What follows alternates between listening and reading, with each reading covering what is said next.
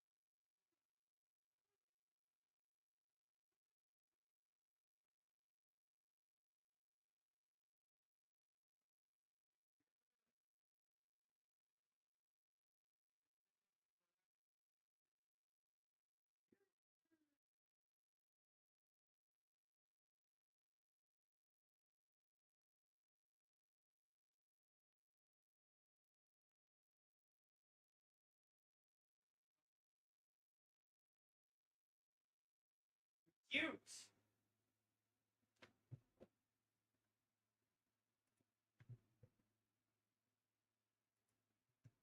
What's up? Someone needs to clean up their room?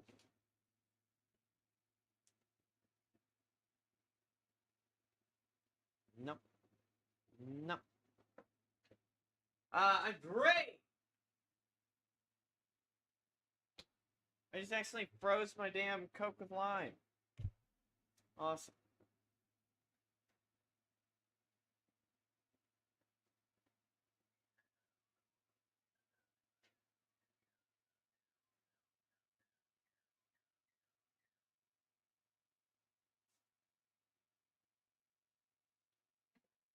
Oh my gosh. I'm great. How are you, JP?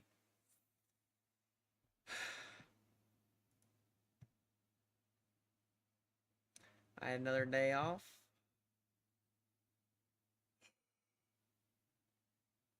I almost did some stuff today, but chose to not, and just kind of chilled. And it was worth. And I just, oh my gosh, bro. Apparently, my PC was going through a dust apocalypse because that shit be messy.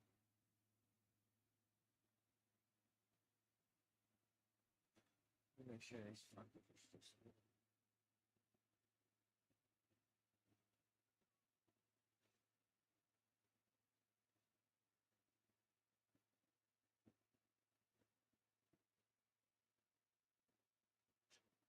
It's another Monday.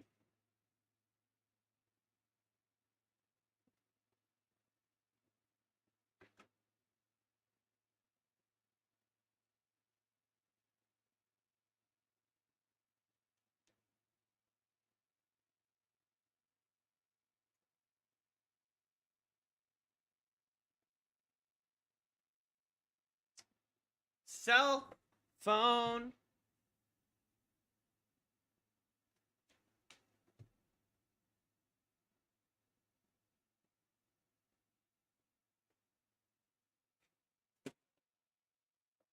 Okay, sick. They are spinning.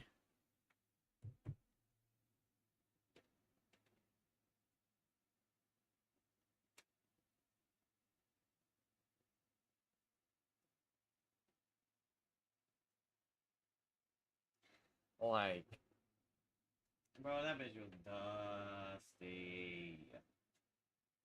Dusty plus dog hair plus piles of lint. It was pretty bad.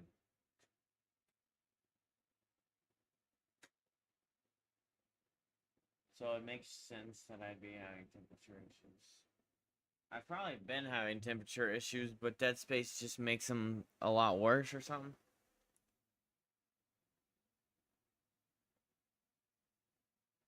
Bro, I did not leave this in here for that long.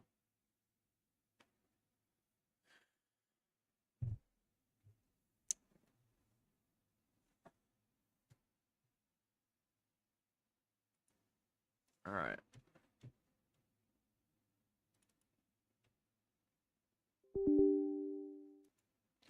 I don't want you to exist anymore. Delete. Forever. No, like I threw the canned air through the radiator and it went. And then so I kept doing that for like 15, 20 minutes. Finding little corners that just had so much dust buildup. So I wonder if like a lot of performance problems has just been because of how fucking dusty it is.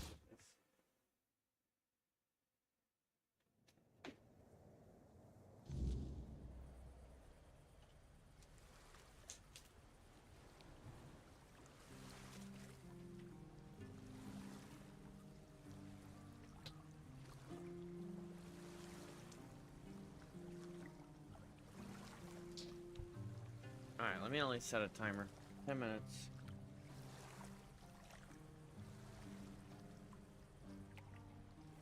$11 minutes.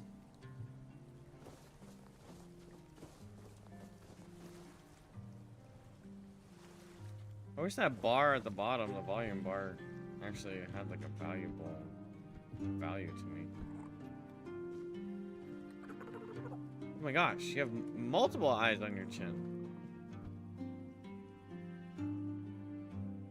Holy, 1, 2, 3, 4, 5. You got 8 eyes.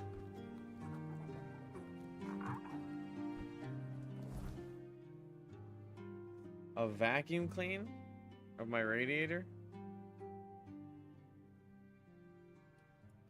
I mean, I did just vacuum my room. Since another video, color stuff blew out of proportion. Ah!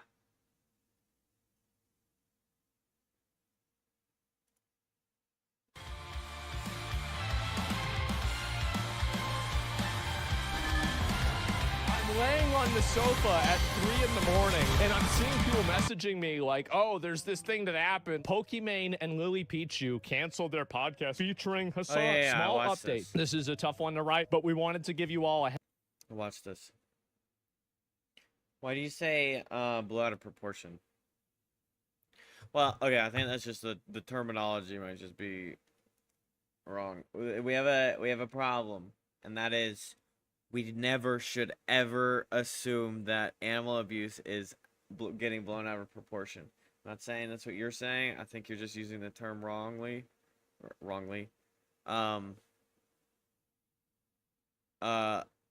But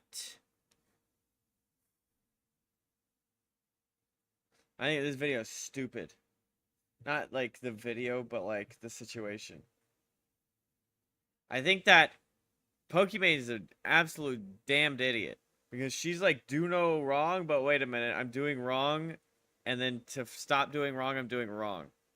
Like, she's like, okay, we're going to cancel with Hassan. And then, because of all the drama that's circulating around him, because we don't want to associate with the drama. And then they go, because Hassan's army probably went down her, all over her fucking socials, and she's getting torn apart. So she backs off and goes, well, I say that there's no, I was gonna go through with it, but my team went ahead and posted about it, and then we're gonna restructure or whatever. So basically, they're gonna blame the whole team for this PR fucking blunder, which turns into a PR blunder because now you're blaming your team instead of having integrity and having a fucking backbone. Oh, Lord have mercy.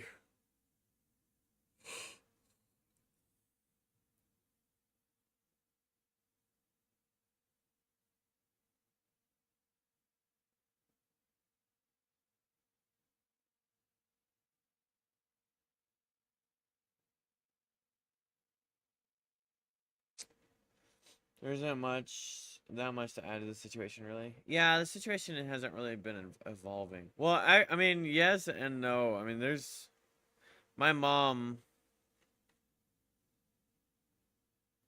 My mom texted me some videos. There's like dated videos of him doing this stuff. Cultist. Oh, that's just his character. It's a little VTube. There's like dated videos of him like pretty much just electrocuting his dog.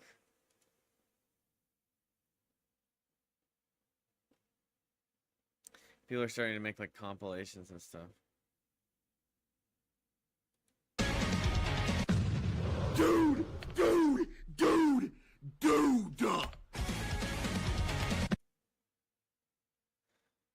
Okay, That's so hard. is that actually queso? I guess because it's got a black cat on his shoulder. That's probably queso. It's probably queso.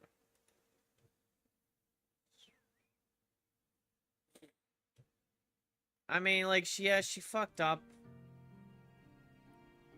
But she's kind of a fool, you know? But she's always fucking up, but there will always be people, like, so obsessed with her that it doesn't matter if she fucks up.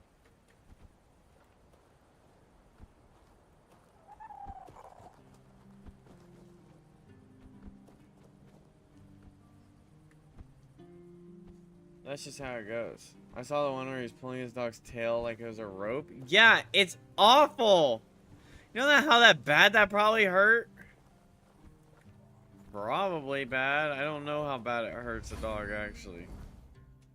I mean, I've never thought to do that. Well, I have, like, caught my dog from bolting once, but not just, like, the dog is wandering around and it's 2 feet away and it won't come to me. But I also don't drag it, I just hold her there until I can reach up and grab her collar. I don't, like, fucking, like, pick her up like a damn ragdoll.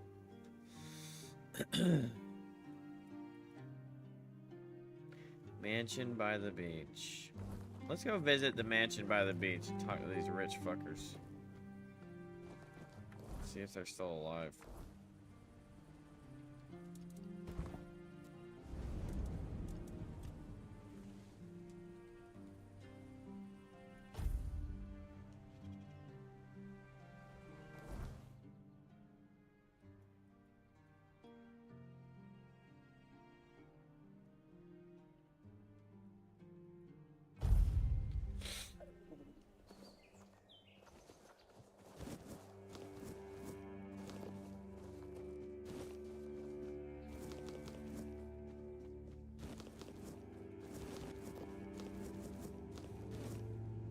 There's a lot of flowers around here.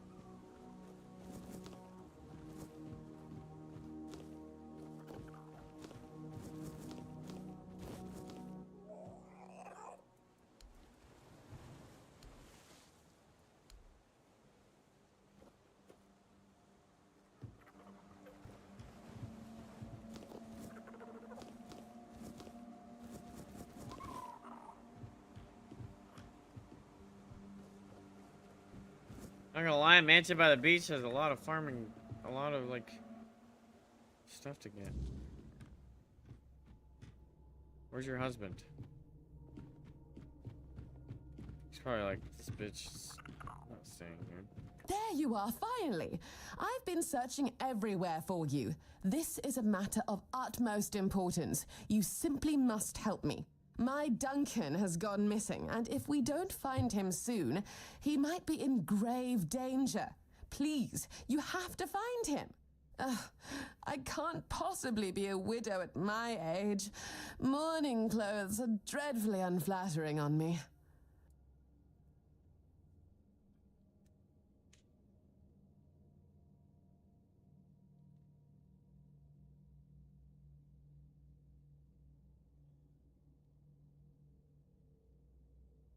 Oh yeah, that's fucking delicious.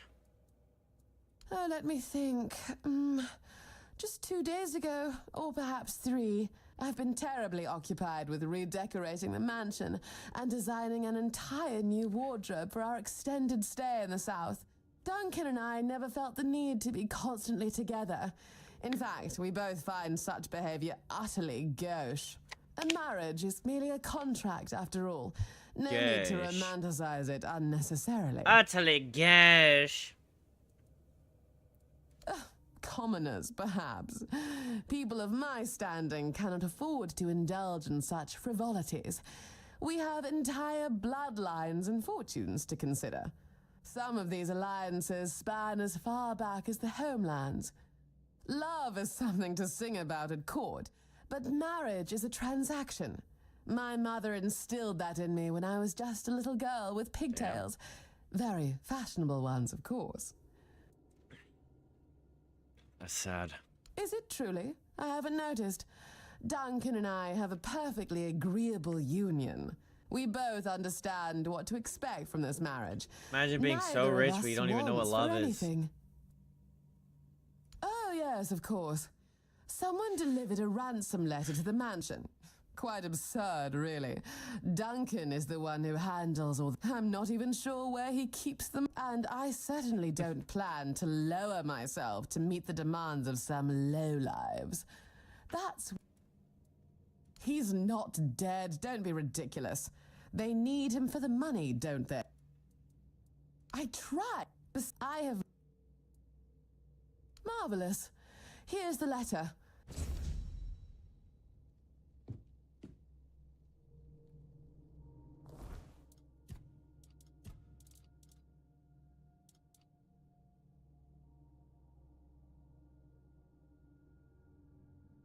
Damn. We have your husband bring 200 gold to the location marked on the map, telling you when he dies. Purple. Okay, so this is like a purple note. So maybe we'll start getting like purple stuff. Who knows? Who knows? Not me. I have no idea. Oh, we could go kill Silent Celia now. You silly silent head.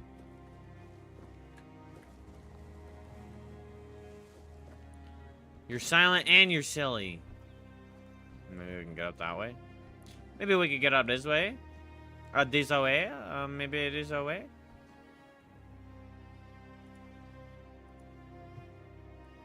Pop out chat. Refresh this one. Now we have 2 chats of YouTube and 2 chats of Twitch.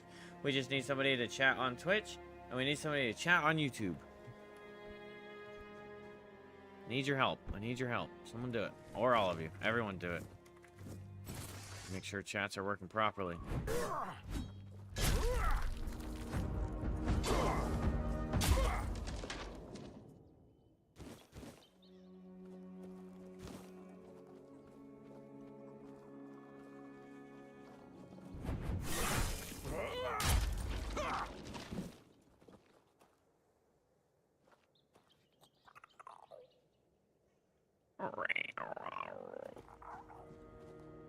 Wait, so does my little froggy, like, fight with me or what?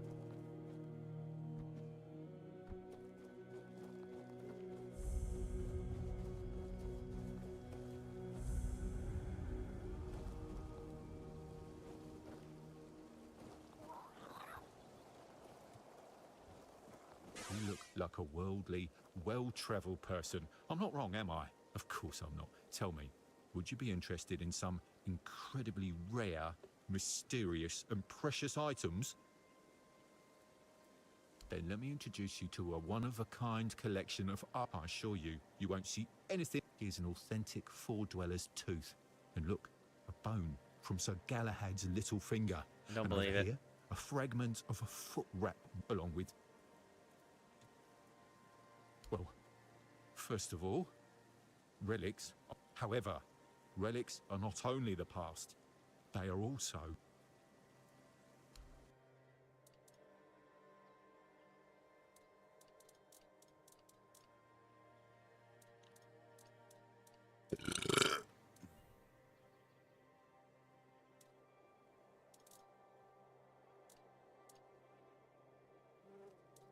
It's just a random, like, human molar.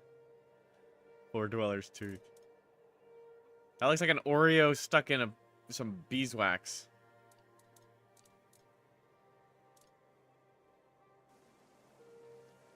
Hello again. It's always good.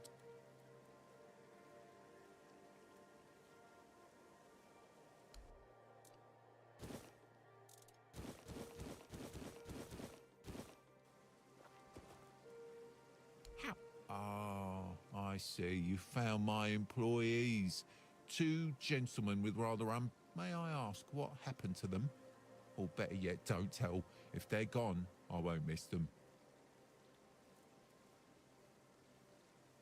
I assure you there is nothing shady about it. My associates search for relics and items with unusual properties, and it's a... Robbing a convicted felon, traitor or murderer with the noose with which he was hanged? Certainly not pleasant, but not a crime. I care how their absence temporarily affects my business, but I'm glad I got rid of them. God, working with those idiots was a real nuisance. It's hard to find honest and at least somewhat competent employees these days. Speaking of honest and competent, are you looking for some extra coin?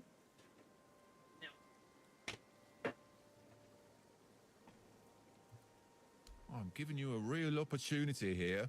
For a start, you see, I believe that.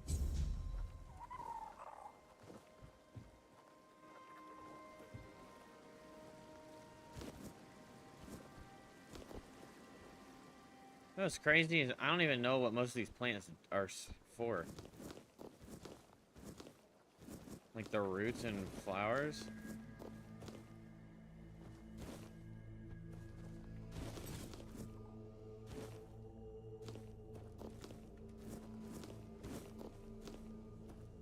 But I will acquire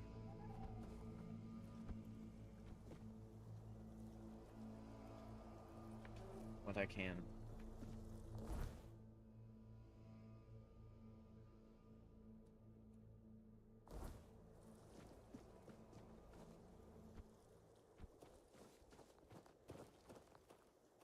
What the hell's that up here?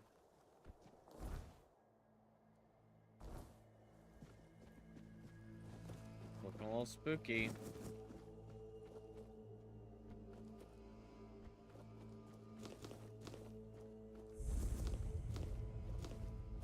Stagfather Shrine.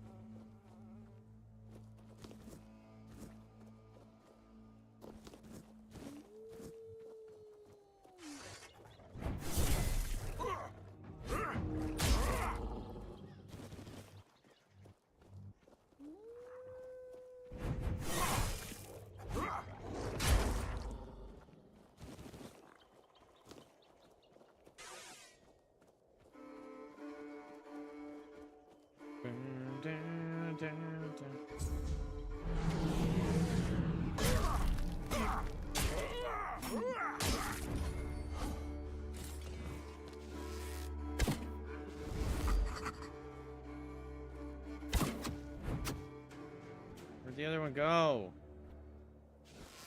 There's 3 of them.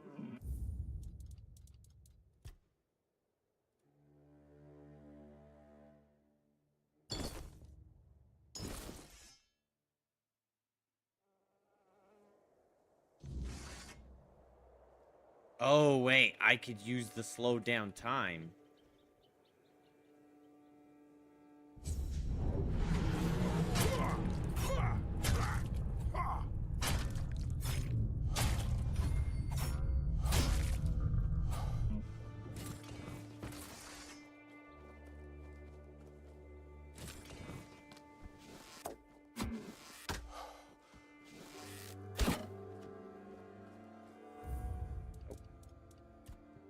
Slow down time, for some reason, slows me down as well. I don't understand the slow down time aspect. If I'm also affected by it.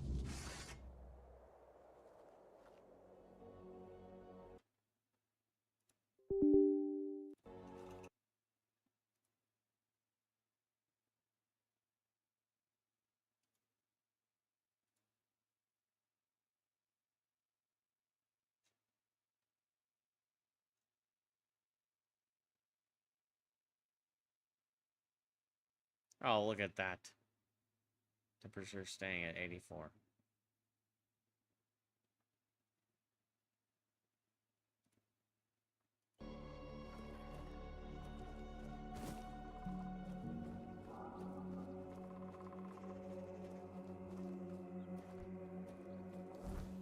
Okay, so I have 2 Stag Father Shrines. I have no capability of killing these damn... I'm not strong enough to kill all 3 yet. Unless I get, like...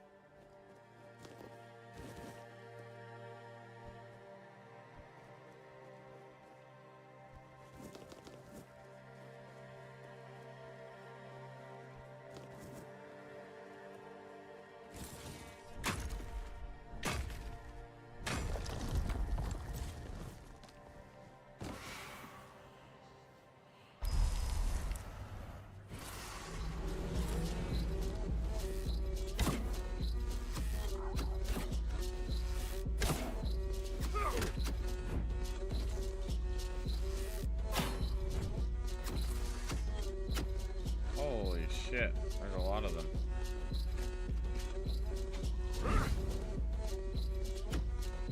I can't get you.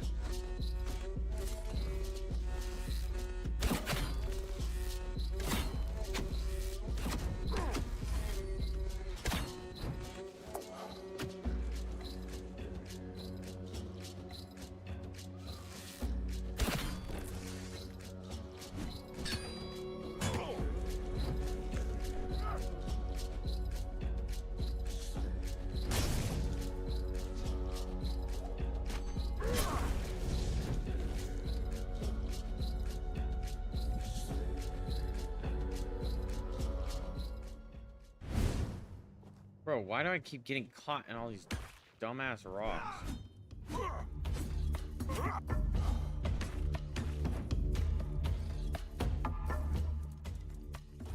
Let's try a throwable.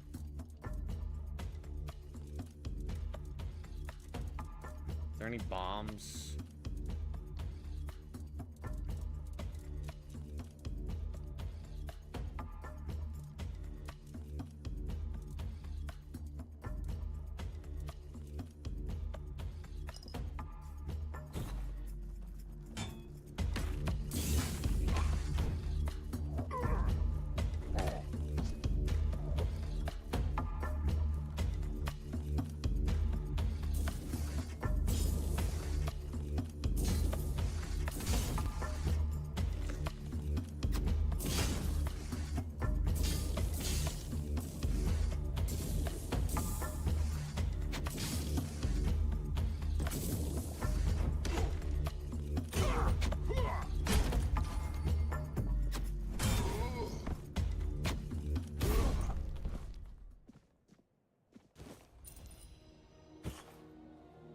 Gotta say.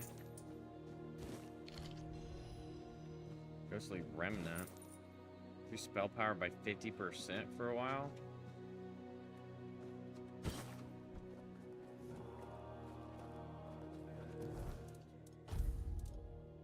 Used all those poison bombs I had.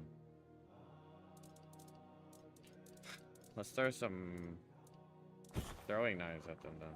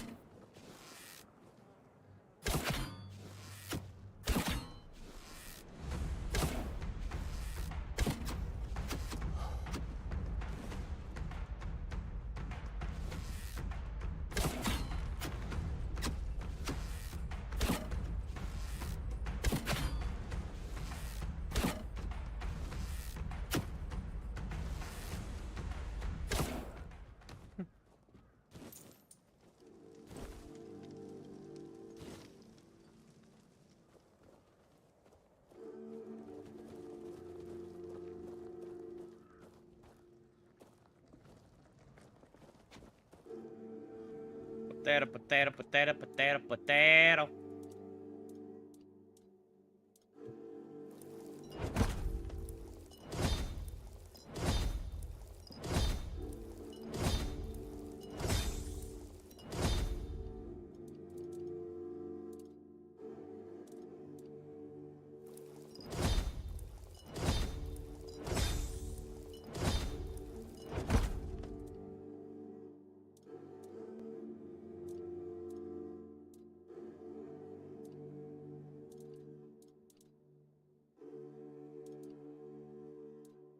Burn skin and monster blood. Burn skin and monster blood. Burn skin and monster blood.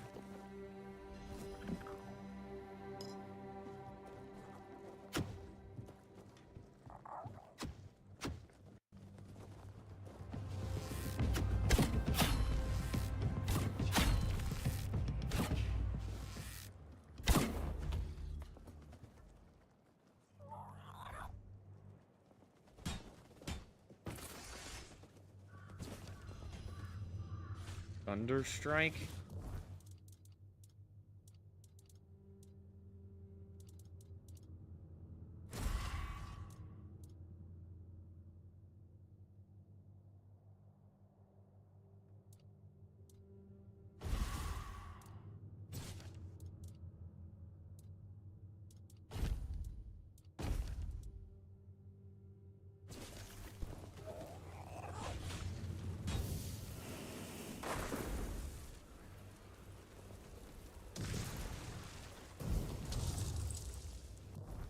What, it's a blast? Close range zap. 3-second delay, Thunderstrike.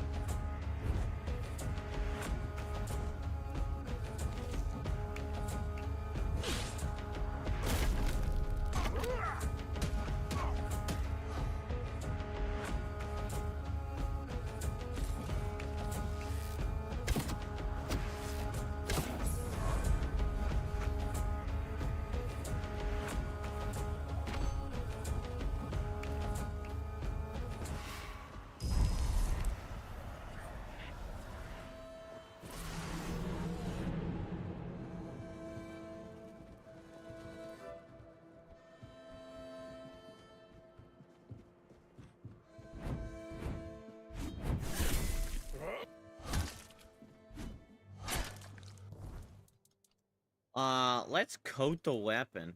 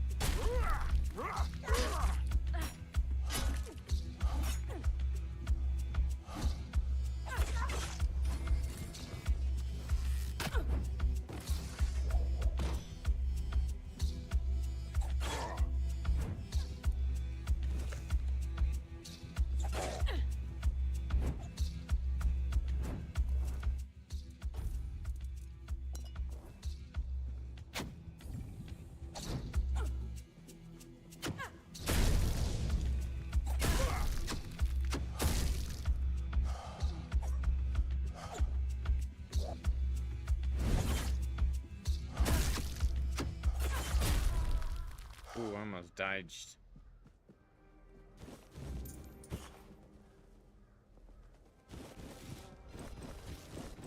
Damn, assassin set. Multiply sneak damage by 1.5 times. Oh yes, earlier appointment. Yes, please.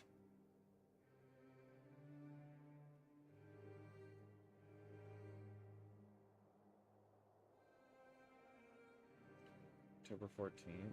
Tomorrow? Tomorrow morning? I work tomorrow morning. I can't accept this.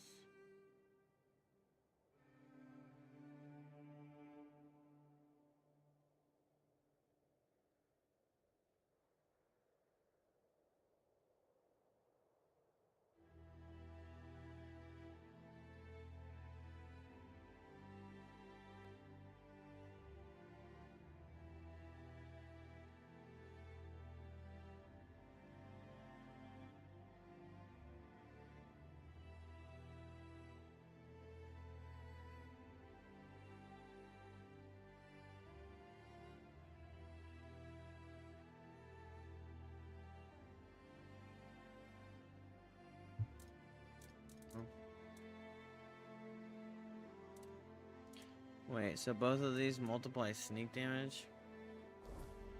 But I don't even know how to sneak proper. Increases sneak damage by percentage. 5, 15, 20, 25,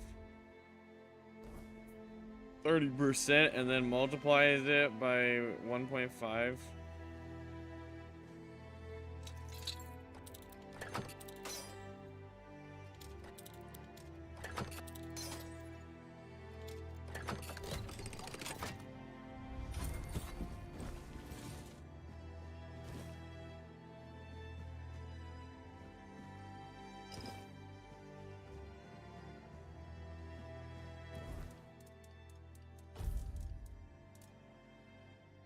Pushing costs 30 mana and creates strong gust of wind, dealing damage to enemies in the front. Successful blocks right before a push increases damage dealt. Bro, they have like actually interactive shields too, which is sick. Uncommon in games, usually.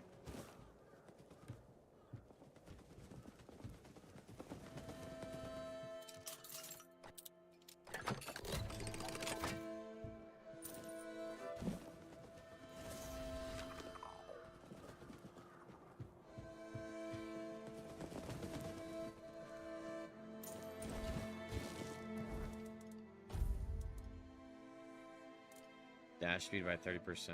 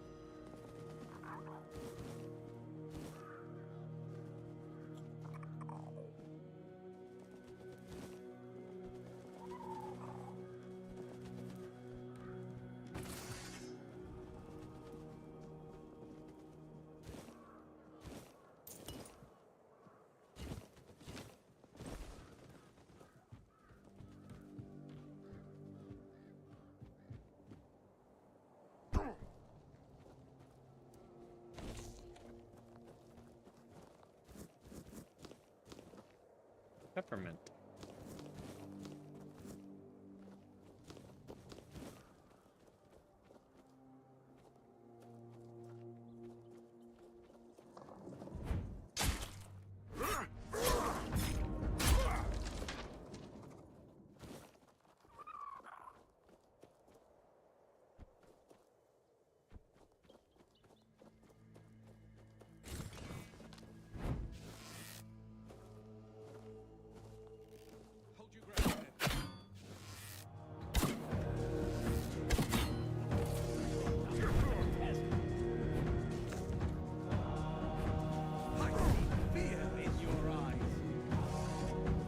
My arm has never failed me. I'll strike you down.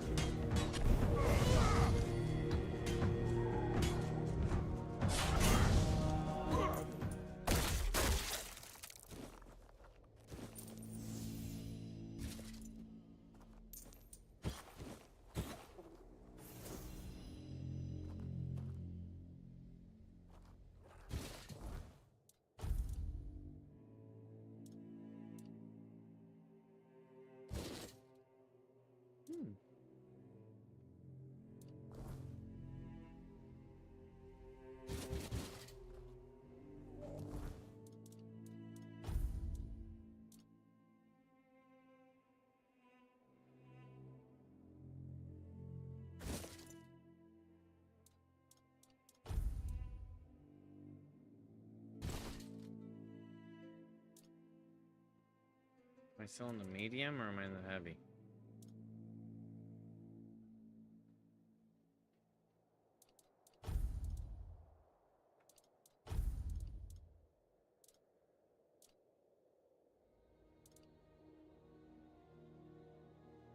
I actually look like a Dark Souls character now.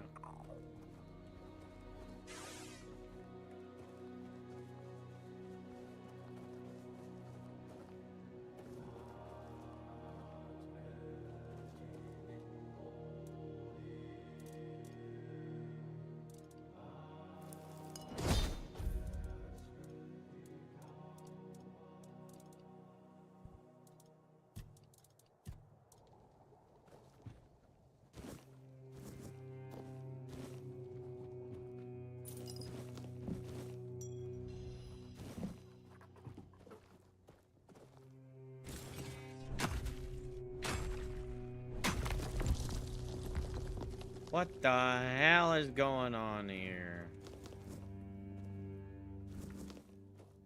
Picking some plants. Killed a guy for his horse. Where the hell am I now? There's a shrine right here. Exploring is actually like nice as hell, chat. You a good guy?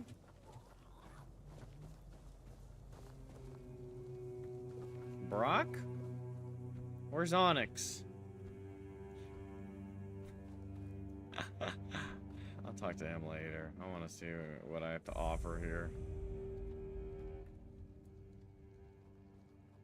One animal component.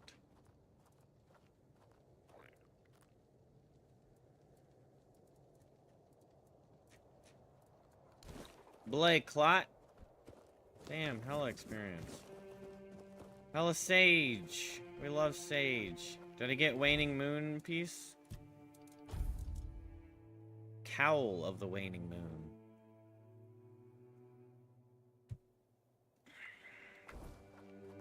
Yes, sir. We got that Waning Moon. What about the full moon set? Is there a full moon set I can get? What is that? A red cap?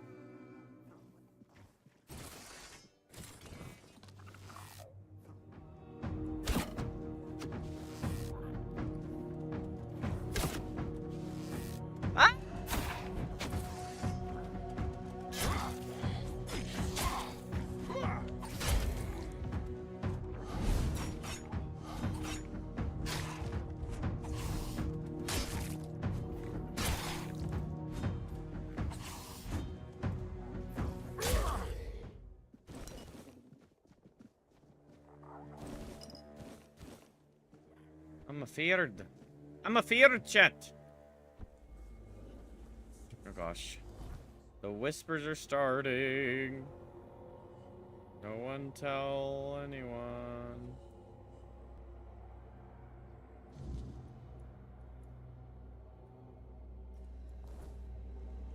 Alright.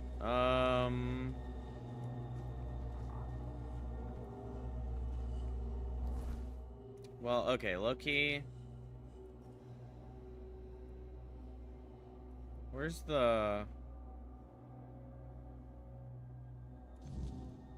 Farewell, Lady Alisa. Okay, I can do that later. It's not like that guy's gonna actually die. Acts of kindness. To report the quartermaster's reaction to Bran.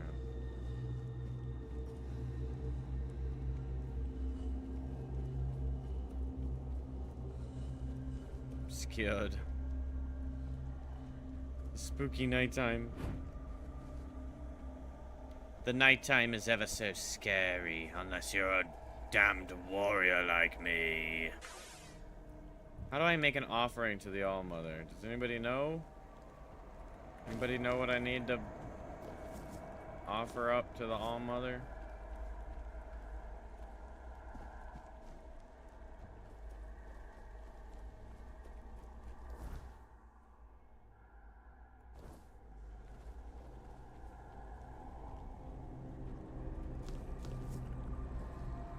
Wait, isn't that wolf shrine nearby?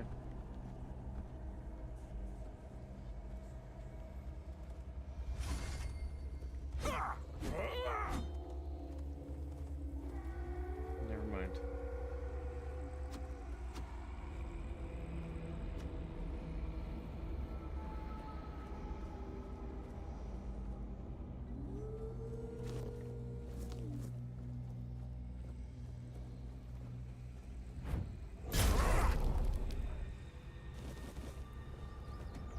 Hello. Problem with dual wielding with a dagger is the dagger hit usually never hits. What is that thing? Oh. It's just the beacon. Are you a drowner? Or a shooter?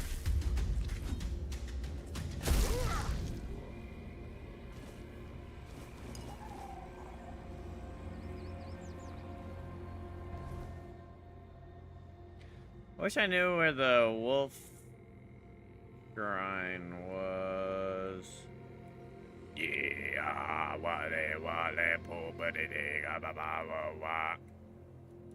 because it's like it takes like wolf teeth, but you get like extra sneak damage, which I'll be honest, I haven't been able to use sneak damage.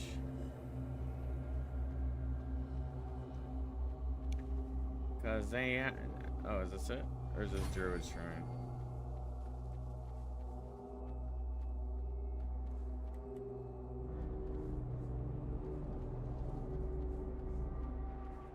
Safety.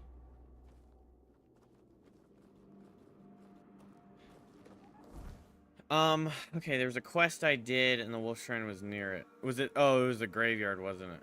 Ancient Crypt? Shrine of Wolf, there we go. I knew it was somewhere close to here. I knew it was like something close. I knew it was nearby.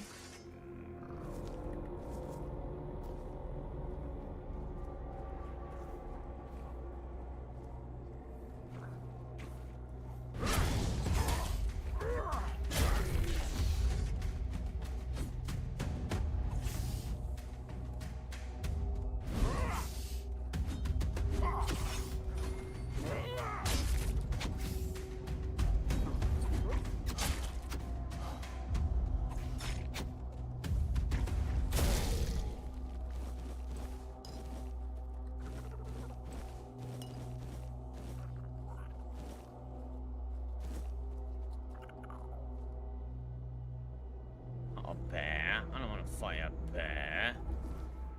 There's a wolf shrine.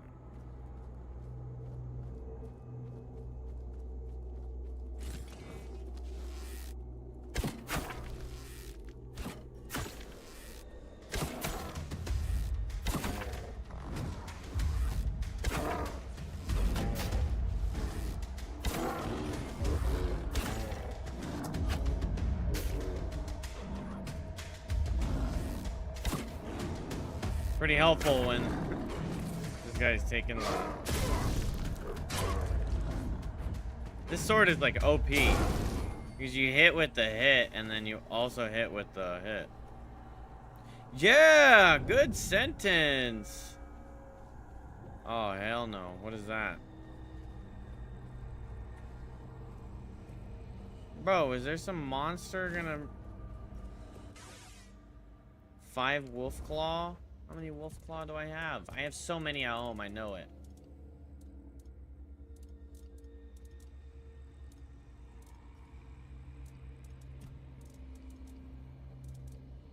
Oh, I only have 3 wolf claws right now.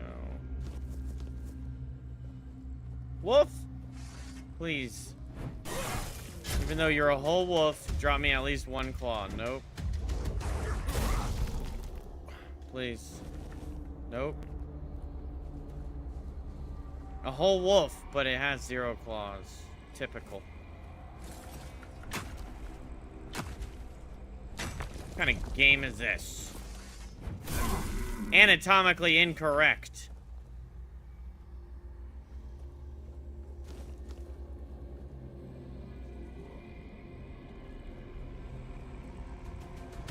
Boom.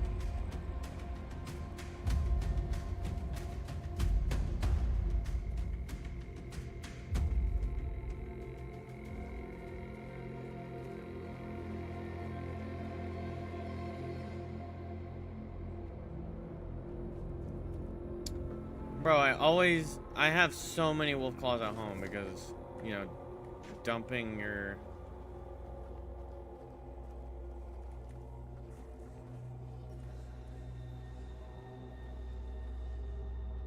Dumping your inventory, you know?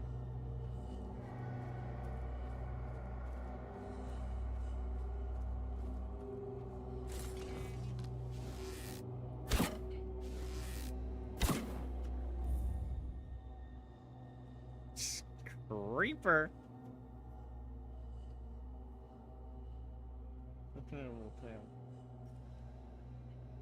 Just the end of the wagon.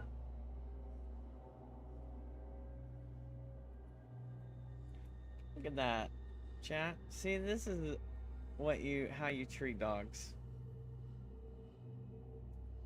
Oh, yeah. You don't electrocute them like your Darth Sidious or whatever. Huh? Yeah, they could see. You give them kisses, and you don't shock them.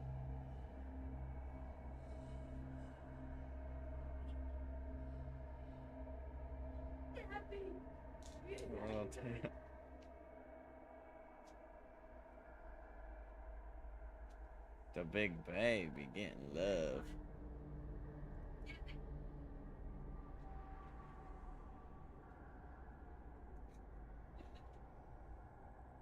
Yeah, but she's naturally in the background. I don't have to force it.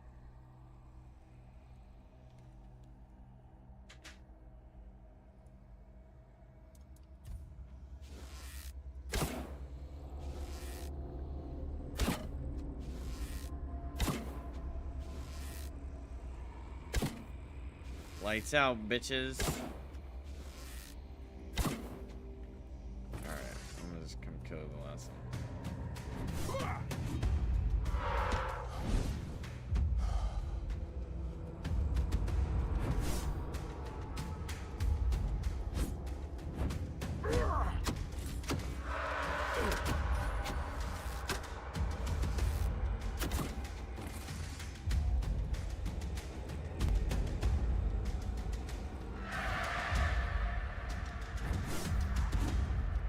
Come here! You're so annoying.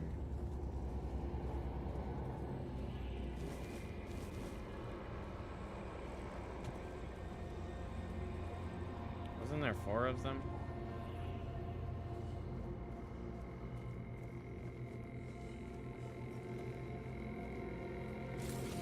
Oh, I can get more weird stone ore.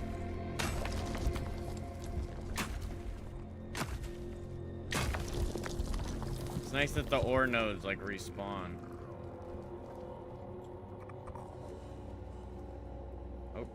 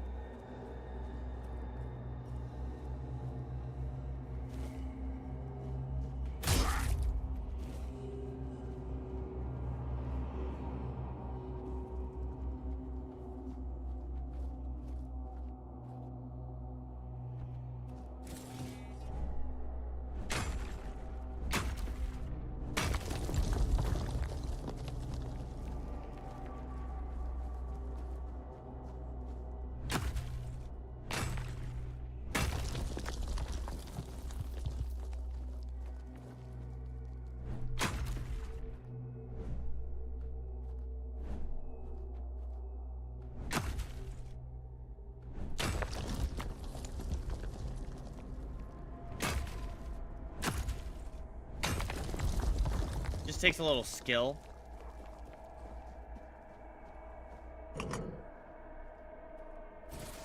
What do I need, Excalibur to open this?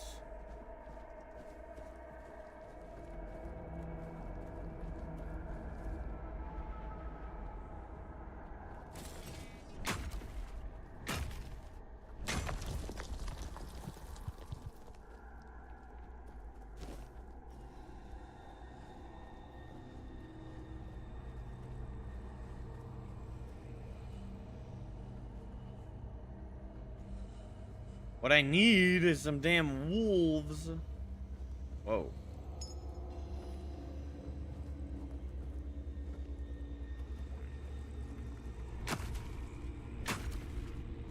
I'm telling you, chat, this game has such good, like, architecture. Like, when things have giant skulls sitting around like that, it's like, what the heck did this used to be?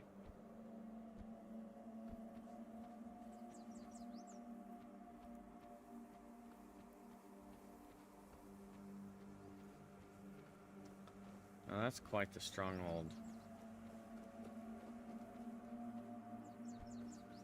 Oh, give me your claw.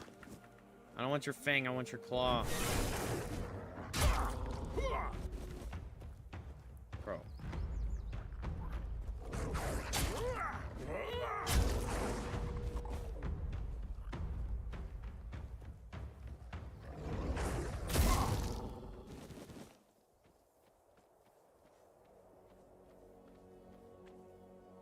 What is that, like 6 wolves, no claw? You don't need to look at me.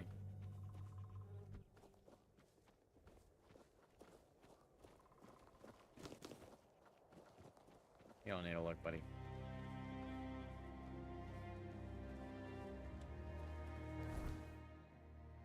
Where am I? Archspire. We just go to King's Road marker.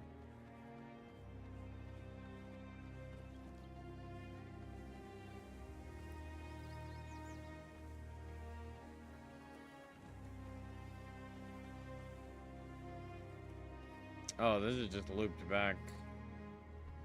Prepare for battle.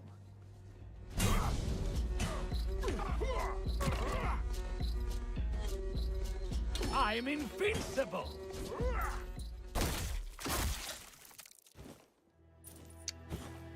You have an interesting take on your lifespan, but I have a contrary belief. How's that?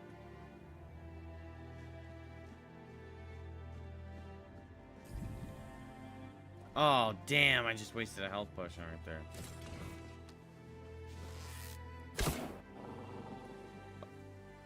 That tripped me out.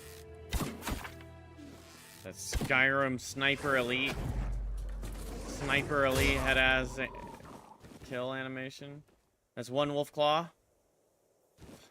2 wolf fangs, but no wolf claw. This game hates me. Why musteth you hateth me soeth? Right. Keep your eyes peeled.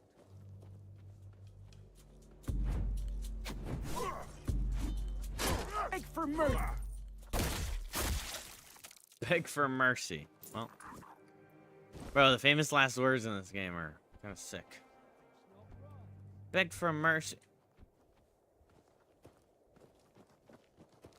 Beg for mercy. Yes? Beg for what? What are we begging for? Hello. You're just chilling, aren't you?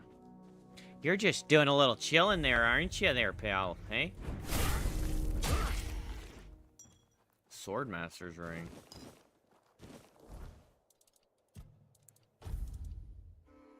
Attack speed by 2%. That is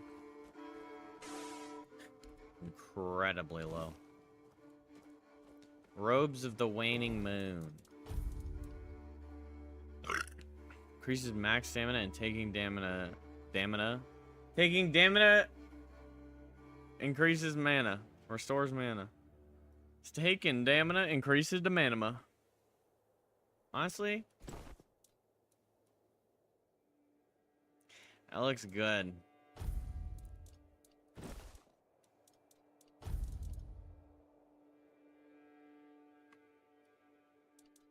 But that looks better. Look like a girl in this one. I look like a damned girl in this one. Not that it's bad to look like a girl, but when you're not a girl, it's a little like, why do I look like a girl? You know what I'm saying?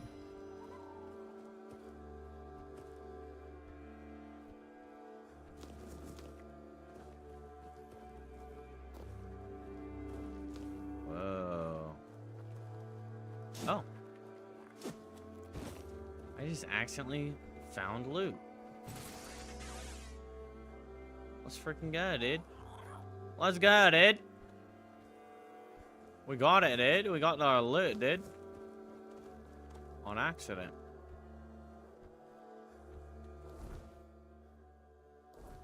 Ah, Shrine of a Forgotten God. We done been here. Okay, so this is definitely that place that... This is where Calderock is, or whatever.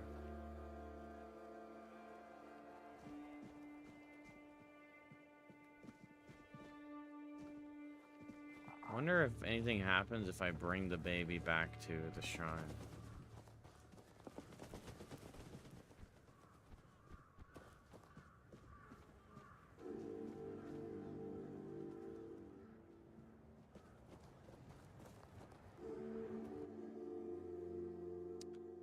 Let's find out. Oh, everyone's still dead. No respawns. Sorry, guys. No respawns. If I had gotten to you, you would have respawned, but... Alright, baby. Do you have anything to say about this place?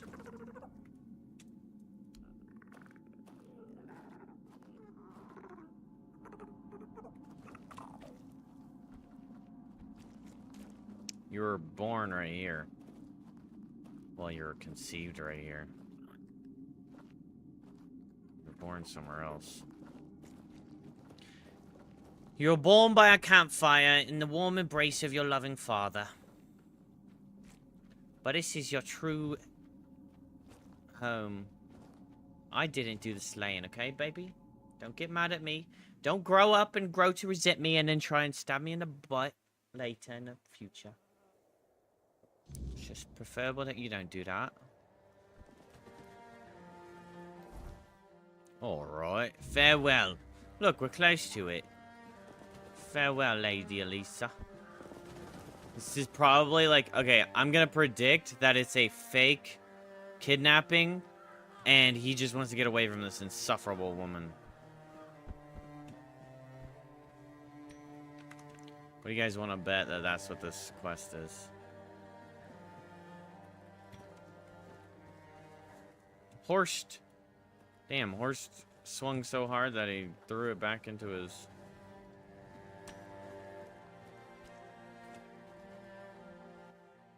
Damn. Funny.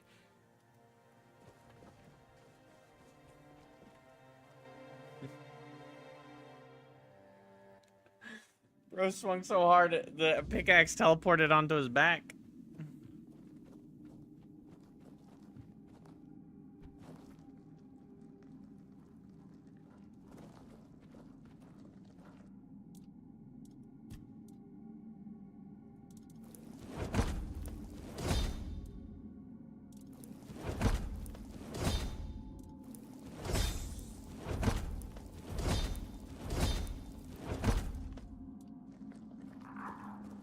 Bro, I'll be honest, the mom's pie recipe is just kind of like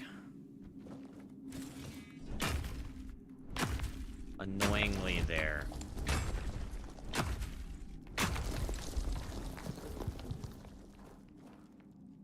You think that big chungus respawns?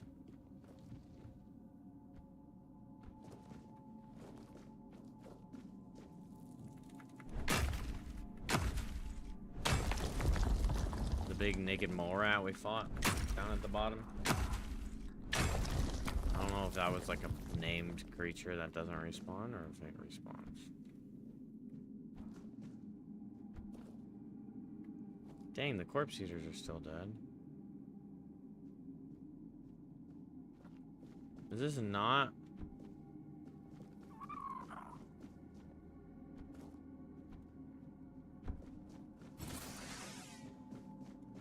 This is not where the quest marker was?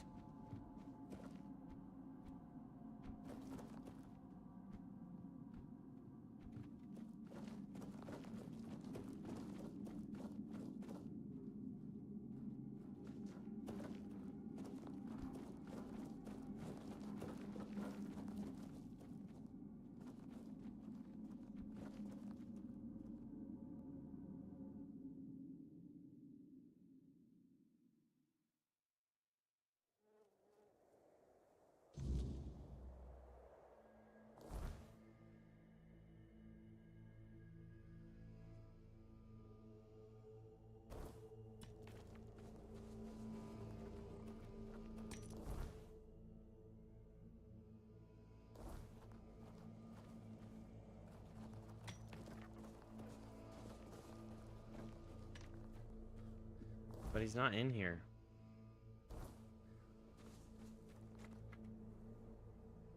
I mean, there's still a little further I can go, but... Unless he's down in the basement.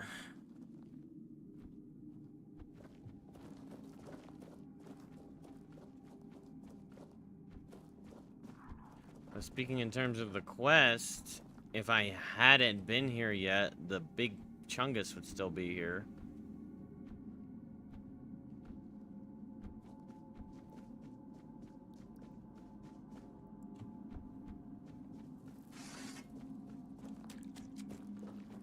So I can't imagine that Doofenshmirtz is hiding down here.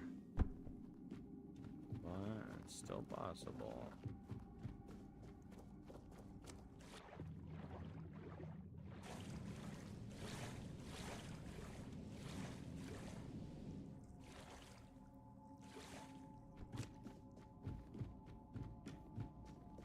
I am notably slower in heavy armor. I can feel it. Feel it in my bones.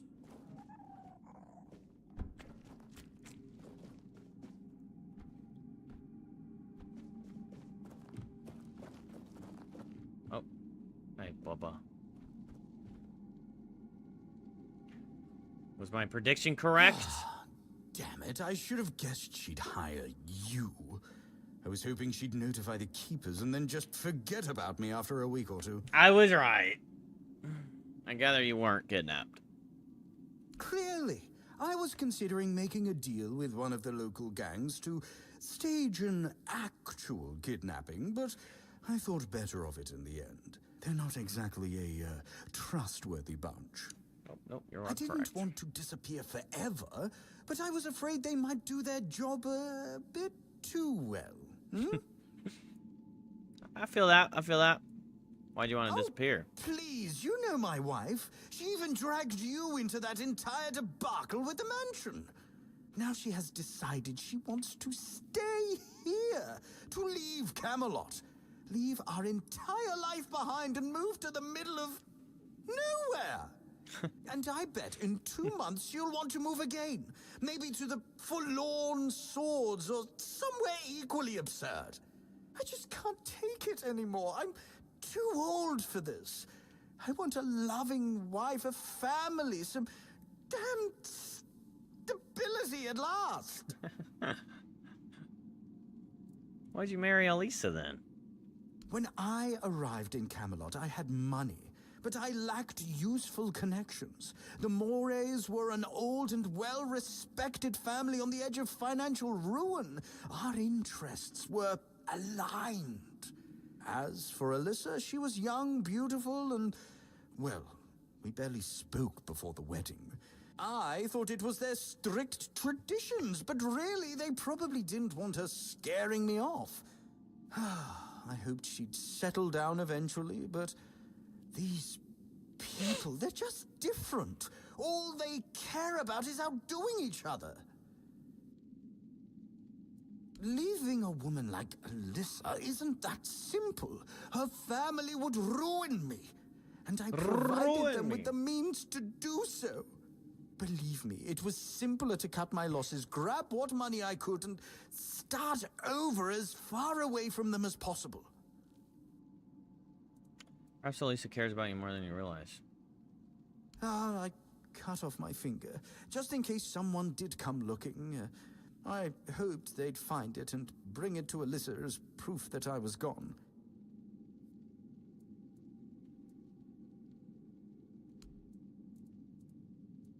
I'll give you a weak, small healing potion. I guess I didn't think it all the way through. And yeah, I wasn't expecting it to hurt so much.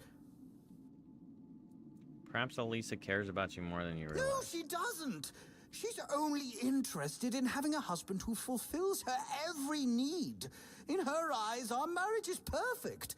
Or at least it's perfect for someone like her.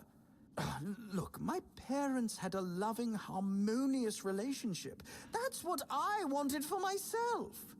But when that didn't happen, I chose to marry to improve my social standing, hoping love would eventually come.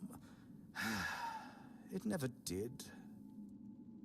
Have you tried talking to her? No, I haven't, because I know she's just not the right person for me. I don't love her, and she doesn't love me. All right, buddy, And you're acting a believe it little or not, shrill. I think she deserves more than that. I need you to tone it down She a little just bit. hasn't The realized it yet. shrillness is a little intense. Riff sent me here to bring you back home, though. Just tell her I'm dead. Say, my body was eaten by bears or something. Please, if I go back, we'll just both end up miserable forever.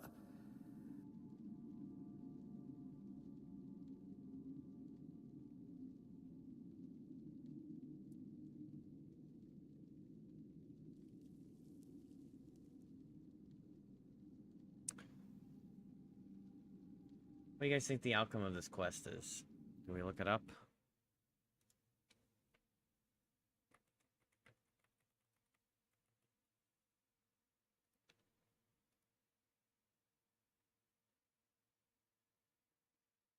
Damn, that axe looks sick.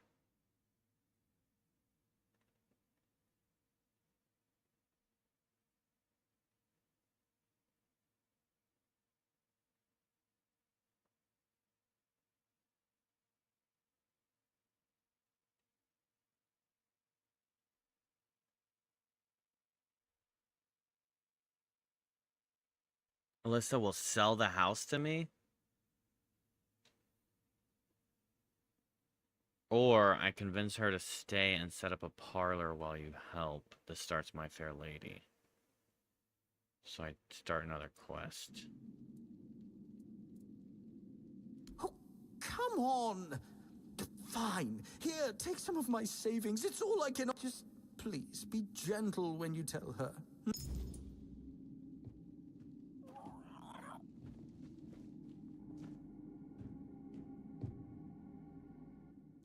Alright, well. What happens to all his money? Isn't he supposed to be rich?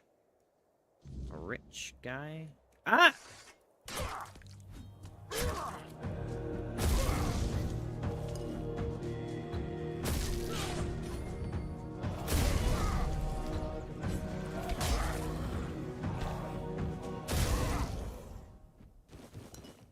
Okay, this sword is insane because the blast wave like pierces too.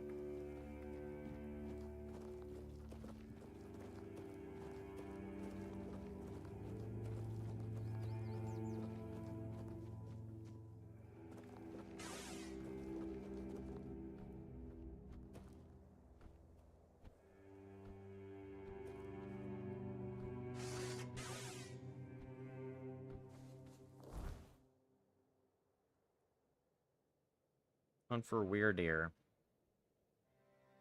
Oh wait, isn't there a stag shrine nearby? Where's the deer weir shrine? It's like shrine of deer. Fuck, it's not that nearby. Well, let's go do it.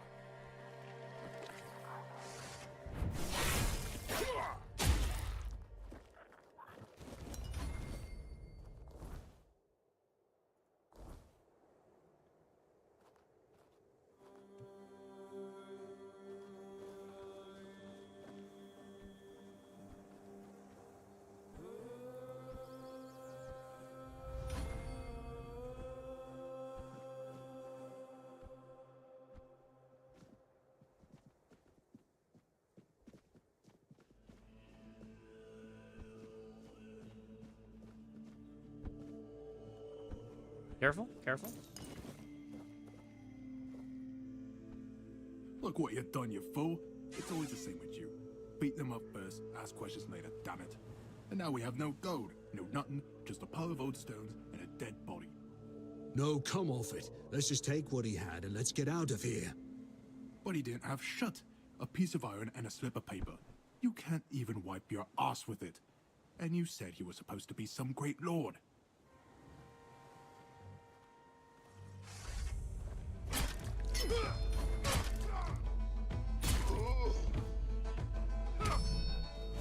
Oh yeah, you see that parry? You see that parry?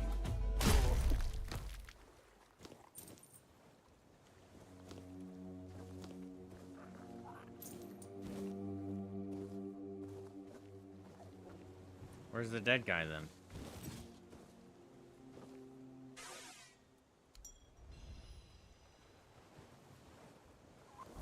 All Mother's Mercy amulet. Leaves you with 100% max health instead of dying, but destroys the amulet.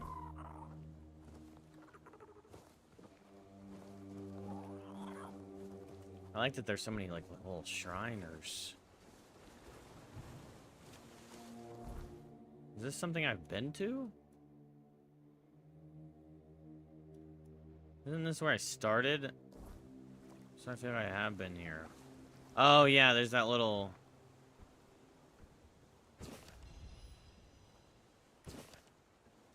You, my most faithful companion, are my only hope. Go to the All-Mother Shrine, perform the following ritual, and bring me the amulet. You'll surely be gifted. Granny said that you need to make an offering of a rose, some sage, and feather. That is my last hope to save my beautiful daughter. Lady Cardea. Well, looks like I'm getting a nice little reward.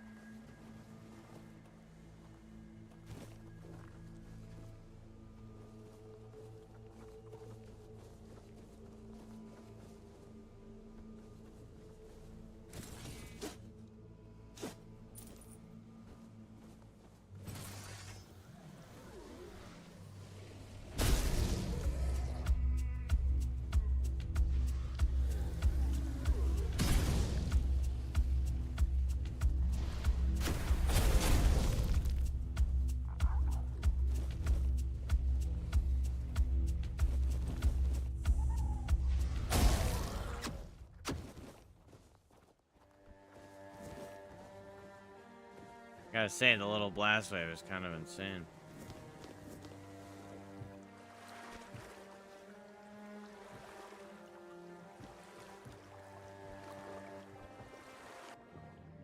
Great.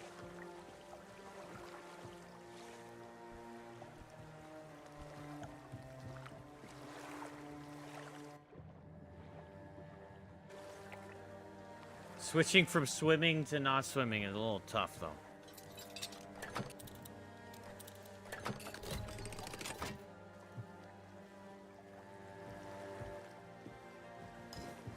Hunter's amulet, hella arrows. Weak spot damage by 20%. Pretty good.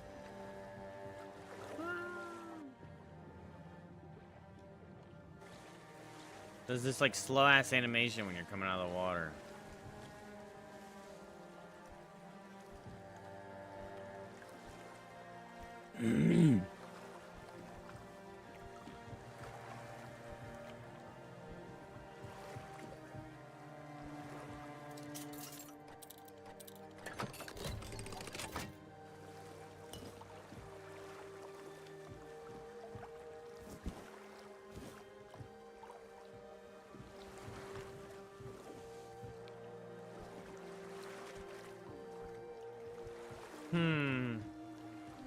Music's so great in this game. Wonder if the music changes in like new zones too.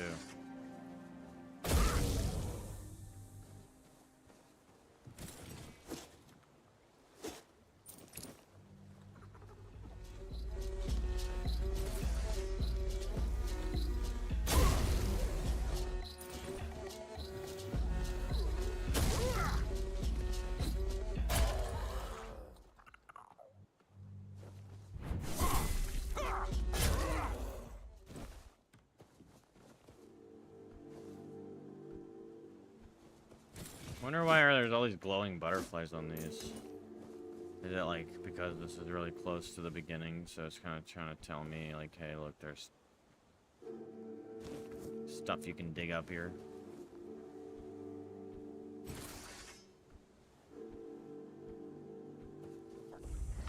Ah, you scared me. Keeper's tag. Been a while since we found a keeper's tag. Fluted mine. You guys trying to go into the fluted mine? 155 out of 180. Well, let me tell you what. It's time to get into the fluted mine. There's probably a lot of drowners and shite. Are we scared? No. Should the drowners be scared? Abso-freaking-lutely. You know why?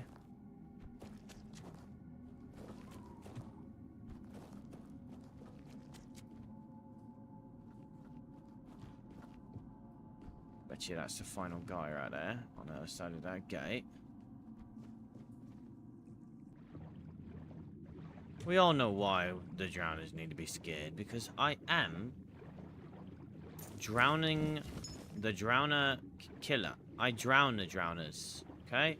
The drowners are feared by only one thing, and that's being drowned by me. Drown them in their own blood, blimey. Okay, I'm really not a fan of the way the swimming animation goes.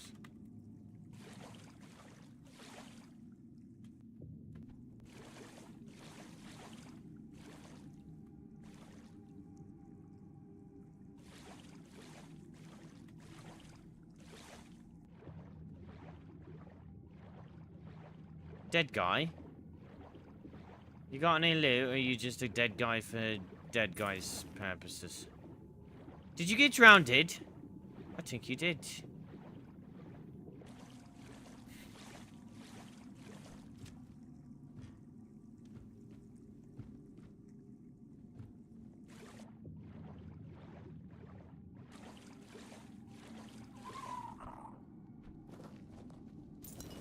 You know what? You teleporting in front of me kind of spooked me a little bit. I was a little scared of that. Not gonna lie.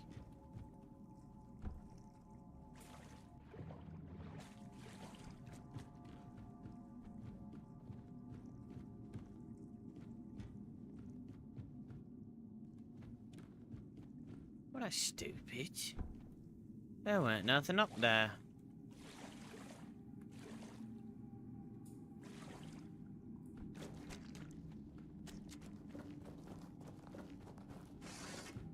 Be prepared for anything. Beg for mercy. I don't think you were prepared for that, my guy. Say your... What? What do you want me to say? Huh? Say your what, buddy? Ooh. Oh, wait, okay.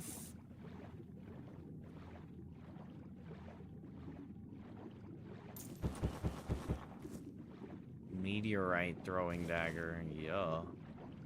Keeper tag, a little secret. Little secret keeper tag. Say your prayers? Question mark?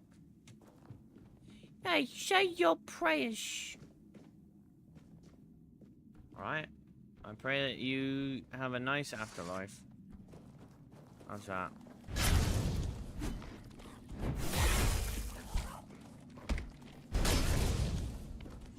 No, Boomer!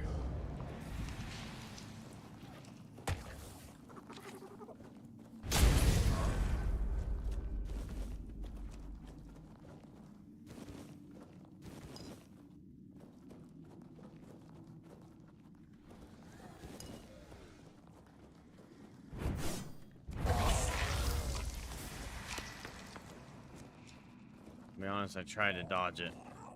Well, at first I tried to kill it before it could blow up to see if that's possible, and then I tried to dodge it, but I was a little unlucky on that.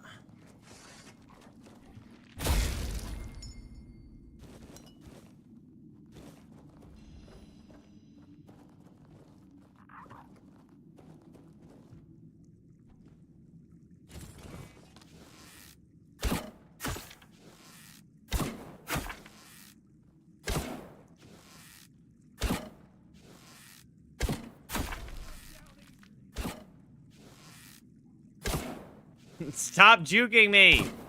Bro's evasive maneuvers are insane. You see those? You see these evasive maneuvers? Okay, never mind. I got him. Damn. The drowners be drowning, you know what I'm saying? Alright. Horseshoe and a medical drill? What kind of inventory you got, lady?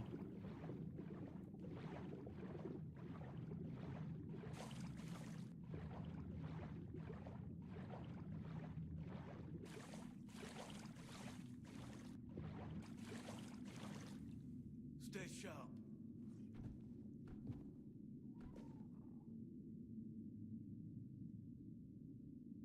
I will bleed you.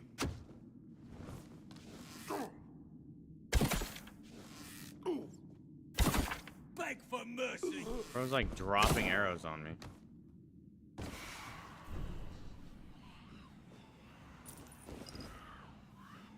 Okay.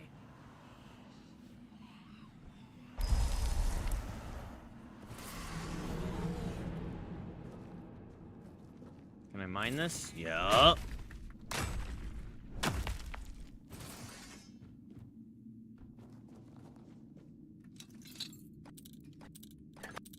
It's a big chest for a medium lock.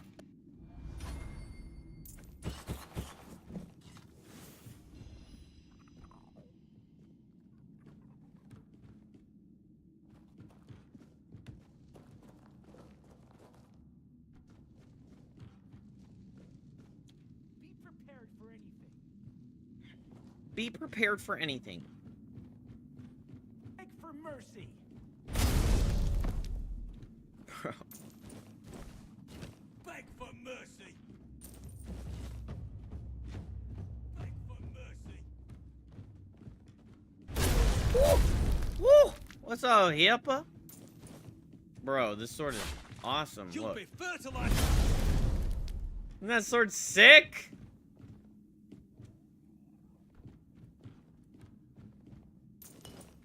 And then the dagger that I have gives me 10 gold every time I kill somebody.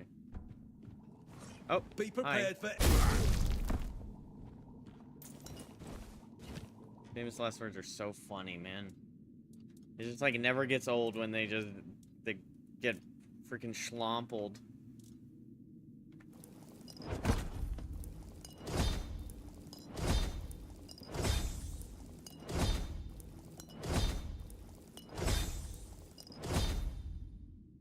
Where the scary doors?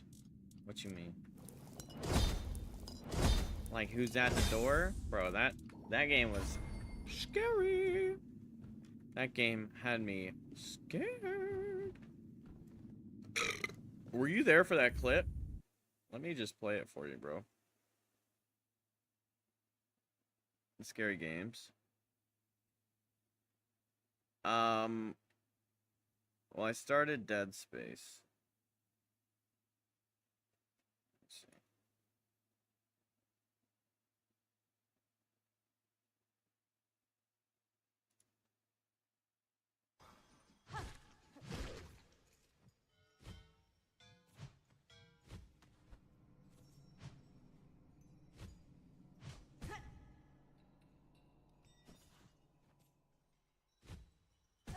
Oh my god.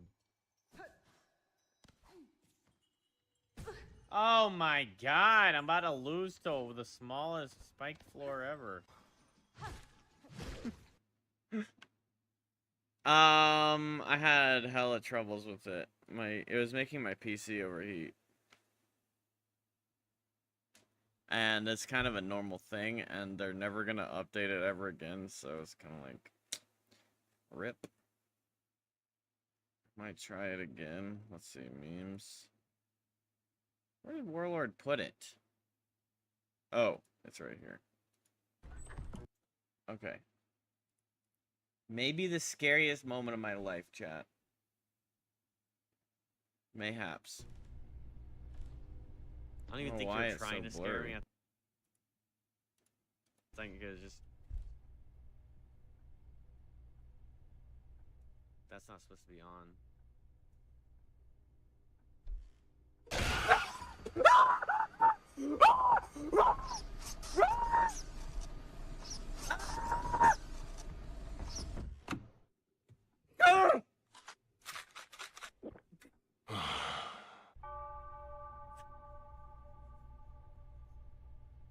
What is that?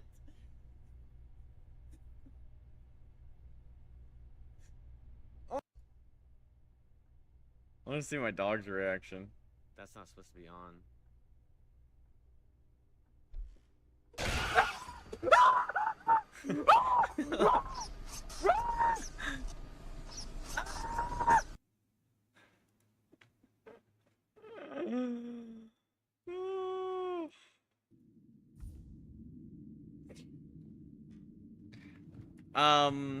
Yeah, so I got like, well, Dead Space is making, it was running so hot that it was making my,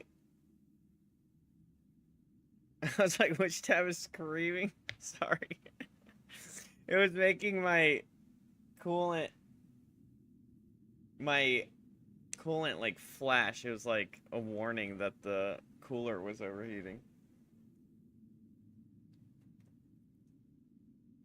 You weren't thinking it was me because of the Tainted Grail. So I tried a few things. But like my CPU wasn't overheating, but my GPU was getting kind of hot. Like I tried a few things. I don't know, man. I don't know what's up with my PC. But it's not crashing anymore. And it didn't crash, but it's a little scary when you're all the RGB in your rig just starts blinking red. Like, ooh. What the hell? What the helly? So, I don't know if I'm gonna play Dead Space.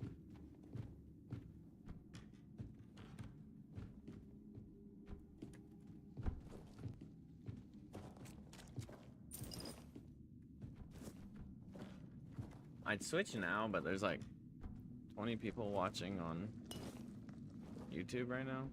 So, I'm like, well, it'd be worth it to stay on here.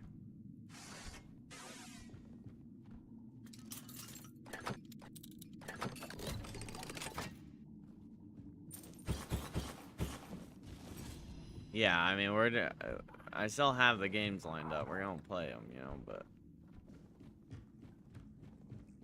back-to-back ones. Oh, also, okay, I'm not gonna lie. Give you a hard time, otherwise, is I even here? Right. I'm not gonna lie, Dead Space is a little, like, it's scary, but it's kind of like, seen it in the first 30 minutes, seen it the rest of the game.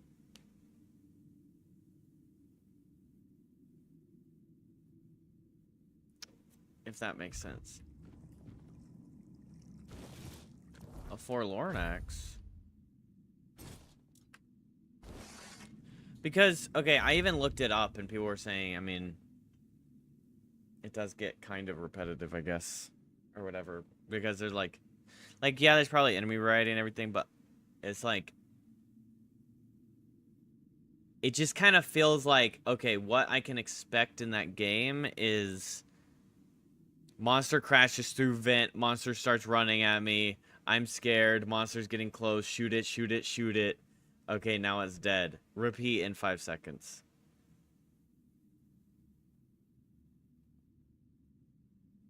So that plus my PC is like running hot as hell and it's a known problem, and the devs have already stated that they're not going to be updating the game anymore, and they never fixed that problem. Like it's like I'm not alone in that it makes your computer run hot. And I had it on low graphics too, so it's like, I don't know if I'm gonna keep up with it. I might try again now that I've done a few things to it, like tweaks and stuff, but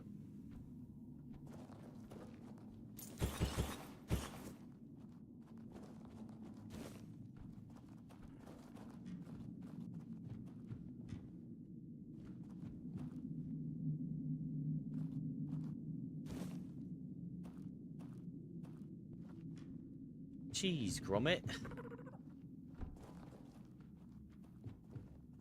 No, I'm at an hour and a half. Well, okay, so I was thinking I could try and see if if it's fixable. And so I was like doing some fixes and stuff. Like, I'm like underclocking my GPU now. Because apparently if you like bring it down to 0.9 voltage, you can like really help with a lot of stuff while maintaining the same power. Yeah, as long as you stay like within like 0.9 or whatever. But you can like lower the performance impact by a substantial amount while keeping like the performance good. Problem being, if I get on and I try to recreate the problem or whatever, see if the problem does get recreated, it's like the problem could not get recreated within 30 minutes.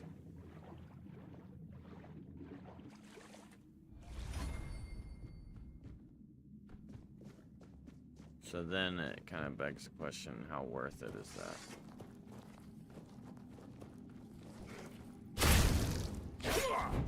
Big corpse eater guy. Oh, nice. I blasted you back. Armor from corpse eaters.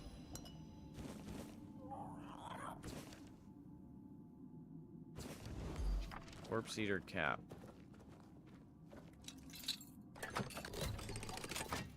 It's so funny. I gotta be honest with you, chat. The lockpicking is so fucking easy. It's like, oh, the lockpick's hard, but it does not break and it does not. It's like so easy to find it. That's a sweet spot, you know what I'm saying?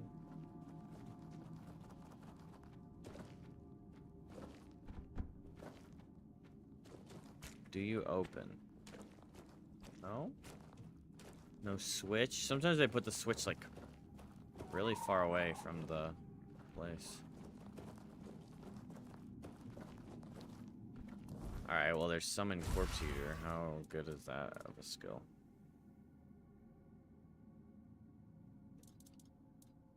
Thing is the keeper is so damn strong. It's hard to justify. One keeper is like worth every other summon I've seen.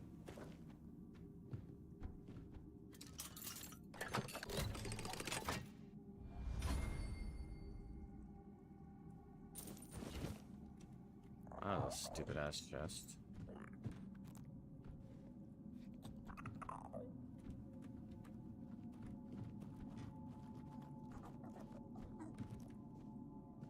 Can you not get in my way while I'm trying to jump up? Okay. I am struggling.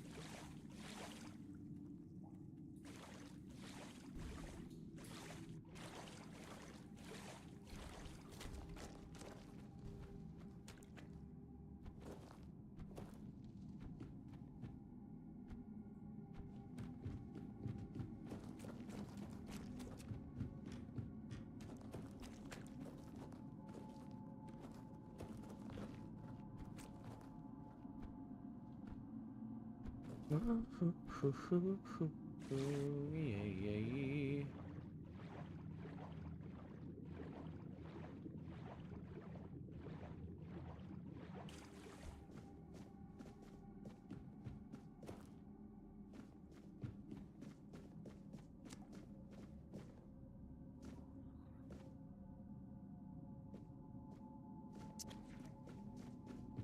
Okay.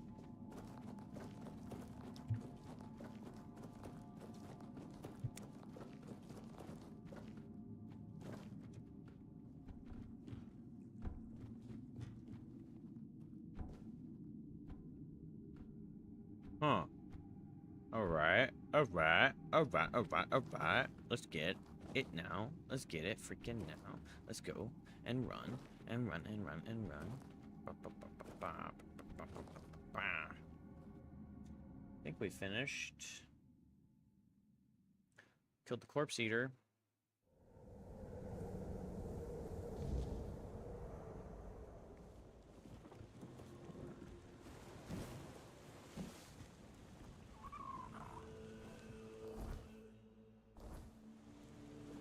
I think that deer shrine is upstairs.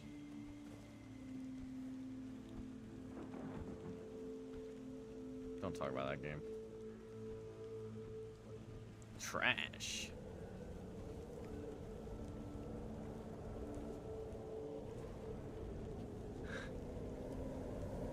Avowed was more colorful, alright?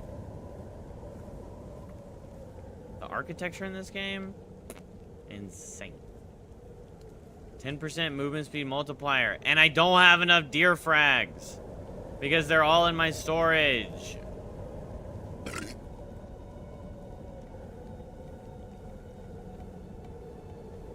I believe I have at least one deer frag, though.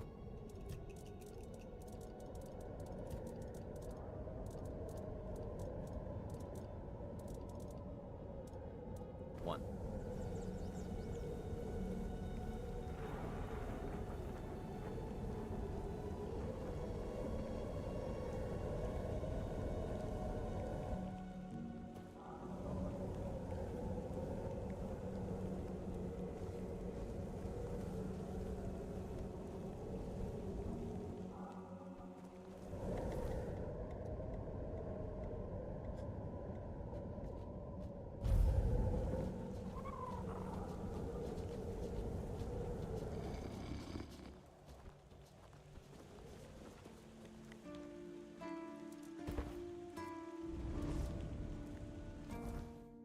Two level ups, yeah, yeah.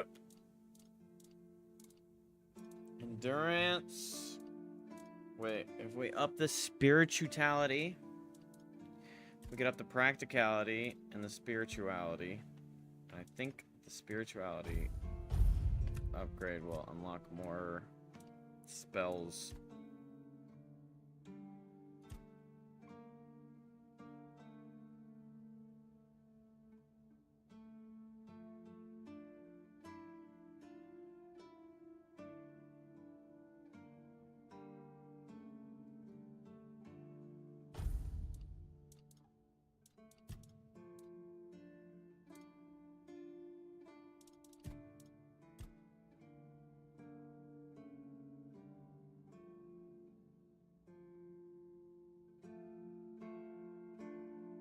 You can parry projectiles to deflect them.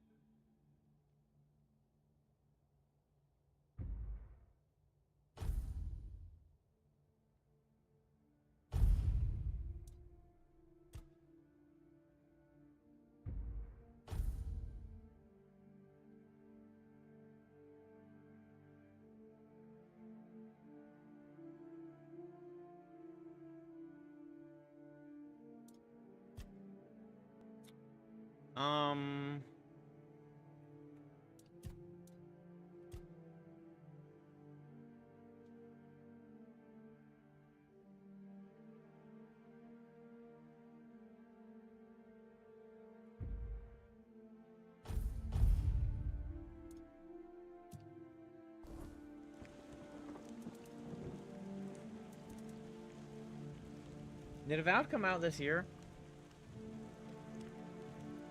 It would be so, like, comical to see that show up.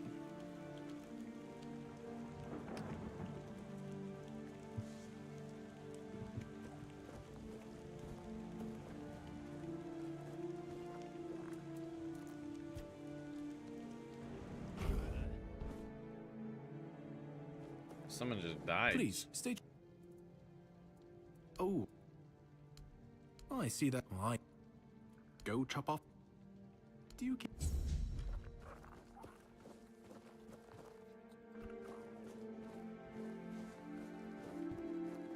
Okay, I gotta go to the stash.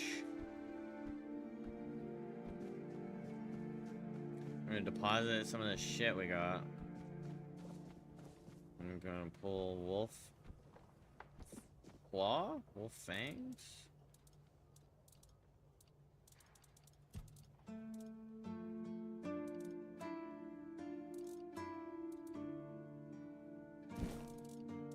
And we're gonna take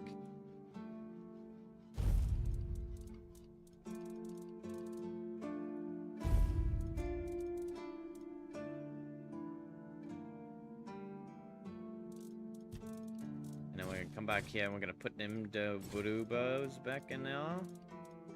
And we're gonna put that in there.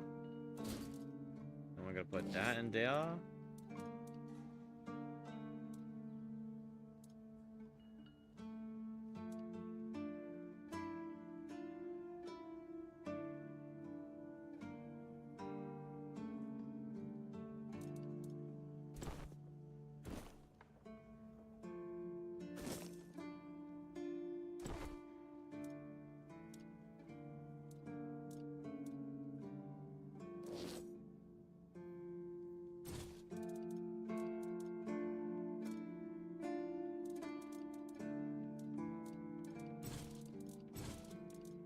Too many shovels.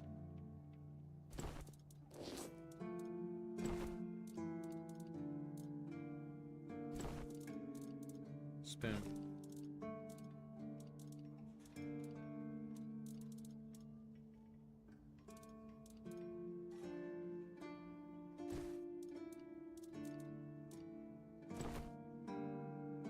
Saya! What's good, Saya on fire?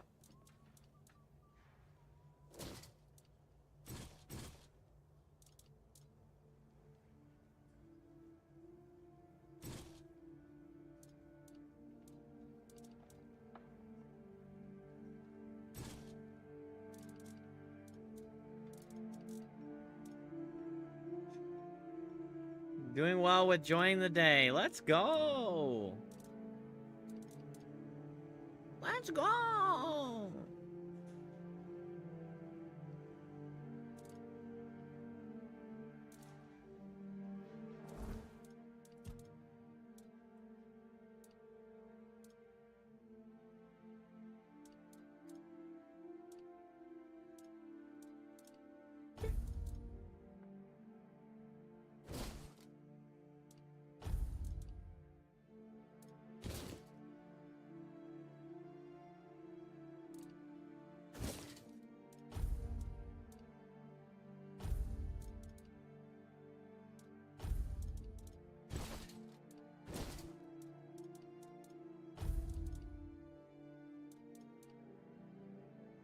Movement speed multiplier versus 7 max stam.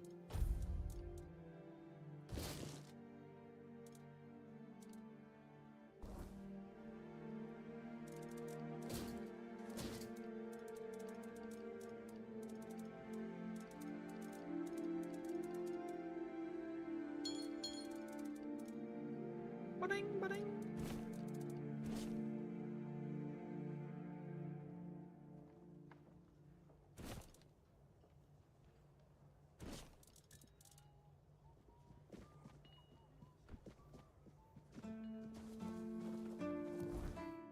$87 weight.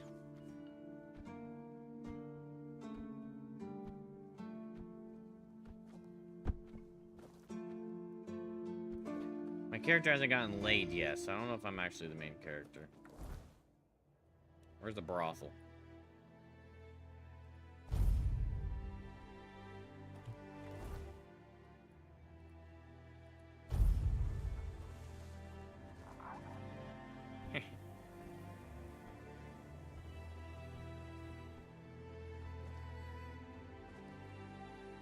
Where's the daggum brothel?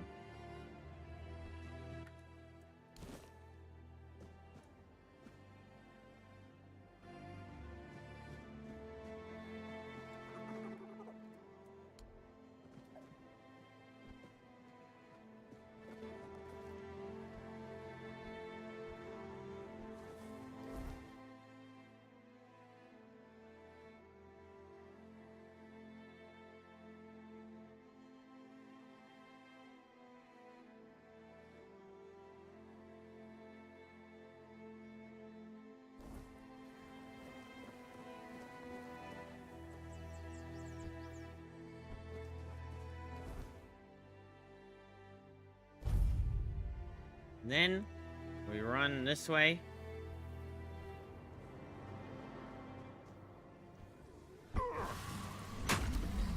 Whoa!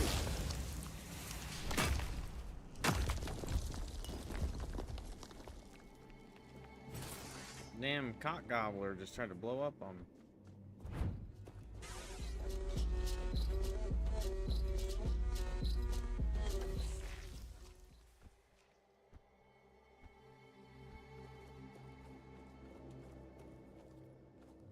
Shrine of the wolf.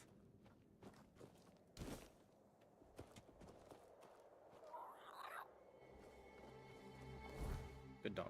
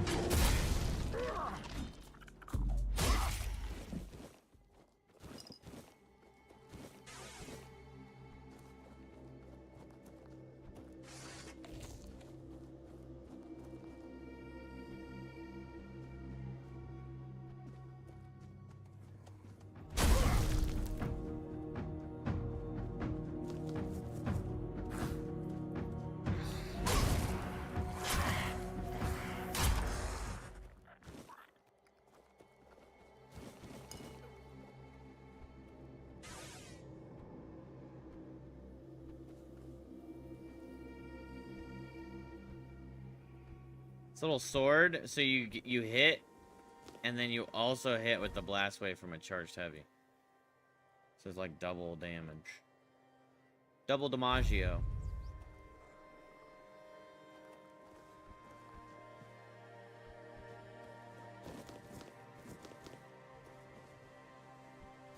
Flash.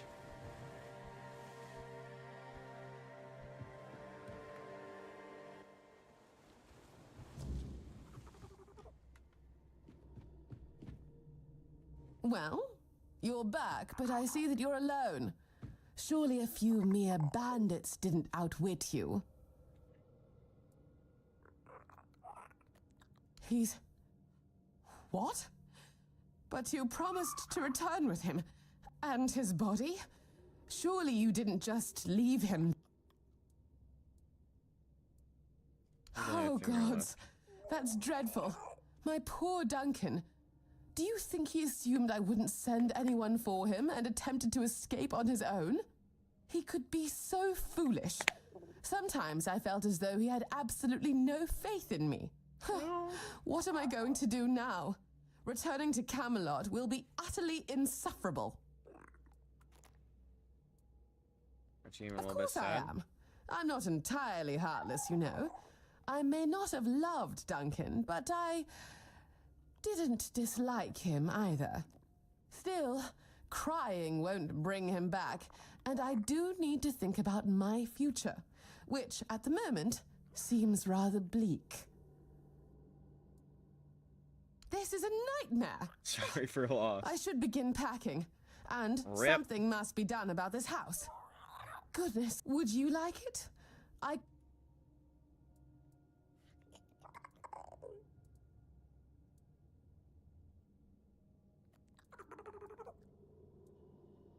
Stay? Just stay And here. engage in what, precisely?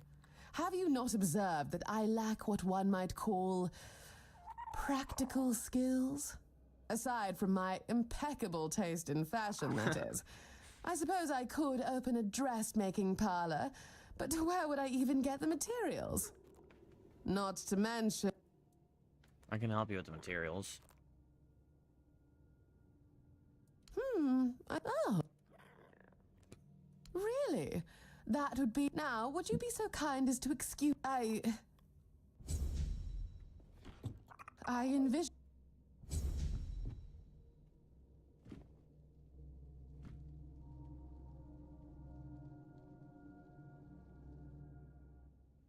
What?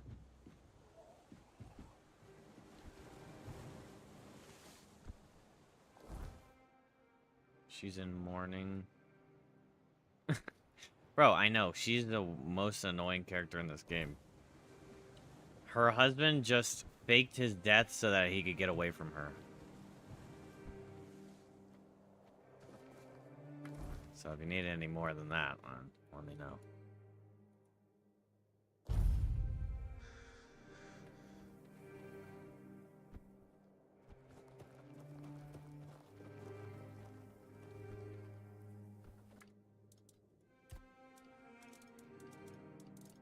Alright, what about Revenant armor? Do I have enough?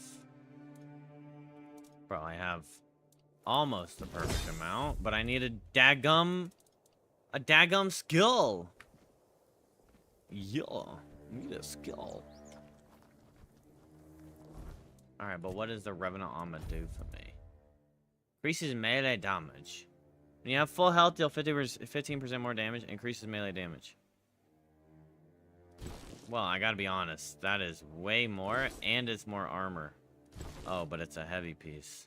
But it looks cool. Fuck.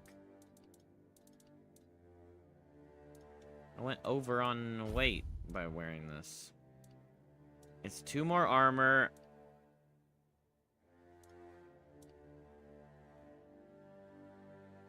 %10 more melee damage, but 15% more damage at full health.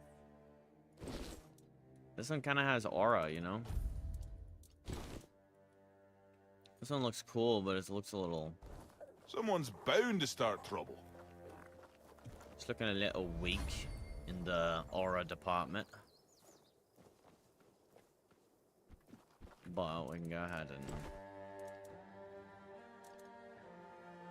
set this stuff down. Someone's pain, they cause trouble. Careful. Legs snap easy.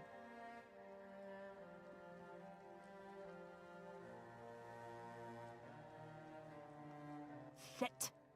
Did you already give them Ugwies?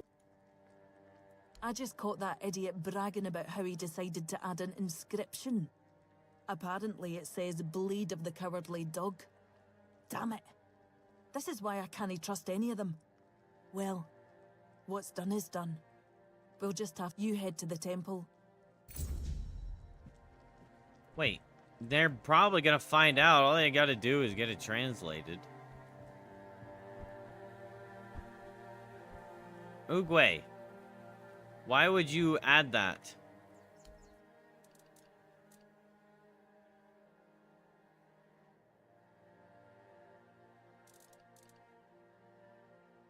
Equal to the percentage of your missing health?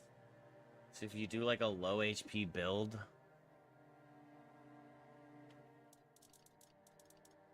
and then use this relic, go ahead and buy it. Flame Gorged Maw. I want that.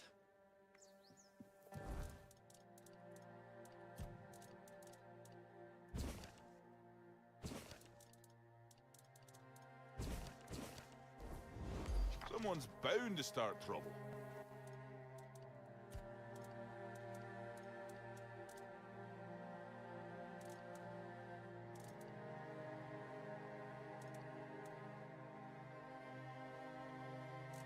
Expected outcome to be garbage? Why? Because my handcrafting isn't strong enough? Damn you.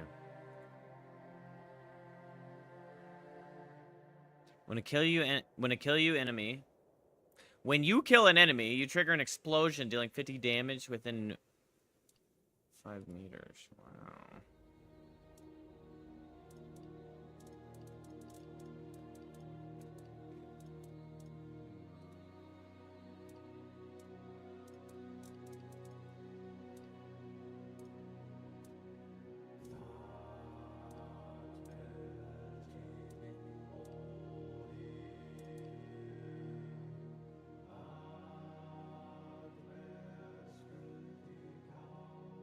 I mean, 10% attack speed is kind of nice.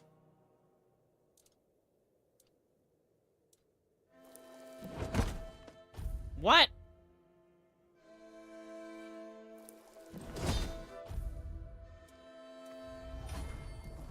My handcrafting is apparently fucking atrocious.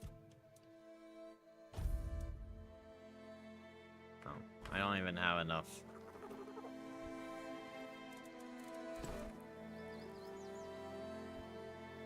I have to go pee. I'll be right back. Got a tinkle.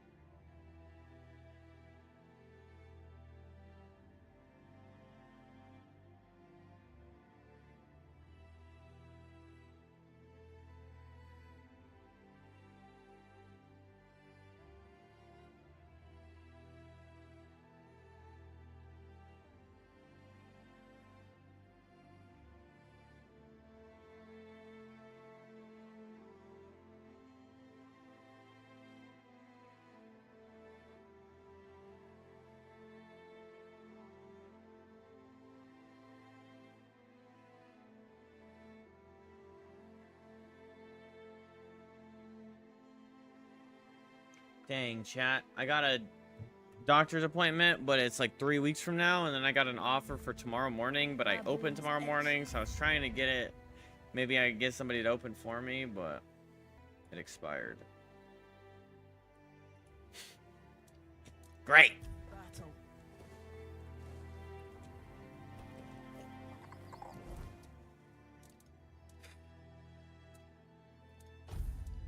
I do look kind of cool.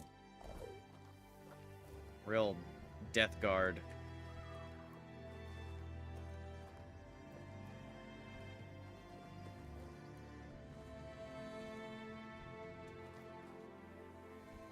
Wait, so what's next?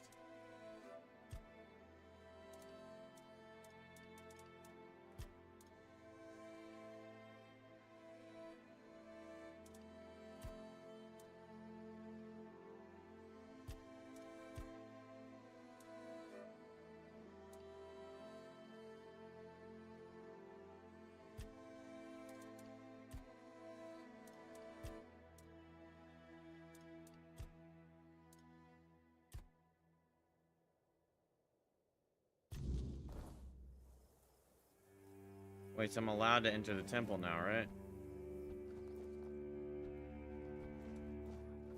Y'all ain't gonna come running after me like freaks.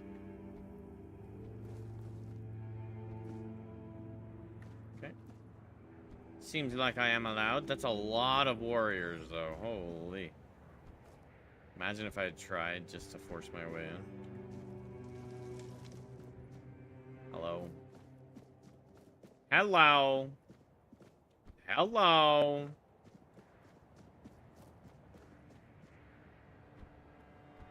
Is that a druidic shrine over here? Oh, it's an All-Mother shrine over here.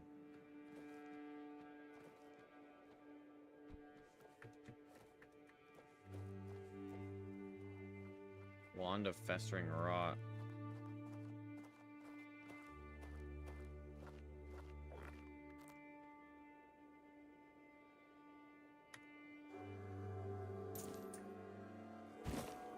Nothing happened. No one say anything. All poison damage applies additional poison buildup. Attacks poison targets.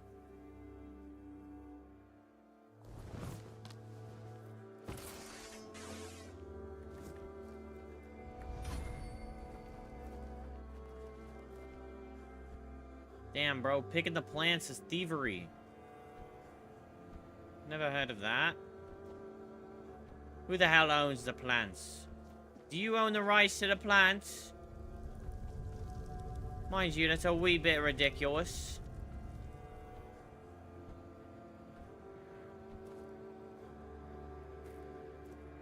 Any buried treasure? Nor. Alright, we run back down because we gotta enter the shrine. We see the captain. We figure out why the hell he's hiding.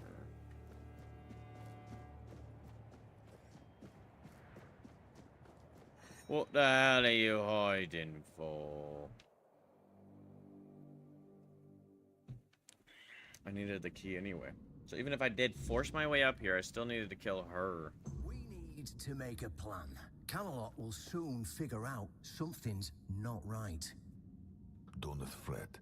To the Dolriada, honor matters. Bro got more frostbite than on his itself. fingers. We gave you our word. But do you realize taking this temple was a terrible idea, right? It's just gonna speed up Camelot's intervention. Taking the temple was inevitable. Why? Do you mean? What do you mean? Are you trying to provoke Camelot into invading? Bro forgot his Do you lines. just not like the All-Mother? We believe in the same goddess, but we call her. Why Mother. do you mean? What do you Doesn't mean? Answer my question. What do you want? You don't look like you're from the tribes. How did you even get in here? Whoever he is, I cannot say he lacks courage. We don't usually take visitors, so he must have found a way to get here. I'm looking for the captain of the horns to the south. I have this pin. That seems to be a matter for the horns of the south. I do not need to be involved. I trust you to know what should be shared, and what's best kept to yourself.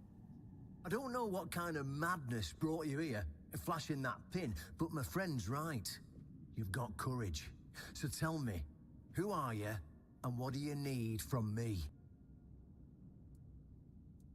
Want to wield Excalibur. Inspiring? Don't be absurd. That's such a poor word. I don't see, however, why I need to explain myself to a stranger. And not a very sharp one at that. If you're wondering why the commander of the largest garrison in the south would want to make a deal with the most powerful military force since the Age of Legends. League of Legends? Good luck with that. Only King Arthur can wield Excalibur. Every fool on Avalon knows that. Caradoc claims you know how to do it. Caradoc. Well, that changes things. I had a feeling that pin you're waving around were his. Fine. Yes, every new captain gets a set of secrets passed down from his predecessor. And yes, one of those secrets is how to touch Excalibur and survive. But nothing in life is free. You know that. Do something for me, and I might consider sharing our greatest secret with you.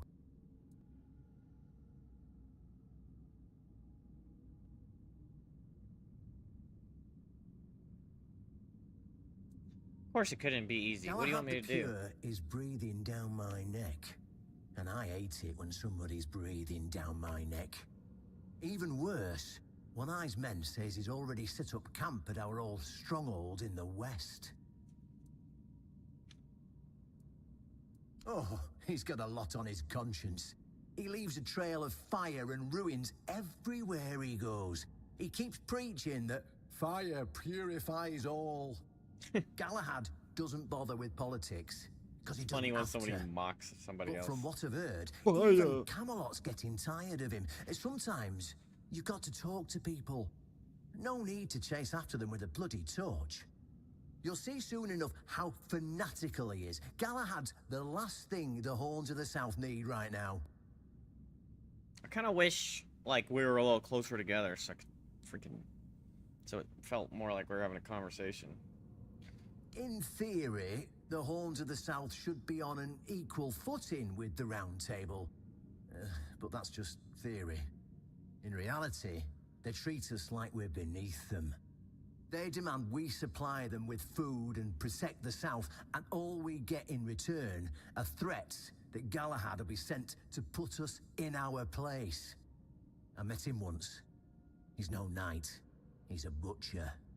Bloody windfucker will fly from Camelot to the Horns just to hang half of the garrison for whatever he himself will perceive as disobedience or treason.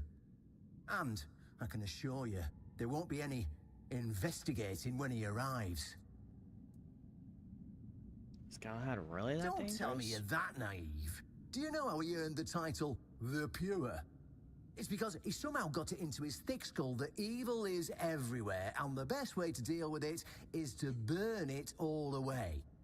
So, he goes round setting everything on fire. I mean, yeah, sure, it's pure after that, because there's nothing left. Well, except I like for the voice charred acting in corpses, this But game. nobody in Camelot I've pointed seems to that out a care few about times, those. but My arse is purer than this guy, even after I take a huge dump. Galahad needs to die, obviously. That'll solve most of our problems. We'll just say he had an, well, unfortunate accident. I don't know, fell on a pitchfork or something, and sweep it under the rug, yeah? But then, we can continue our talks with the tribes, and by the time anyone from Camelot decides to act, it'll be too late. interesting. Aren't In you allied with the theory, knights? the horns in No, reality... don't in theory me again. I don't see any way out of this that doesn't end in open war between Camelot and the tribes. Not to mention, half of my men will probably end up burned at the stake for treason or some other... And I can't openly risk a coup. That would only make matters even more complicated. So, as you can see, you're... Well, what's wrong with that? If we let him snoop around here any longer, he's going to uncover our plan to protect the South. And if that happens, trust me, you'll be going down with me. What? So I get rid of Galahad and Yeah, you tell me it's that about simple. Excalibur. Just Alright. flash that pin to his guards. They'll let you in without a problem. And now, excuse me, I have...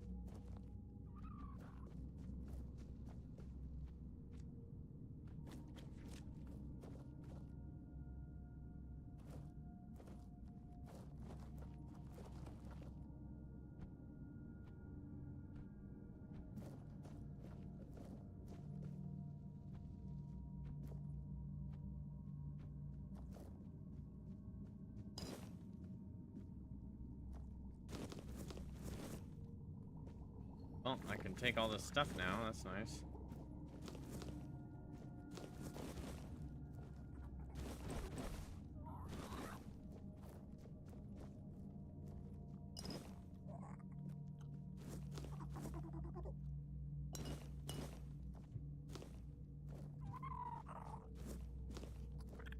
Who wants to stand under the mistletoe with me?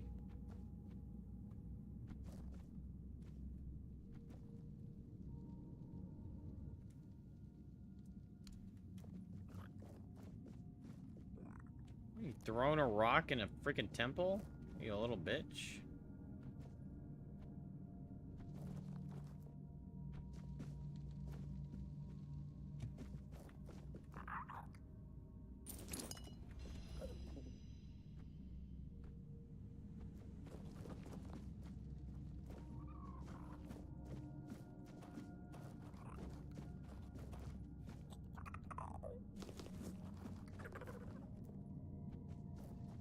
They just run around stealing all the fruits and vegetables and herbs in all these places.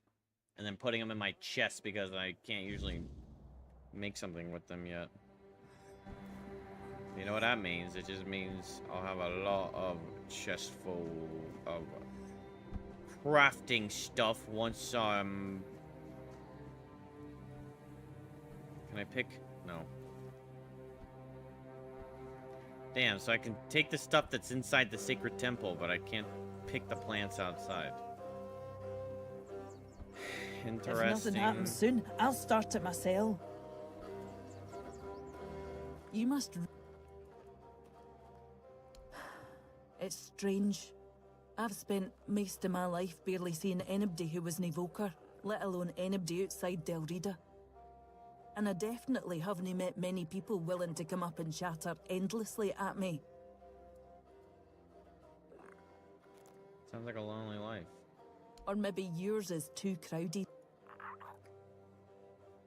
Why? But we need... Aye, an older one. She only cared about her boot. My tribe believes Mither has abandoned us, but I don't, and I believe because he has a goal that's worth fighting for, and he plans to achieve it. After living in a tribe with no direction, no ambition, it's refreshing. I'm not here to seek an honourable death. I want a better life, one with real meaning. Otherwise, I'll be nae better than the rest of my kin. Nae better. Stay out of... Stay out of...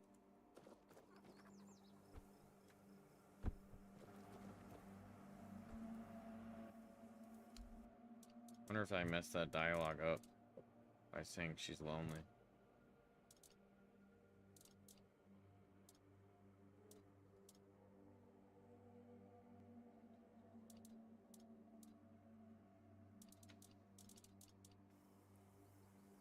Why is everything always...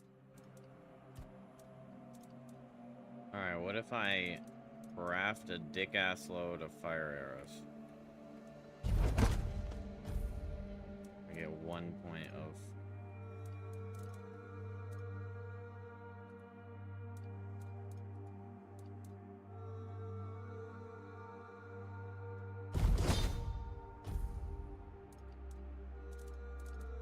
Iron sharpened arrows. Damn!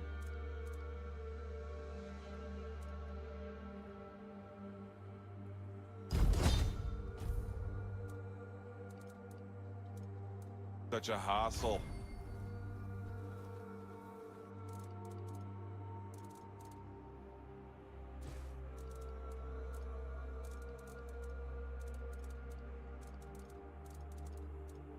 Why is everything like a hassle? Arrows.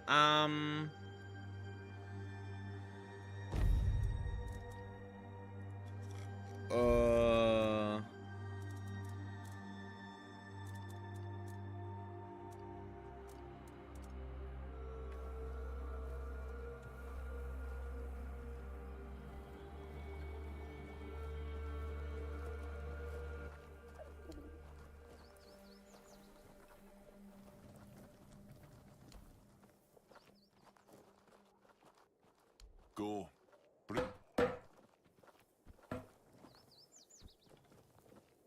Nobody has anything to say to me. He's a fellow the three. See you around. Wait, where the frick is One Eye now?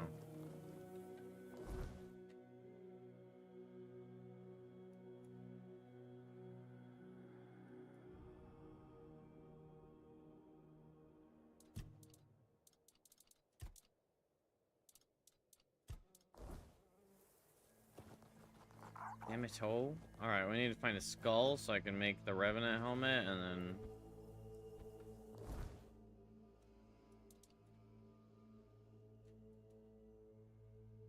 Bromire no face.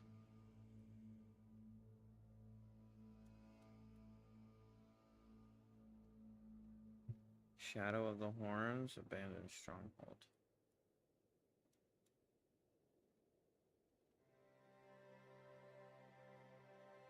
I think that's where Silent Celia was. alone.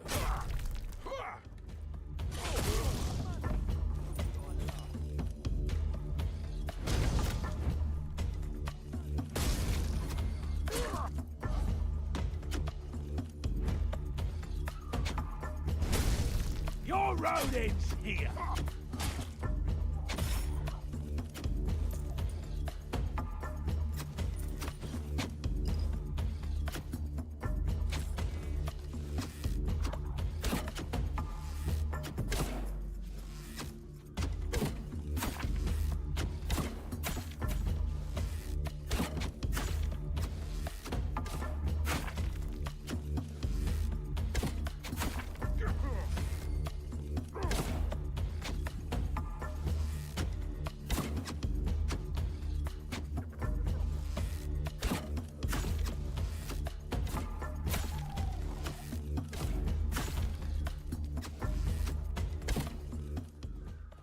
Dead.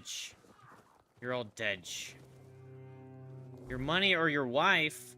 Don't talk to my wife.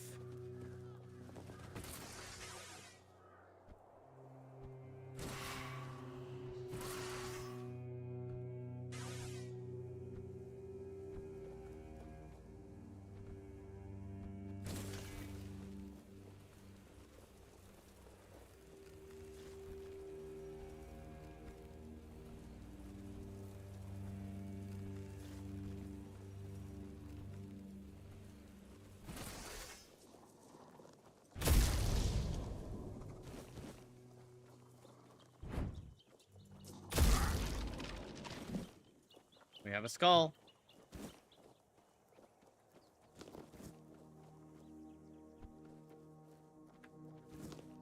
Daffodil. Daffodilly. Barorelli. Barorino cappuccino.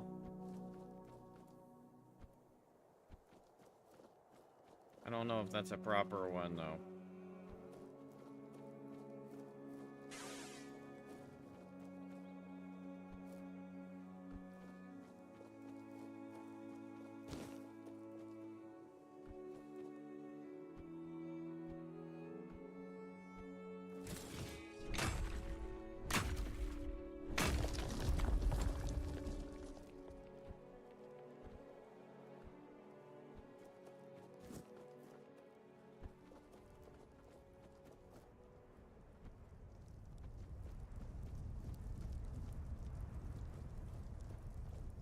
Damn, bro.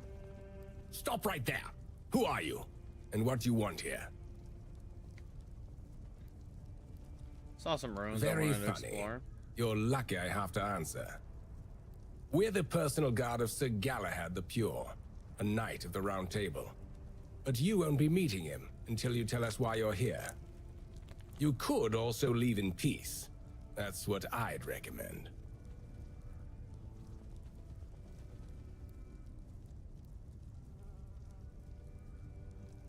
It's true that this pin obliges me to take you to the knight. But did you actually earn it? Or did you just pluck it from a corpse? Well, that's for Galahad to decide. Go. But bear in mind that Galahad is not a patient man. I only hope your cause is worth his time. Otherwise, we'll be carrying you out in a sack. The door is open. You'll find Galahad inside. Pecan Snickers is actually Try not honestly to make fire. him angry.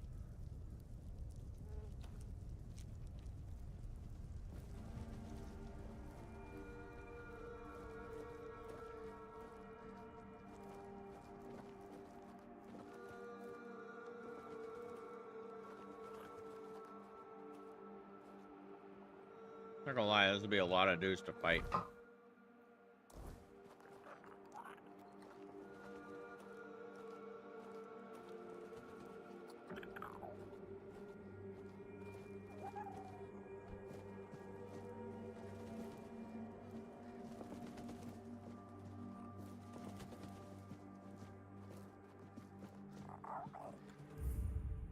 Okay, so Galahad's got some fucked up shit going on.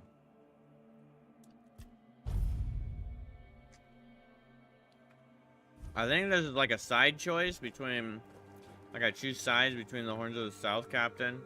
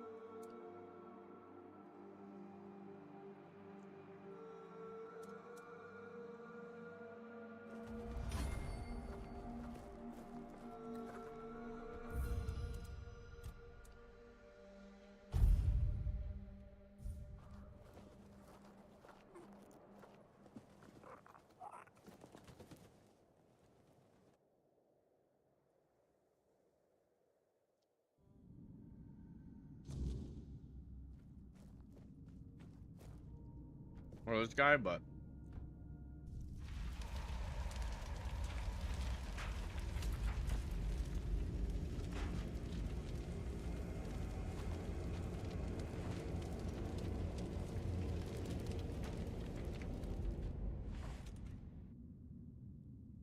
I can hear you. Who goes there? I was told this pin would allow me to ask for help from It's any shiny, Camelot sure, representative. but you clearly have no idea what you're doing. Waving a round table pin in front of a knight of the round table? Not the smartest move. Normally, I throw you out for your arrogance and stupidity. But you're lucky. I've got a soft spot for boldness. And that pin has me curious. Where'd you get it? You mean you found Caradoc's tomb and robbed it? No, he handed it to me personally. Interesting. And when exactly did this happen? Where did you last see him?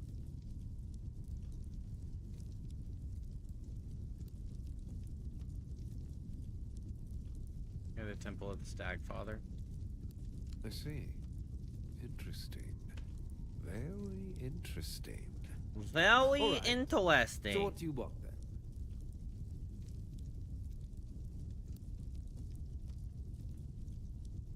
The one on the left was questioning my orders. For some reason, he thought his opinions were more important than obedience in the middle of a war. They are. Okay. The one on the right decided Camelot wasn't paying enough, so he thought that was a good enough excuse to help himself to his comrades' pockets. It wasn't.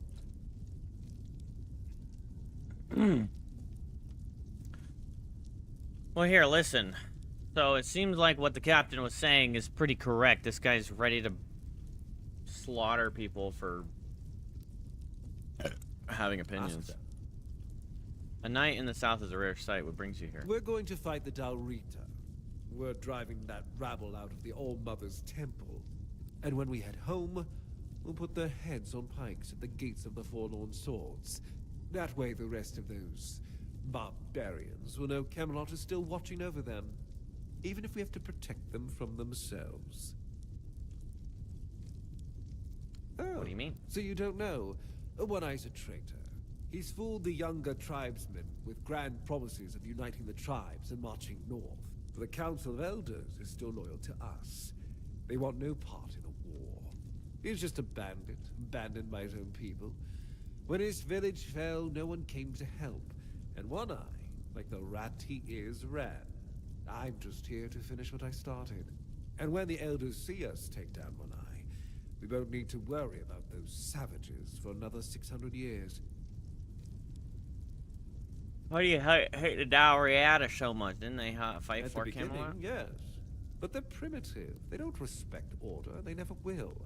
Arthur gave them the Forlorn I mean, this guy's Swords, voice makes me want to kill a him. rich land where they could govern themselves.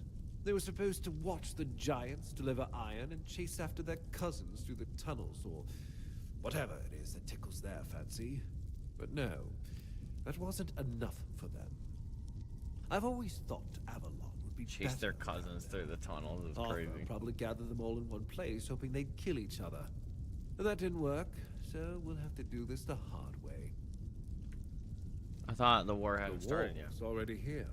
It's been going on for a while. We're fighting each other in the west, and people are whispering about rebellion in the north. The last thing we need is united tribes. Back. That was the plan. It's my job to keep those lazy fish eaters in check. Camelotian gold flows to them, and I need to make sure they're doing something with it. But the Dalrita are showing up. That made things more interesting. Their presence will bring down the south, and I don't let things fall apart on my watch. Sorry. Isn't the weirdness a bigger threat than the Dalriata? That's exactly why we need Camelot and the Horns of the South to be strong and united. You do know that the lighthouse of the Horns of the South works like a giant menhir, right? It's why we've ordered them to build another one to strengthen its power. As for how the Dalrita feel about the weirdness, I don't care. I'm here to protect our people, and those tribes are in the way. I know what people say about me. They think I'm a madman who burns everything, a butcher who hangs the innocent. I've heard it all. But I believe that only decisive action gets results. There's no room for mercy when it comes to insubordination, deserters, or heretics. It's the only way to prevent the fall of Avalon. He just said the name of the game. Ask them. Denunciation, like loyalty, can be valuable. The key is knowing who deserves loyalty and who needs to be reported. I appreciate you telling me, but unfortunately, you haven't told me anything I didn't already suspect. Marvelous. A pickaxe, Abel? Well, oh, that's sick. Wait a minute! Don't kill me! Fuck! Yay, yay, yay!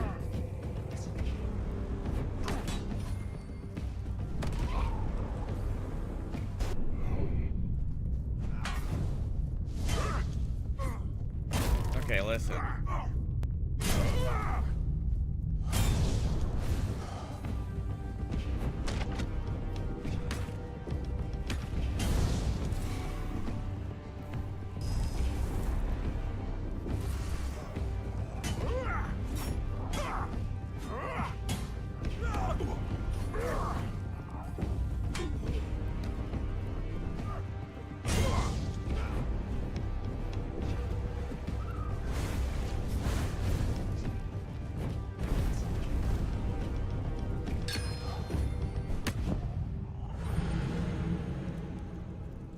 Okay, this guy's strong as hell.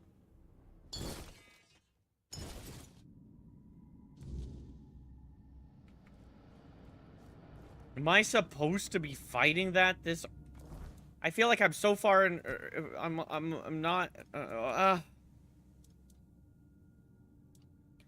weak.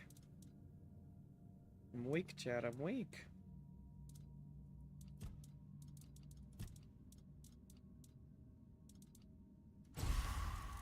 Maybe I need more.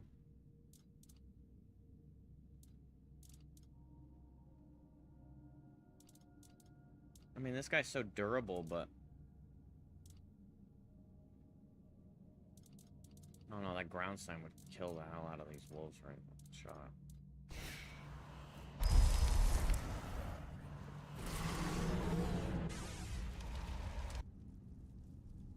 I could wave no, but you in. I see. Oh, they are the it was.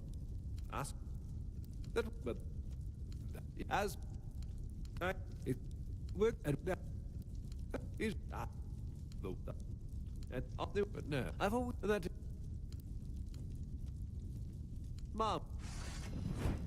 Marvelous. Wait, so I can't leave this arena.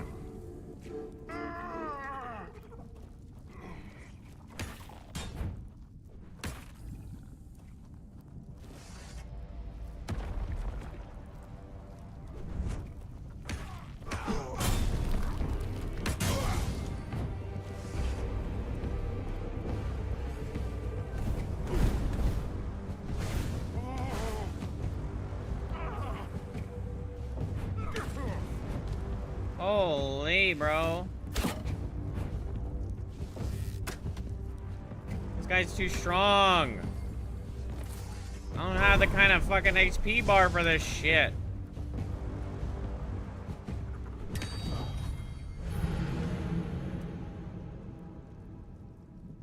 How the hell am I supposed to fight that?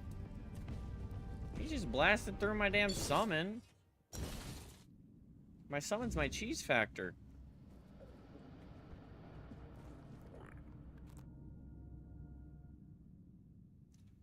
Looks like I'm gonna have to do some stuff before I go fighting this.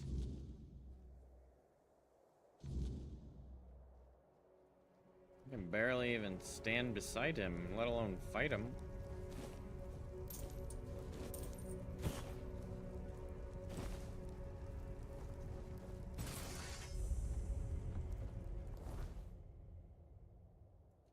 Well, what are we gonna... I guess I got that skull. We could craft that Revenant helmet.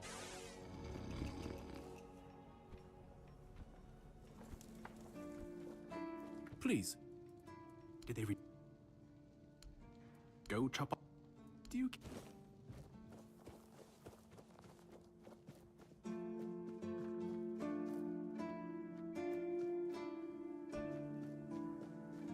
Always a pleasure to see you. I hope that wasn't thievery. I didn't mean to thieving anything.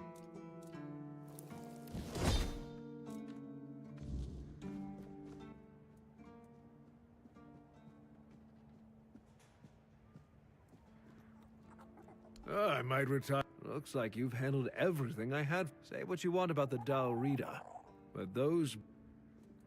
Aye, I'm sorry to tell you, but this here piece is just a fancy trinket. You might as well ask me to hammer a piece of glass.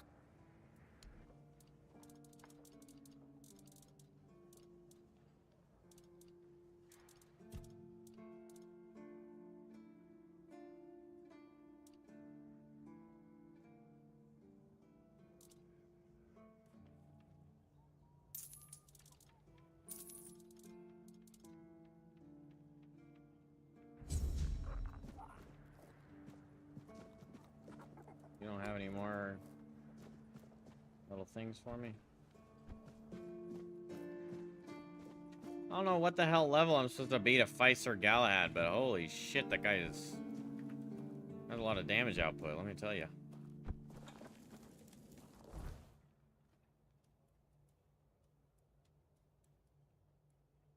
Sir Galahad had my nuts in his fucking hands.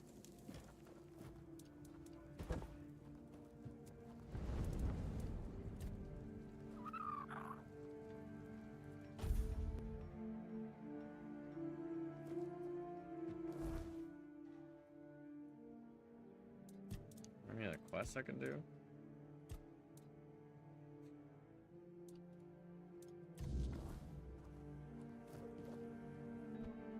Guess we'll go up Northern.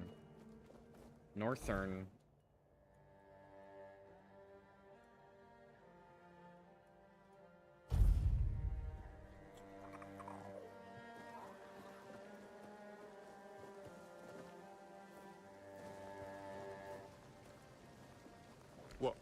A fake? You must be mistaken.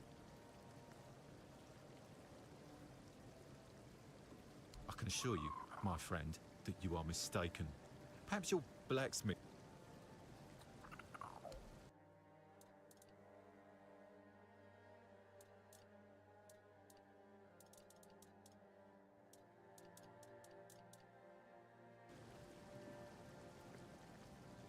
Yes?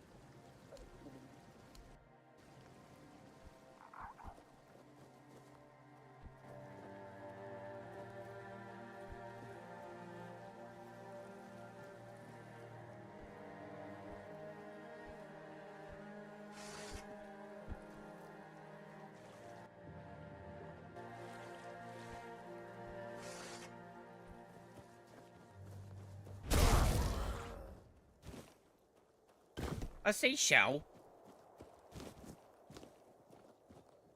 Oh, I love seashells.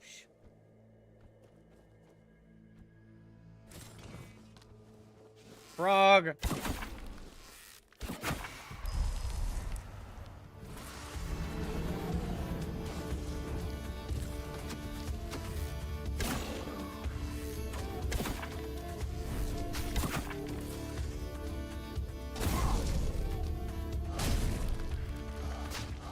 Bro just back kicked me? What the hell? What the helly?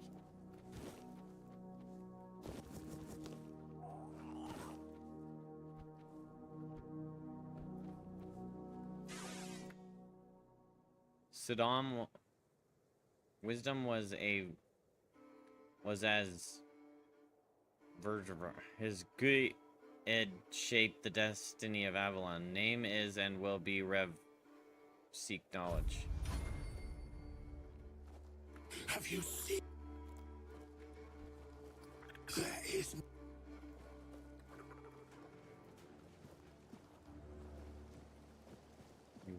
druids be yapping still. A lot of same damn ass shit.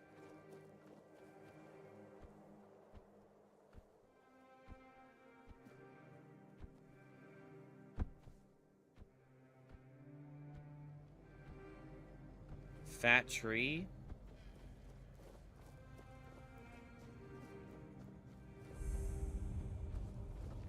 Tomb of the Good Druid.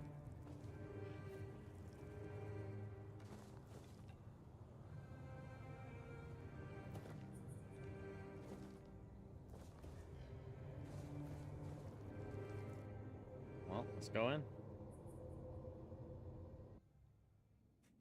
Let's enter.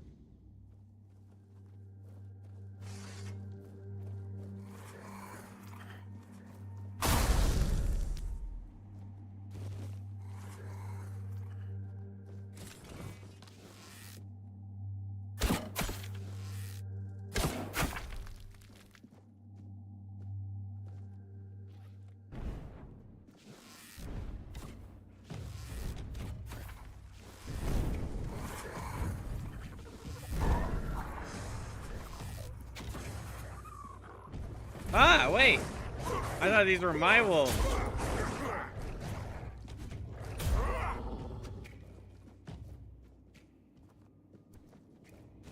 Only I can summon. What are you guys doing summoning?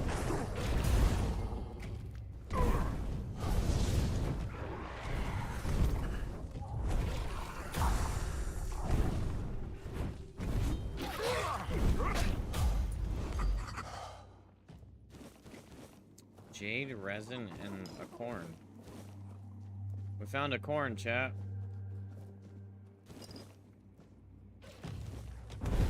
Ah! I'm not taking any damage.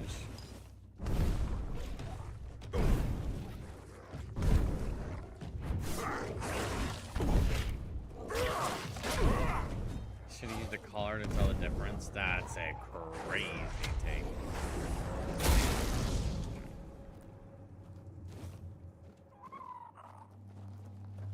My bad. I'll put a shock collar on my wolves next time, so I can identify them. That's insane. Oh my god. A heart? Druid's Wish Gem. This is my final experiment. If it works, no other child will suffer Emmett's fate. If it fails, then only the gods know what horrors may be unleashed. Everything is ready. Now all I can do is pray. Pray with me, children. Well, looks like you failed, buddy.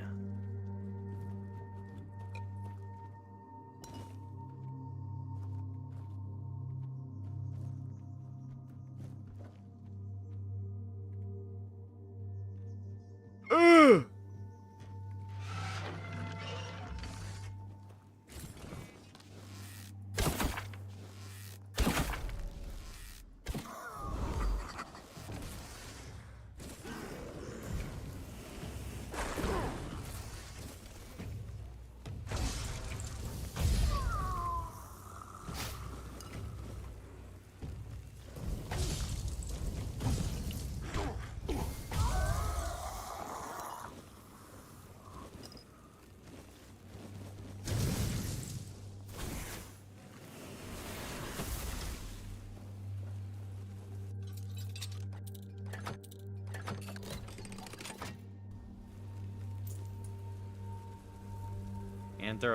Anthropomorphic dryads? Oh, I'm playing a good game. Some sexy ass dryads.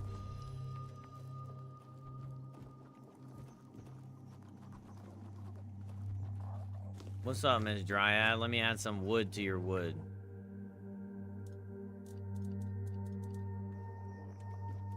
I'll carve out your wood with my chisel.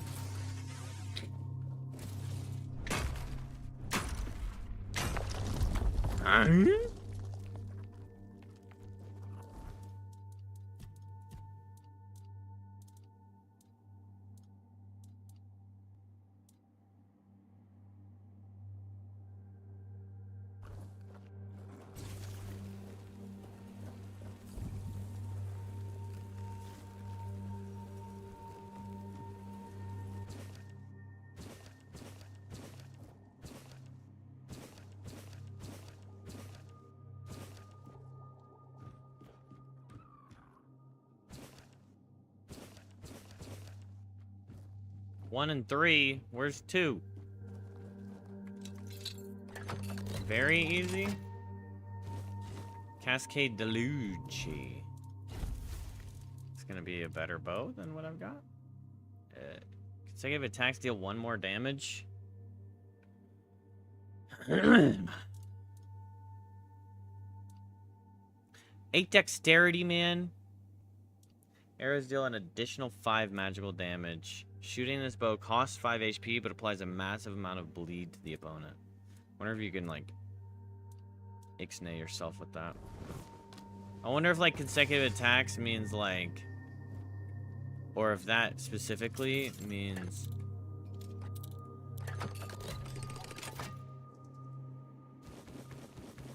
Damn, Battle Mage set? Max mana by 10%, spell power by 15%.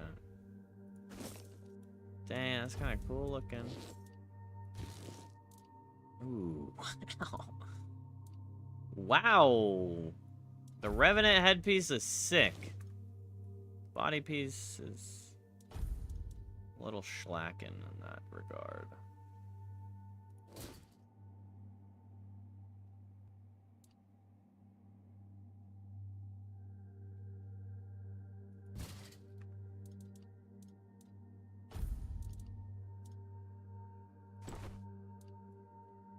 Oh, yeah! I look sick with my capris and my knee pads. I'm ready to go skating.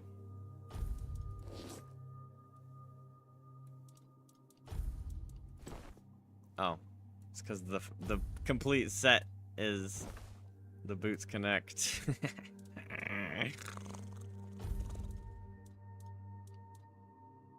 Okay, well, I'd like to get there because... These have good armor, but...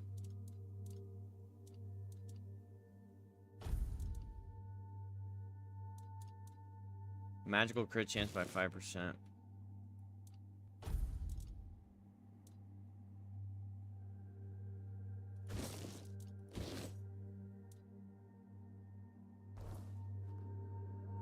Wig? What's up, Sealy? My hair? No. I bleached my head.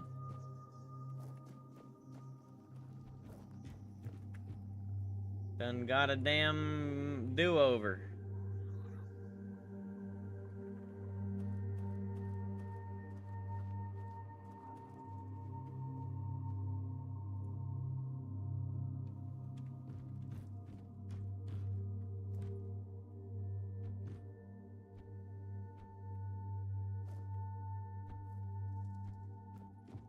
Well, thanks.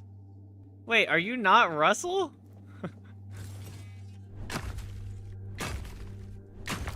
You like it? Look good?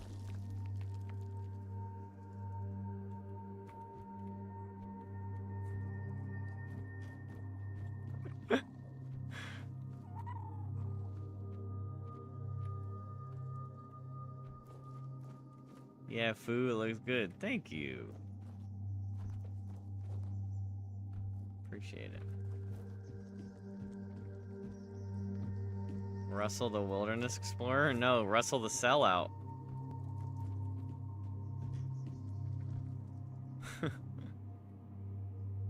Are you a Wilderness Explorer, Mr. Russell? I mean, Sealy? Sealy? Been looking normal? Yeah, it's starting to feel normal. It's weird. But it's still, like, not normal. Like, I'm getting used to it. But people still talk about it at work.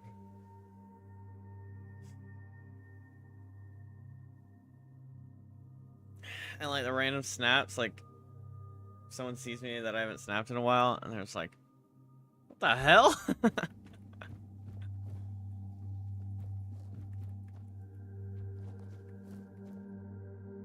Okay, is there nothing actually in here, or is there something in here in the future? I wonder if I explored the whole thing. It seems like I did. What's up, baby?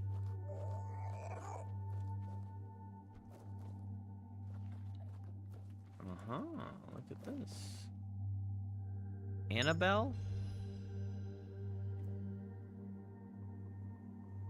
Ah. Even my sister, she'll like walk past me. Like we'll go to the gym and work out together. And she'll just like walk past me. And I'll be like, blah, blah, blah. And she's like, oh my gosh, I was looking for you. It's like, I've been standing in the same spot the whole time. It's because she forgot that I was blonde. But yeah, I really like it. I actually think I look better blonde than I do brown.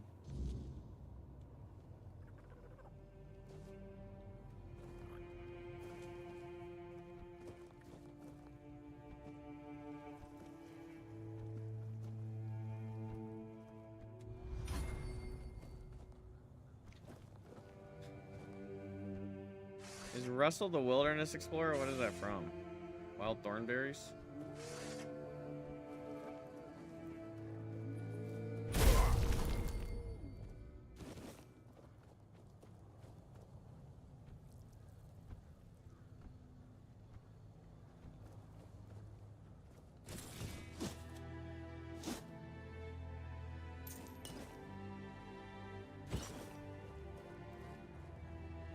Oh, up.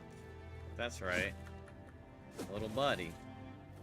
Great hammer of stun. That's a great hammer of stun.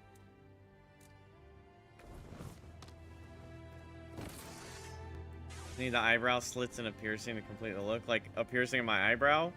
I got ear piercings. Like a little nose stud. Put a little nose stud in my nose.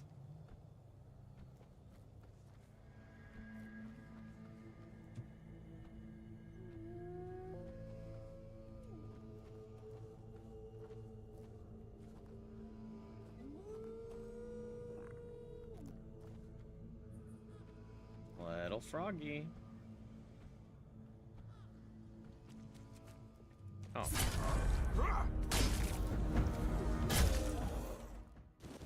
There's something weird about swinging. I must walk the path to beseech her to save our most holy haven. Can't forget the tattoo. I'll get her like a rose tattoo on my neck right here. And like a steering wheel from a sailboat on my forearm right here. And maybe like a feather right under my boob.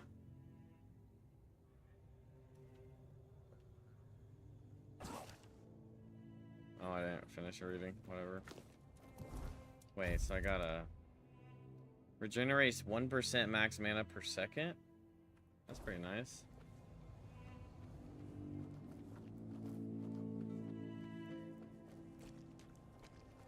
Oh dear.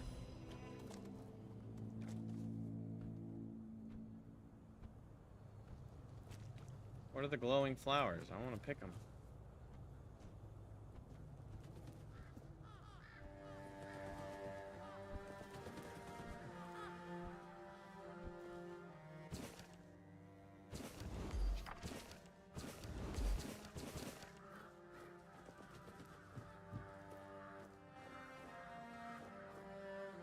Pretty cool. We got some recipes. Why does this look like a butthole of poop? Trees be dookie-ing. Requires venison, onion, garlic. Dadgummit.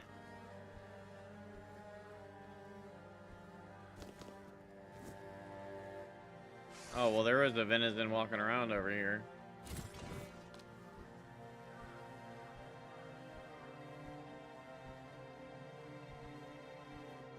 Venison, where are you?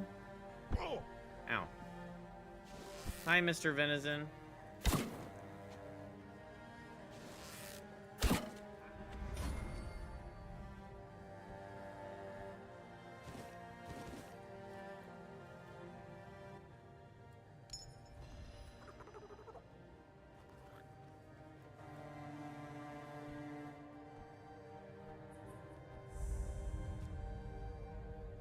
I just gotta find an onion plant.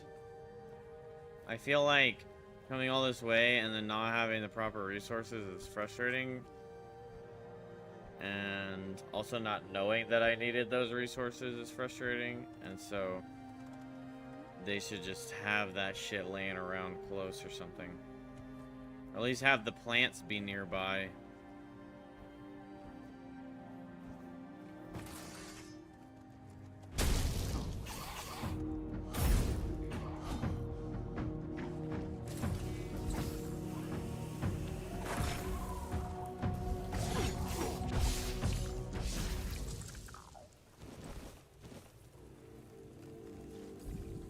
Chat, my character can't decide what he is.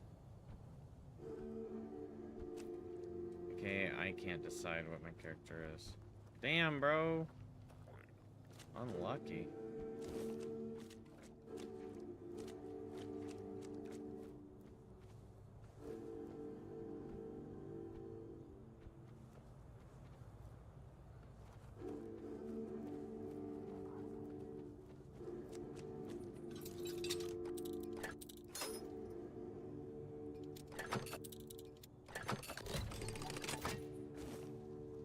Tattoo of your birth year / day and Roman numerals right above your pec.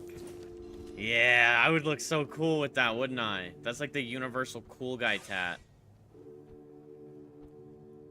But also completely out of touch because it's not that cool.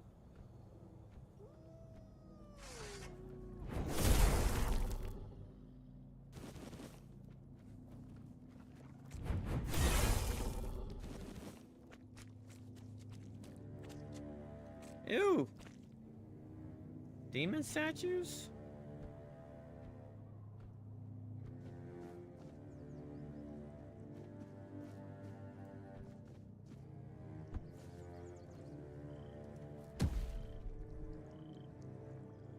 Creepy ass little fucking...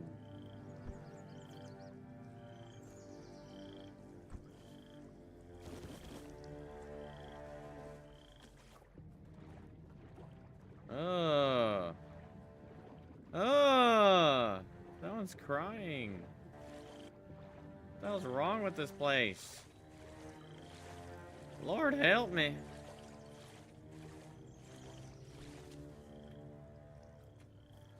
Empty crate.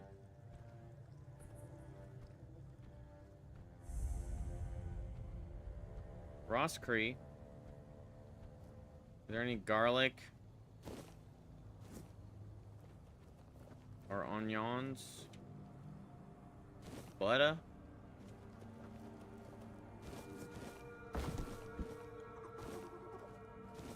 Bro, of all the things to find here, I would have asked for anything other than butter. Damn it. I need a garlic and an onion. Garlic and onion, chat. If you find one, let me know. What the whispering smoke is this? Oh, hell no! No! Not 3 multiples! It's okay, you guys can fight my archer. Bro.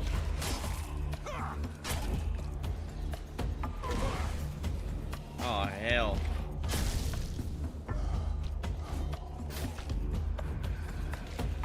The mist is making my eyeballs hurt. Yeah, you're dead. Can you fight them, puppy?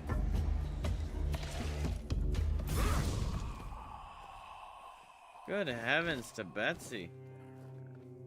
The mist is gone.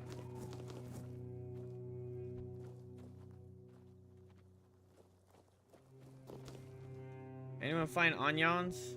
No, it's a part of a ritual.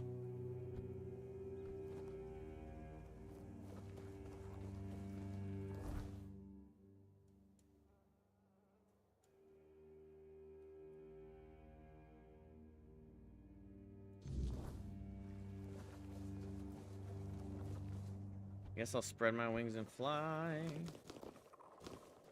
Sage is all valuable because it gives me how you make health potions, is with sage.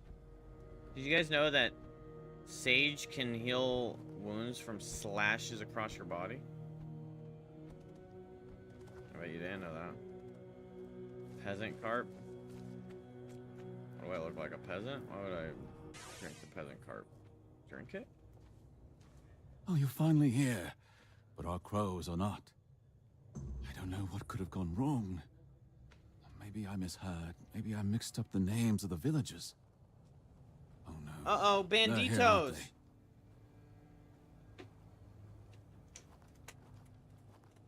You won't get me. Over my dead body. That can be arranged. However, it just so happens you're too valuable for us to simply kill you. I'm not going with you. You won't take me alive. Calm yourself, Vidar. You know exactly what you did, and why you'll cooperate with us willingly. Well done, Hatchling, for bringing Vidar to us. Your efforts will not go unnoticed. I ain't no bird. I came from a womb, not an egg, bitch. Exactly what it looks like. We're taking Vidar. He's far too valuable to simply let him die. I'd advise against interfering. The random deer, I know. Actually, I'm with Vidar. Oh? Perhaps you'd like to actually, learn I'm just not a who bandit. you're risking I your fooled neck you guys for. all along. Vidar probably spun you some tale of being a harmless Pict, a scholar of the weirdness, captured by cruel bandits? So Vidar's a scourge to his own people. He's been hunting his own kin for years. He's the one driving the Picts from the region. If you support him and let him go, you may as well start hunting them yourself. The two of you can enjoy your genocidal romance together. And meanwhile, Avalon will lose the only force capable of fighting the horrors of the weirdness. Frankly, it's quite reckless.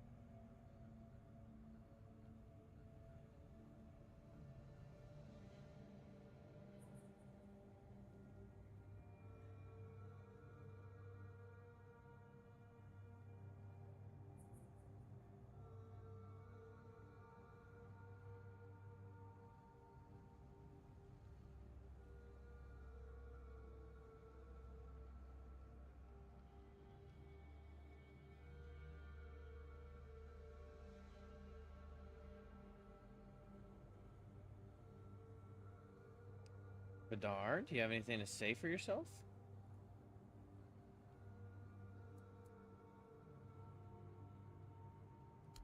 The only ones I killed are children of Morrigan. Yes, some of them were Picts. But once you swear yourself to that wretched order, you stop being human. That's why they lured me here, don't you see? I've slain those who murdered my kin, not the other way around. Ah, so this is the bedtime story you tell yourself so you can sleep at night. How quaint. I only kill the wicked. I only hunt the guilty. Sure, sure. Tell me, Vidar, when did you start deciding who still counts as human? That sounds worse than anything the children of Morrigan ever did. Oh, nothing. What are you planning to do with him?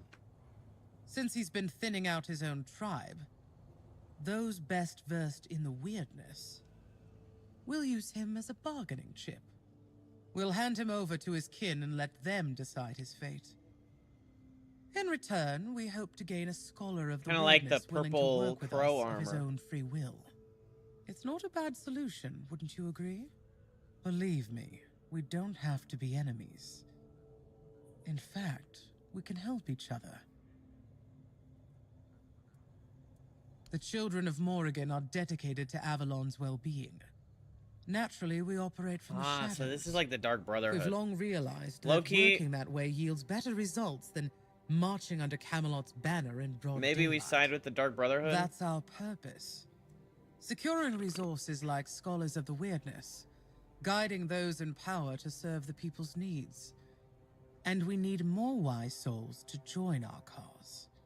So, are you interested in joining our organization? Ready to take on the mission of restoring Avalon? All it'll cost you is leaving Vidar in our care.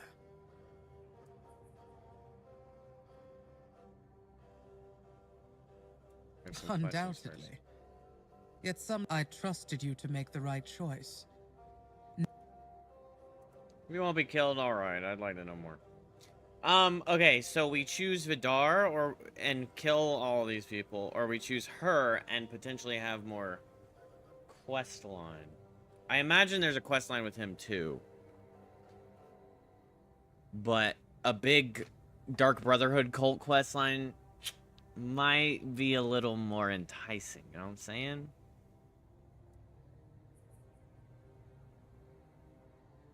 Very. Edgar, please take our guest to a safe place. I think I'm gonna side with her. I'm pleased you're with us, hatchling. This is Luth, your new superior. Whoa, he looks From sick. now on, he'll be assigning the tasks you need to complete the rise within our Bro, looking like a ranks. Darksiders character. If you do well, we'll meet again soon. Now, if you'll excuse me, I must tend to our Pictish guest. Pulled out a pipe? Excuse From me, this how are moment you on, smoking through your you are mask? mine. So listen well. The I'm place we're yours? taking over has some vermin holed up. Nasty types. The kind you don't waste any time talking to. They need to be dealt with before we move in. And I've got no interest in handling that job myself. Also, if you find anything interesting, bring it back. You'll take care of it for me.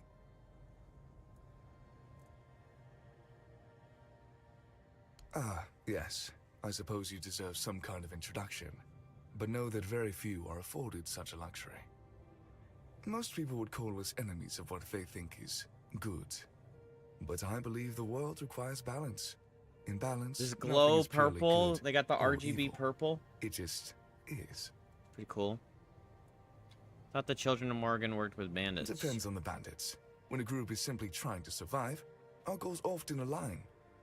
Yes, we sometimes form alliances. But if they're just thugs burning villages for fun, then naturally we don't support that. We remove their leaders if we think the band could be set on the right path. True, some of our recruits started out as ordinary bandits, but thanks to us, they have the chance to achieve much more. Maintaining order and safety. What exactly did your naturally. organization do? You might compare us to a night watch. We use any methods we deem necessary to reach our goals. She Who's is our Morgan? goddess, patron of the capital in the far north. You may know her as the goddess of destruction, death, and war, but we see her differently. To us, she's the patron of change, a promise of new beginnings. To build something new, one must first clear away the old. No death without life, no life take. without death, as Morrigan teaches. And I agree. What about the worship of Morrigan is a Morgan? goddess of death, yes, but that doesn't mean she seeks immediate destruction. Believe me, the more wicked the soul, the more eagerly Morrigan welcomes them. She has no interest in claiming the life of, say, a child. That's all I can tell you, Birdie. The rest, Buddy? you'll have to discover Oh, on your Birdie. I was like, that's a little out of place. For now, you're serving me. You're answering to me. Buddy. Forget the nonsense about cults and All right, sacrifices buddy. to the goddess of death. Those are just stories peasants tell themselves. You know, to people don't explain why like bad being things called happen. buddy, but I actually In don't mind it. reality, it's nothing like that. So, for now, just focus on your orders. Like when someone goes, "Hey, buddy," it's like endearing to me. I don't see it as like demeaning. But like obviously it's context. So like if someone's like, "Listen here, buddy," then you're like, "What? Excuse me?" But if you're like greeting me by saying buddy, I'm like, "Hey, what's up, buddy?" Some unsettling rumors have reached us. Whispers about a group attempting to walk in our boots.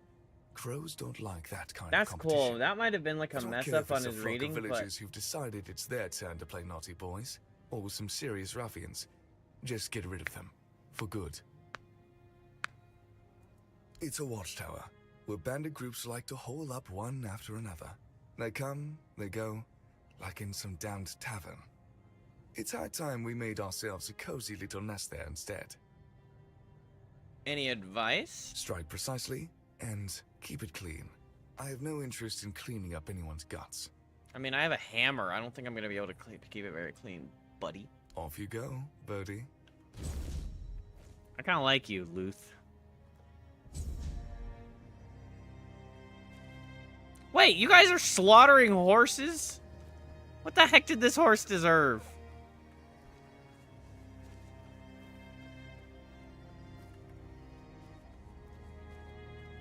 Alright, I have to find a damn garlic. Ancient Oak's Root. Increase health regen. Oh shit, wait, you get health regen from that?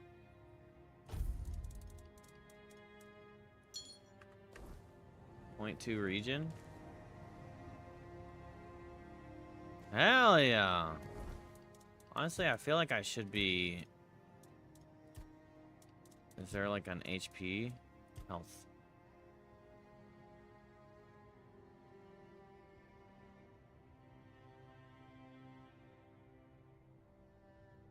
Each enemy killed increases your max stamina by 5. Healing resets the counter. Why is max stamina increase and then damage increase in the health section?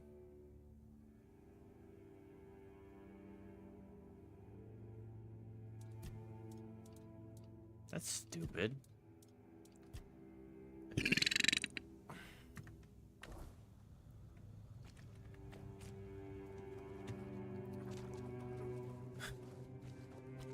Apple.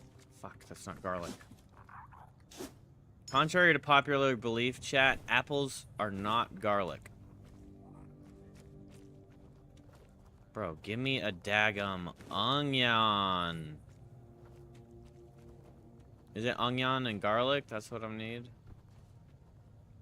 Onion, onion. ¿Dónde está onion? What's onion in Spanish? Garlic! Hey, have you found an onion on the ground lately? I feel like I find onions all the time, but somehow...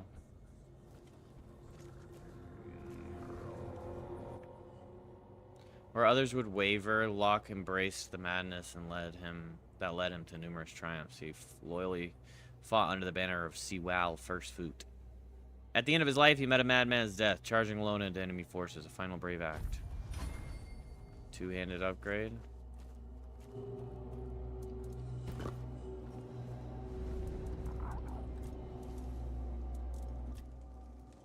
That's a question better suited for tinkle. Merlin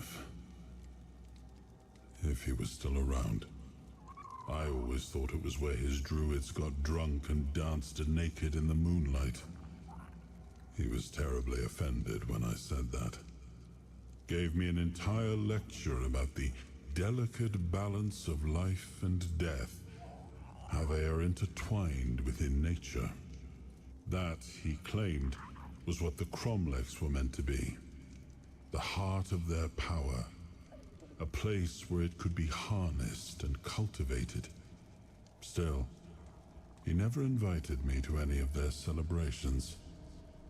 He always did hate when I was right.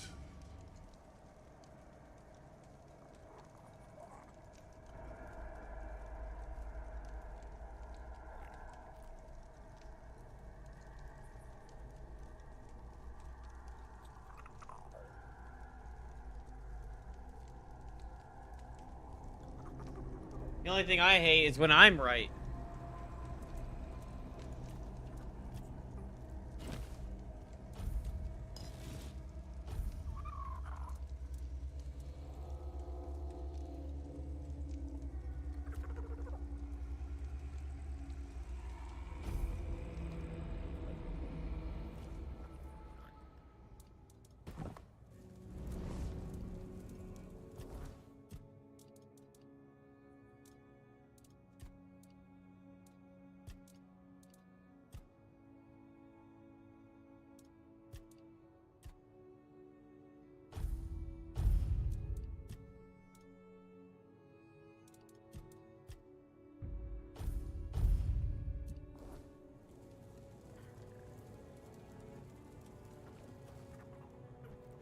Can't you just go to the market to bill on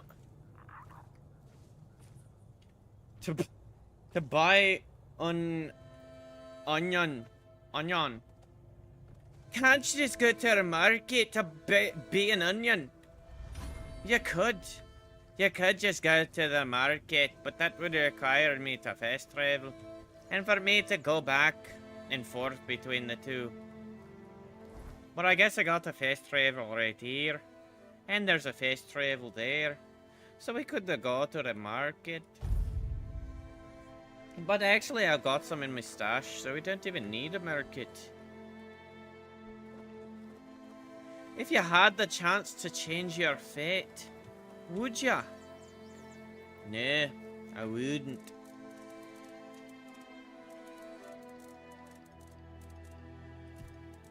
Where is the damned stuff?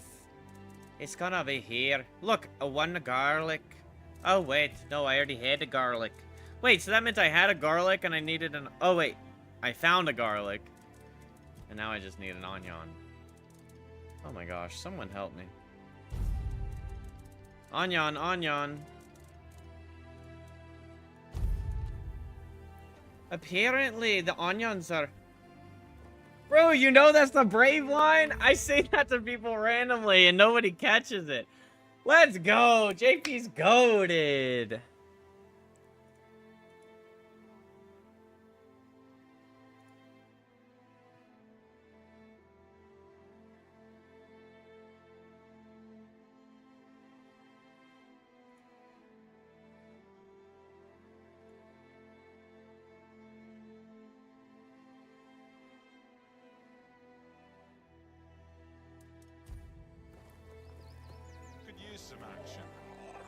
Me and my sisters say it to each other all the time. We go, if you had the chance to change your fate, would ya? And then one of us, whenever one person says it, the other person goes, no, I wouldn't.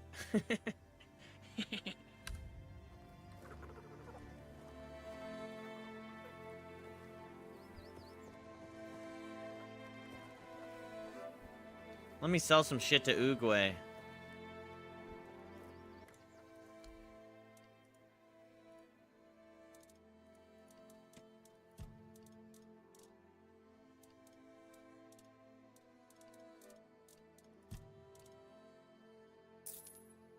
Damn.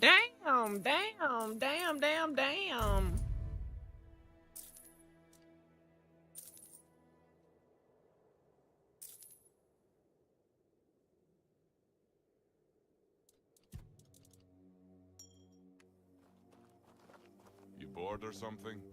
I'm bored of your damn face. Could use a fight. You could use some...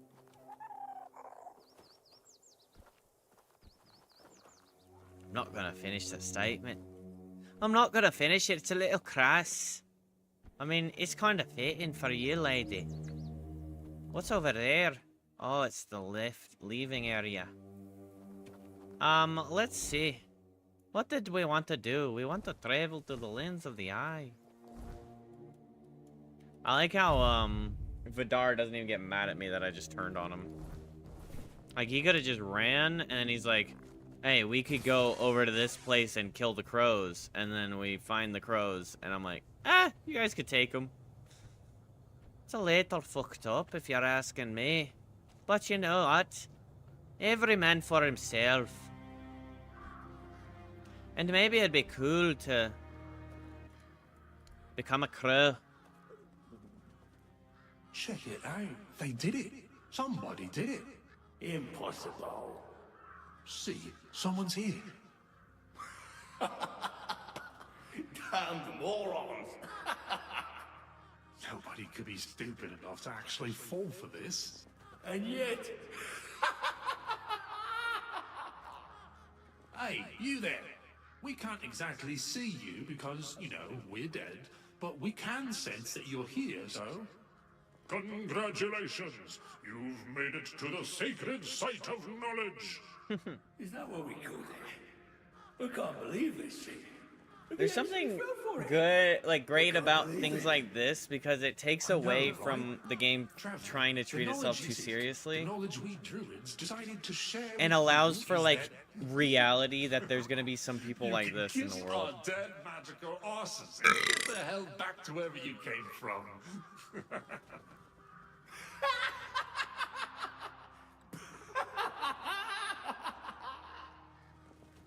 Now scram. Oh yeah, I forgot. They always need answers, don't they? Right.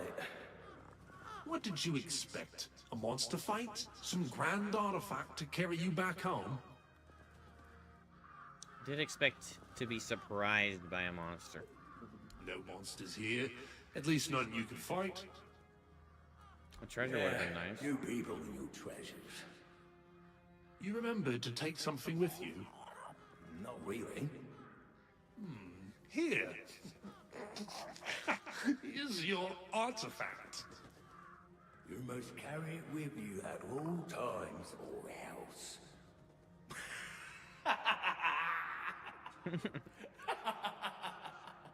Like, I just performed a druidic ritual and this is the outcome.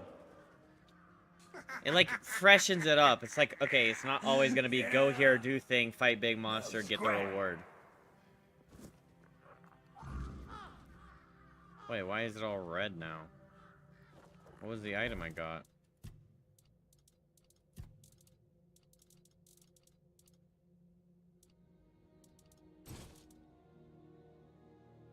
Ooh, hatchling's armor. I get hatchling's armor. Mistletoe, is that my relic?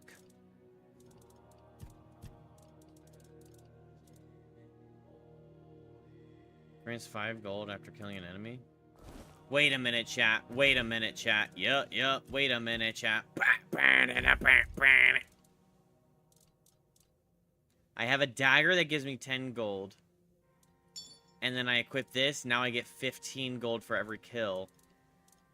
And then I'll be literally bathing in doubloons. I wish I could wear 2 necklaces so I could equip Annabelle as well.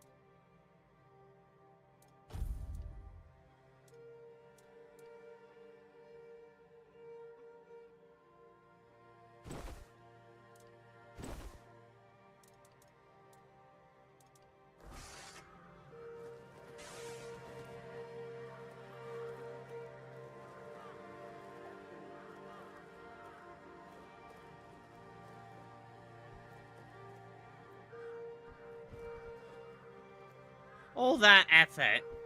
And for what? A bunch of ghosts to laugh at me?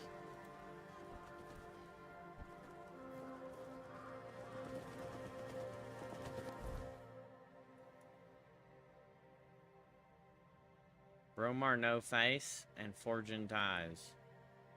Ties that forge. Do you think this is explorable?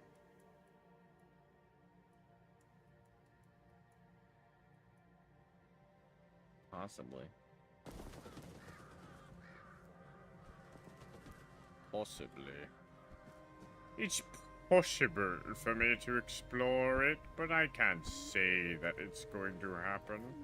I like how somebody planted these posts, like signposts here, and never wrote on them.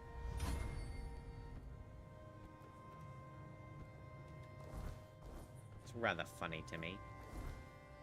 Alright, well, we done go back here. No place for strays. Alright, let's kill the strays.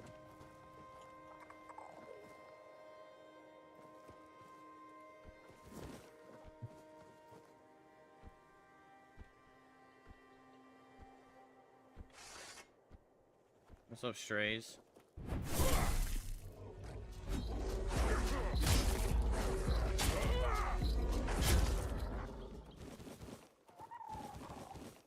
I like that music, but it cuts out really early.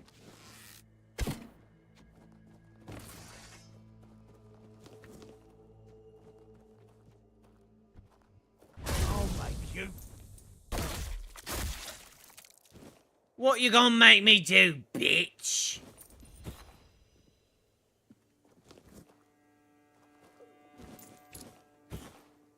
Pocket sand? What does that, blind you?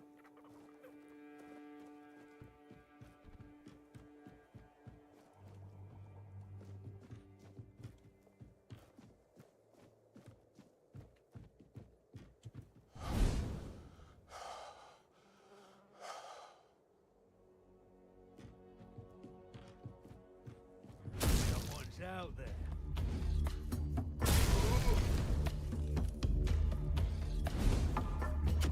Your road is here.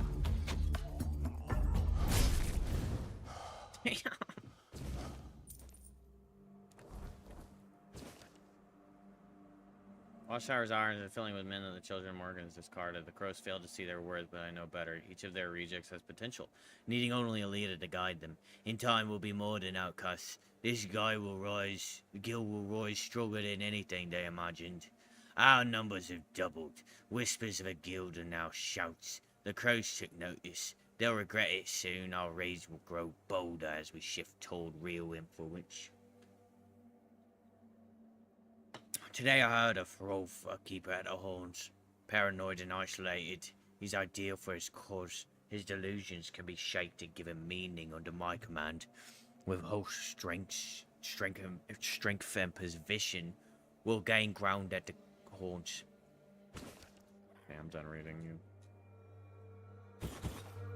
I'm done reading your nonsense.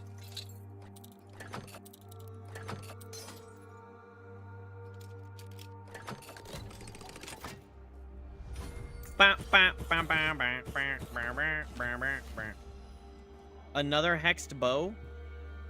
Is that my horse? I forgot that I have a horse. Because, honestly, the horseback riding is really slow.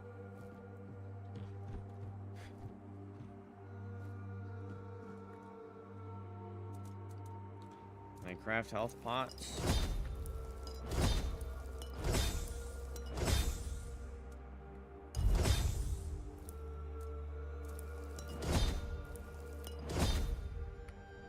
I ain't got no more spirits. Unlucky. Gonna have to buy some more alcohol from the market.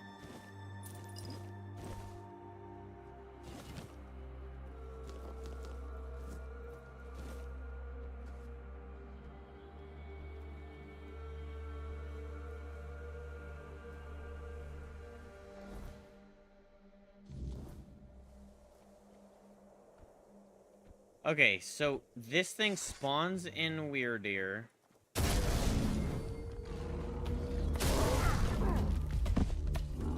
Don't kill me.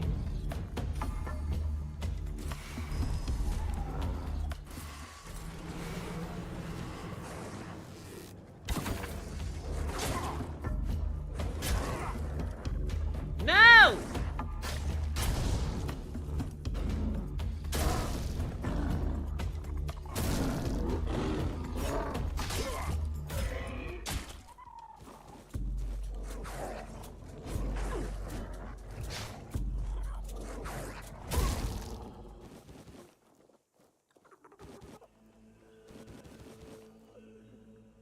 Imagine if we get another gold gaining dagger.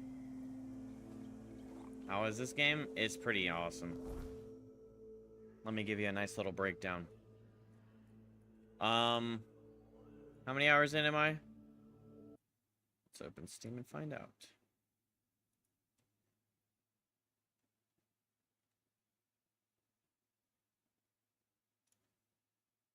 $24 hours in, 25 hours in. I'm still in the first region. Out of, I assume to be 3 regions. And there's hella, like, points of interest and shit. And then, like, so far I've only had blue gear. I don't know if there's, like, better stuff. But, like, there's tons of different, like, armor sets that give you different bonuses or whatever. So, like, I mean, they're not, like, insane bonuses. The insane bonuses go in... I mean, they can be insane bonuses, but they're more like stat increases. Cosmetically, there's a lot of armor variety.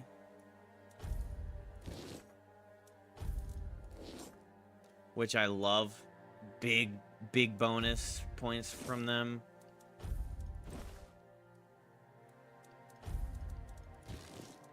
And then there's like a weight class thing. You can have 4 loadouts just right out of the gate, and then you have like, yo, 22 months from Saucesire. Thank you so much for the resub, brother. Let's go. W's in the chat. You have like a Dark Souls-esque upgrading system where you get 1 point for a level up, and then you put that point in one of these. I haven't really been going in a specific direction, and you have a lot of skill trees, kind of like Skyrim's model, where there's like a bunch of branching skill trees like this. Tainted Grail is better than Skyrim and Oblivion. Yeah, it's like a indie but refined version of what the other two are trying to do, but like kind of combining them as well. Like it feels like Oblivion, but a lot of the like UI and leveling is like Skyrim. And then like the magic is really cool, so you find spells or you can buy them. There's a bunch of spells so far. I'm only in the first region. I'm finding all these cool ass spells. So magic is awesome. You've got two-handed. One thing I wish is that like swinging weapons. Something that I wish fantasy games would do more often, and most of them don't do, is like the different weapon archetype actually feels different. And what I mean is like between a sword and a hammer one-handed, it's kind of like samey. You wearing melee armor? Yeah.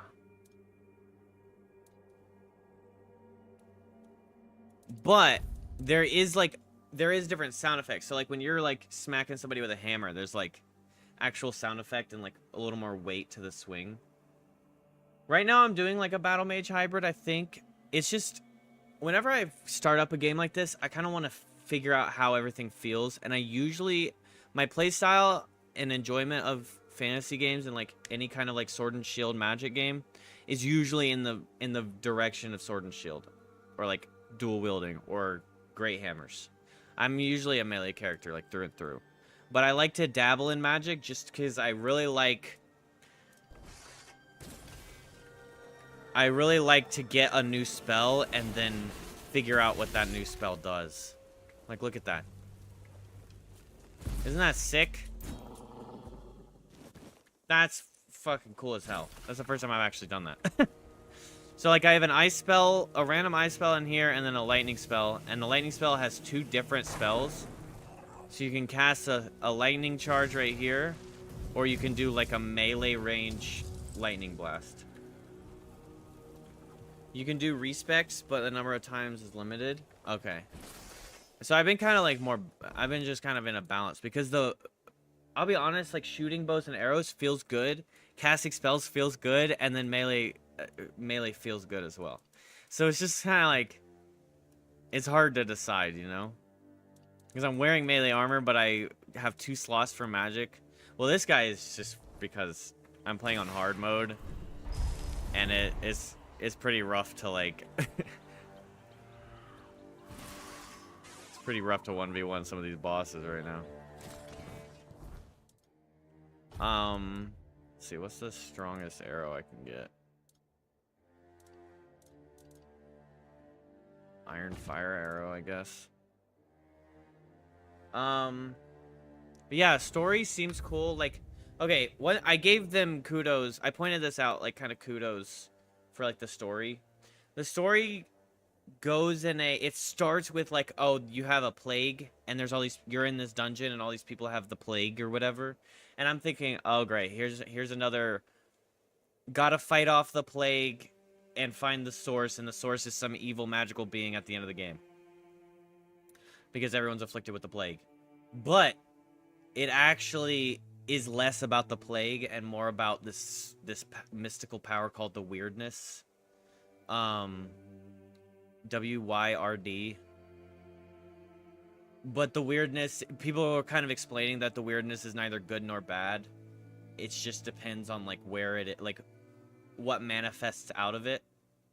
At least okay, so at first you think the weirdness is just really bad. Like, bad mystical shit is happening, and the weirdness is the cause. But some people are alluding to the fact that the weirdness is not evil. It's just, like, it is. And I like that. And the whole game has been very morally gray, which is a good thing. Your choices, like, you actually think about your choices. But yeah, so then... it's like a Arthurian King Arthur, but you find this out in the beginning of the game. King Arthur's dead, but there's like you find this, like, shrine that you teleport into, and you accidentally find, like, the soul of King Arthur. It turns out every few hundred years, these cult people resurrect King Arthur to then purge the land of badness, and then he dies again or whatever. So he's like a never-ending. He's like a dead guy, basically. I mean, he's just dead, but he's like a revenant now. And I'm using the hexed bow because it's cool. Adds 5 damage. But I haven't been upgrading, like, dex, so I haven't been able to use any other bows I've gotten. My points have been a little spread out, which is kind of suffering. It's kind of like me. I'm suffering from not being spec'd into certain things, like for getting better armor and stuff. But it's slow progress. But also, the progress of this game. Hello, Torin. What's up? The progress of this game is really good because it's really slow. I have been getting stronger, but I haven't necessarily just become, like, a powerhouse already. And typically, at this point, you would have, like, almost powerhouse already. Like, 25 hours into a fantasy game, you'd be, like, really strong. But the leveling up is really slow, and the points you are given is really limited. So it's, like, allowing for, like, a slow progression, and you're still struggling against bandits and stuff like that. Which is nice. It's not like, oh, like, I'm one-shotting wolves now, for the most part, but bears can still kill the fuck out of me. And, like, I've done a ton of side quests, and then kind of came back to the main quest, which I do a lot, and I have to kill Sir Galahad now. I mean, I can choose which side I do, but Sir Galahad seems pretty evil, so I'm choosing to go against Sir Galahad. And bro literally, like, just 2-shots me. Like, I'm struggling like fucking crazy against that guy. So I'm like, okay, well, I can't fight him yet, I guess. But it's it's surprising because main questline wise, you'd think I'm not that far into the game. So like you come back to the main questline and it's like, wait a minute. I should be just like two-shotting him, but he's still just beating the shit out of me. So I need to figure out a way to upgrade more so I can actually like even just stand against him. Galahad is a game-changing choice. Choose wisely. Good to know. Some gear at the upgrade table buffs damage percentage and others not. All the stuff gets higher armor though. Is there like item rarity past blue? I've been hoping there is, just because I like I like the tiers. I've always really liked weapon and armor variety. Even if I'm not gonna wear it, I like looking at it. I like the idea that the designers came up with a lot of like designs. But there is transmog, so I imagine there's gonna be a lot of stuff to look at. But like when I got Tide Pierce, I'm like, oh, cool. And then you get the freaking blood stealing sword and shit like that. Blue is considered rare. It comes down to the sharpening stones to upgrade gear. Okay.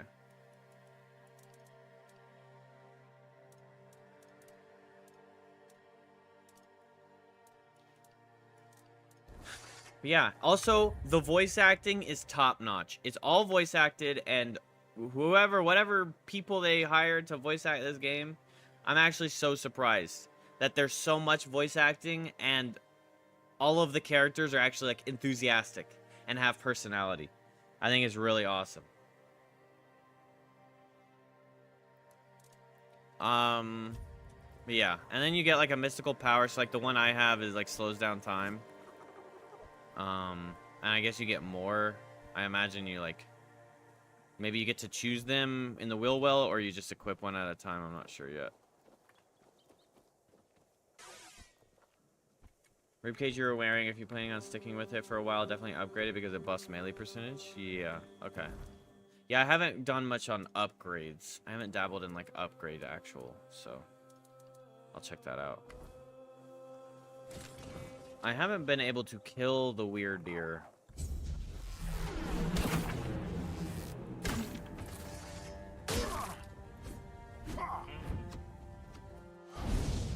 Damn you!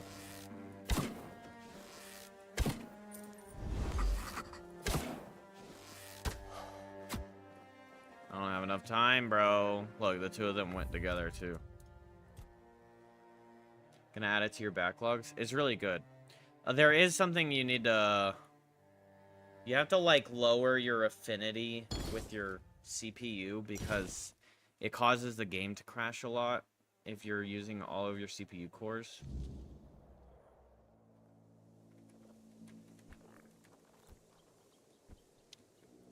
I don't really know, like, the true details of it, but for some reason, the devs are like, lower your affinity. So you can do that in Task Manager, or you can do that in game. I think you can, I don't know, I think you can do it in both. I don't know what the difference for the two would be.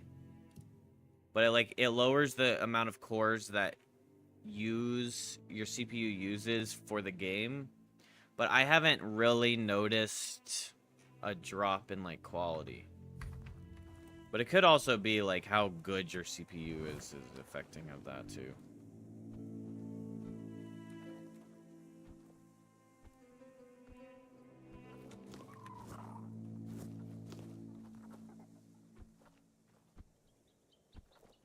Yeah, I saw that you could transmog, which is awesome. I'll be excited to do that in the future.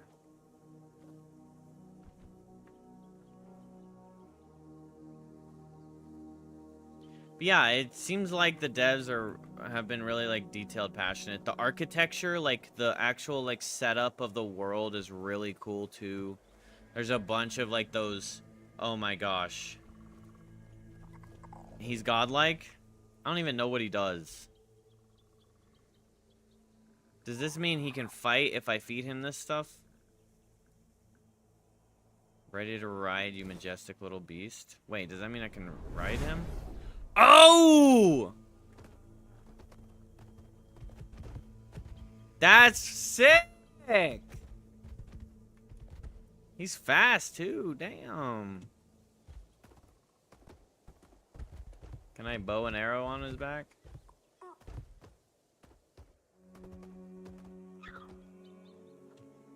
How long does he stay this way?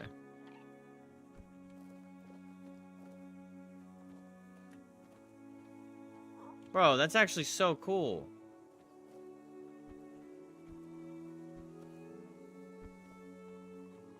So you can feed him stuff and he transforms. If you come in over encumbered, you can always ride a mount at full speed. I love that. It's amazing. Great quality of life feature because that makes sense to me.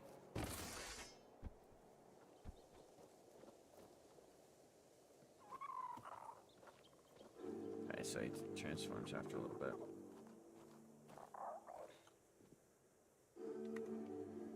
I wish you were more effective at dispatching these damn stags.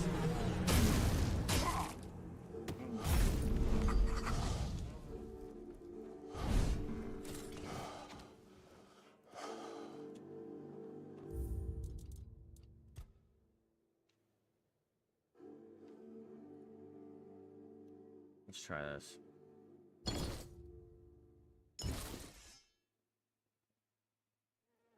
Hot goo is awesome too. Make sure you feed him a veggie before you go back to the town because he'll start attacking people. Or he'll just hurt him. You silly little puppy. Okay, maybe we slow-mo and line up this.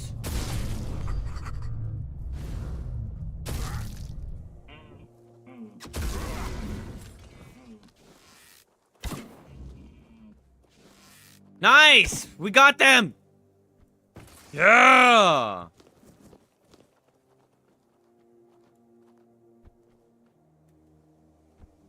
What do I get? Stag's Defiance, Weird Bone, Arrow, the Stag's Woe? Whoa, what? Weird Deer Pelt, Weird Venison, Weird Antler Frag, Weird Bone.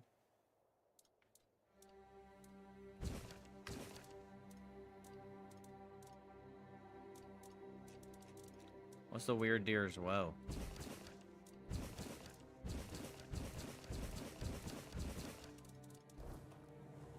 Weird Deer. The arrows are OP.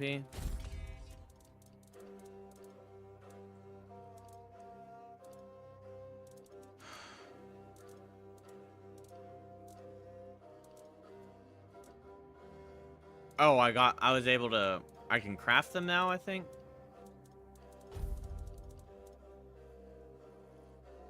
Got a little piece of meat stuck in my tooth.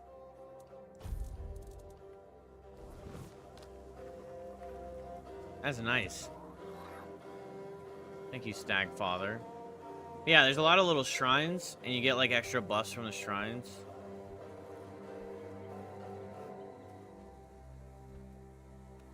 There's a lot of quests. And the game doesn't take itself too seriously with the quests. They're not like all samey. All the characters have hella like personality when they're talking. Like the voice acting is top notch.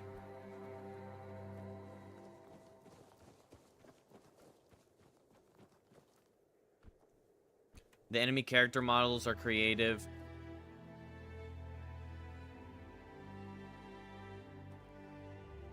Look at that on the horizon.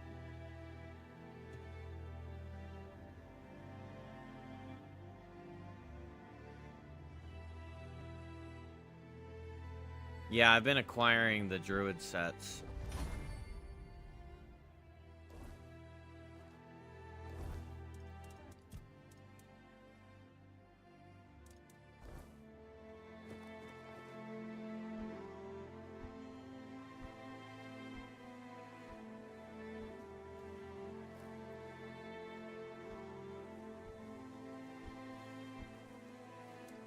What are you up to, Torin?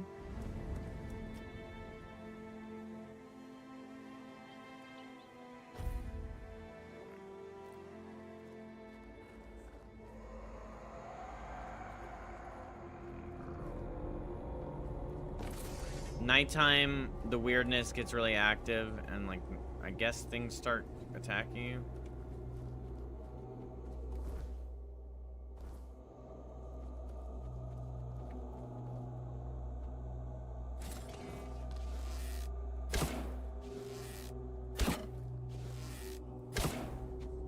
Okay. Come back here. Maybe if I could fucking hit you.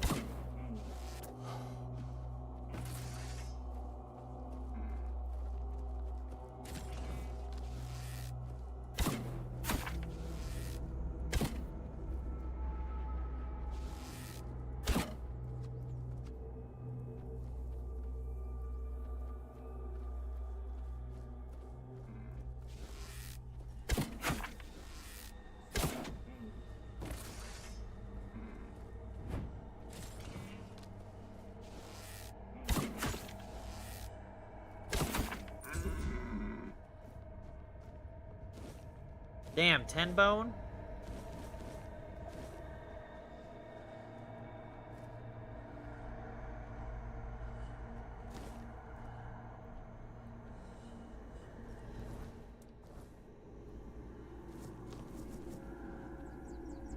Okay, what? Do I go back to Marge? Or is that quest over?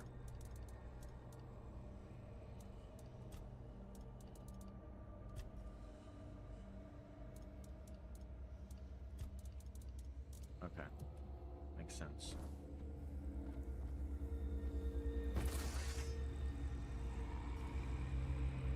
The Weird Knight? Is it the guy that fucking stands on the horizon and stares at me? That guy's scary.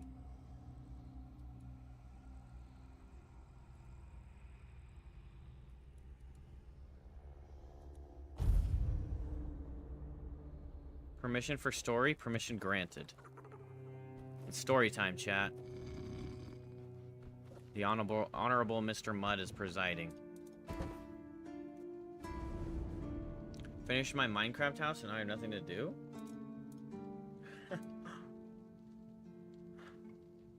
What are you fighting that you rage quitted on the thingy?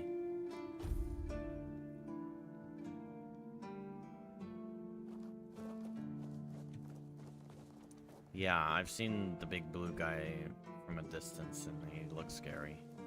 He looks skelly. Willy skelly.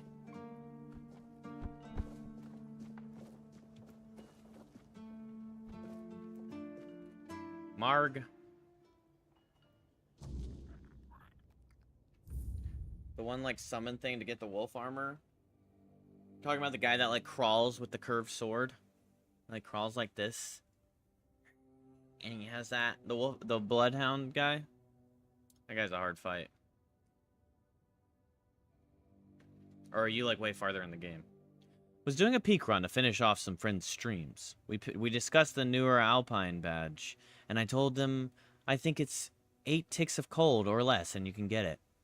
But once above 8, you lose the chance. And so we finished, and nobody, I already have it, got it. And they said, was it 8 ticks? And I said, I think it was 8 ticks. And one of those who was streaming goes, was it 8 or was it 6, 7? And everyone got dead silent. Oh my gosh. And then everyone started laughing because everyone went silent. That's crazy. Yeah, I know that moment where it's like the same reaction from everybody and then it's just so comical because of that. That's so funny. Let's go.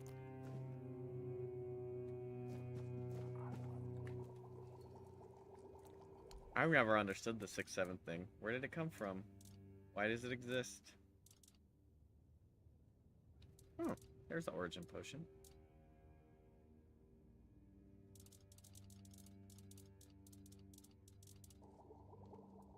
Yes? How did it go?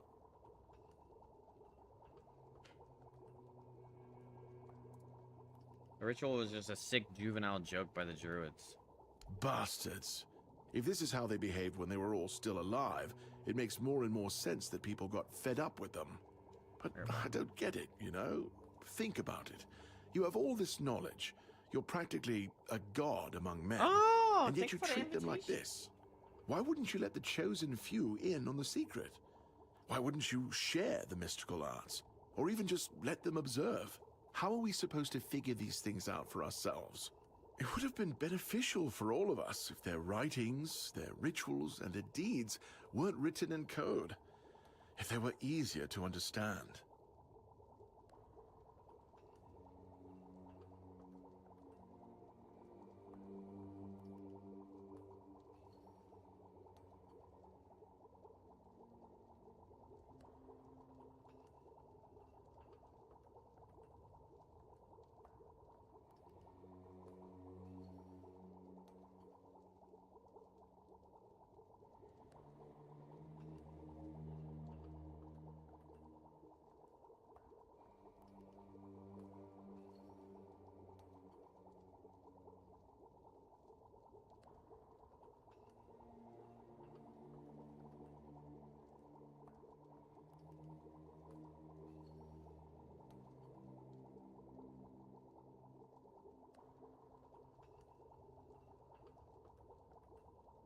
Welcome back, Torin.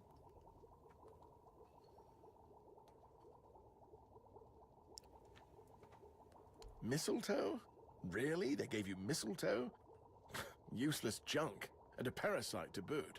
Really No, nice you way carry of a proving woodcutter their axe to point that cut we're wood? unworthy of their Oh, knowledge. yeah. I saw that I was able to take out, like, just the axe I was using when I was cutting. One more thing. The Cromlech changed What? after the ritual. Changed? Changed how? Is it bad? Well, it certainly doesn't look good. There might have been dark magic involved. It was fine before, but now the place looks like something from a nightmare. Oh no. No. This is not good. Shit.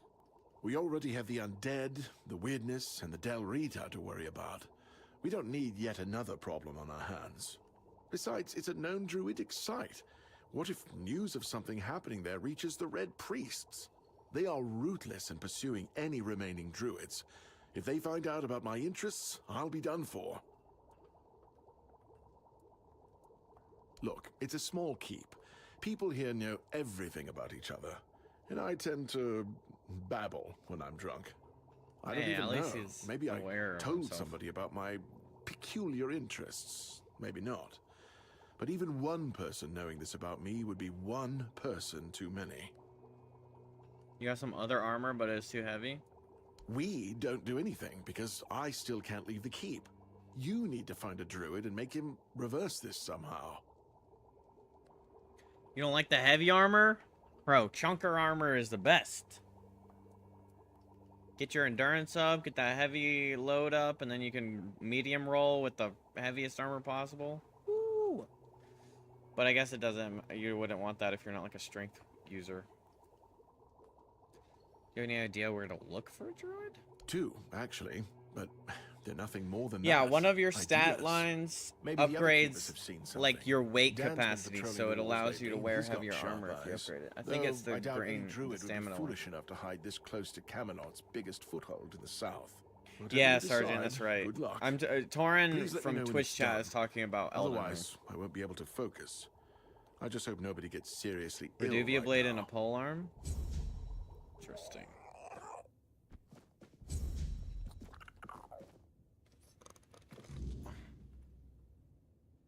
Heber. Did you find someone knowledgeable in druidic magic to restore the Cromlech back to its original? Well, that's not very helpful.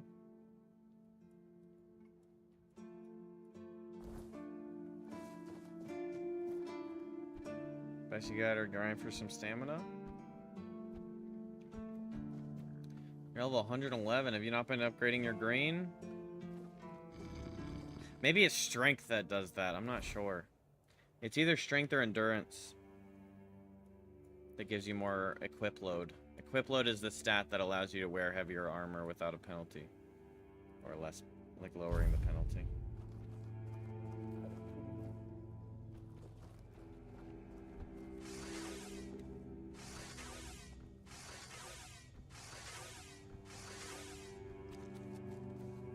You're What's up, back. Dad? How are things going? He calls me little birdie.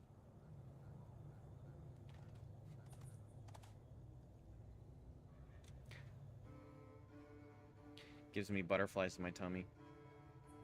I don't even know, I'm just like mid all around. Still your first run? Oh, gotcha. That sounds fun. First experience for Elden Ring. I killed the bandits and found a journal. Looks like the little bird is starting to grow its feathers. Interesting. So, in the Horns of the South, there's still a guy named Rolf. He's not the sharpest, but he thinks outside the box. With the right push, he could be useful to us. He'll never be a child, but the role of a mole would suit him just fine. Have a chat with him. Drop a hint here and there. Plant the seed. We'll handle the rest later.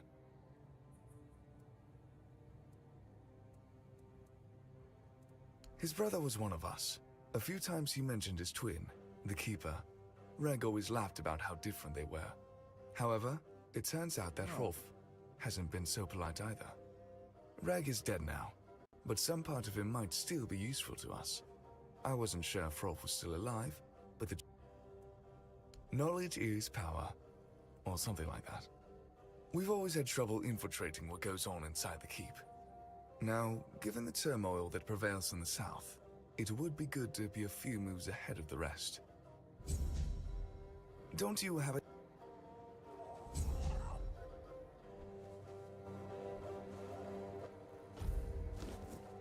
What incarnation?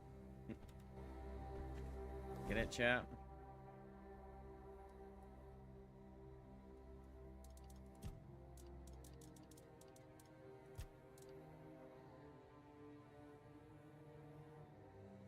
Most significant recent thing I've killed was the, like, mimic of yourself.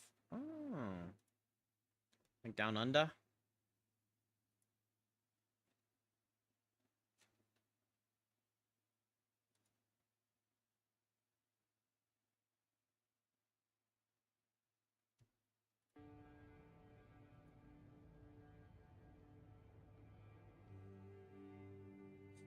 Gestures to silence to 6-7 comment earlier and how it's the same in this situation.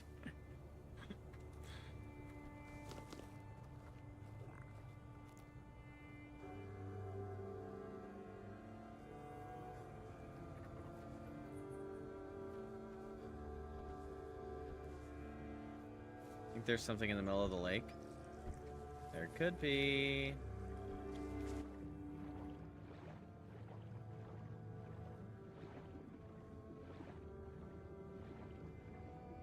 Previous rage quit.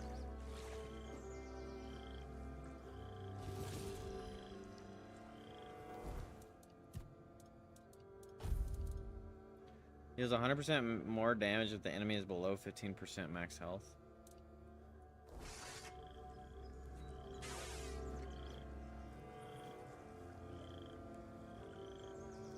Poor lady. Bro, why does the sun have to turn the water into a damn...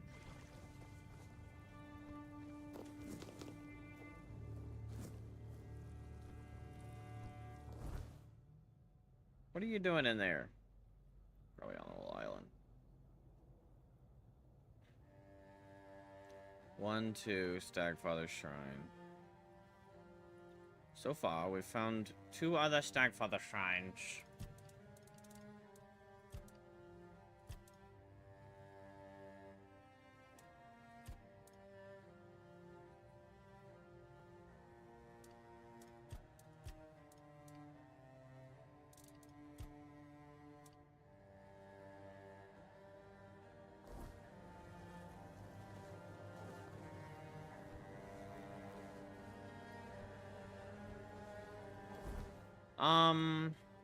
Okay, well, I'm running out of quests.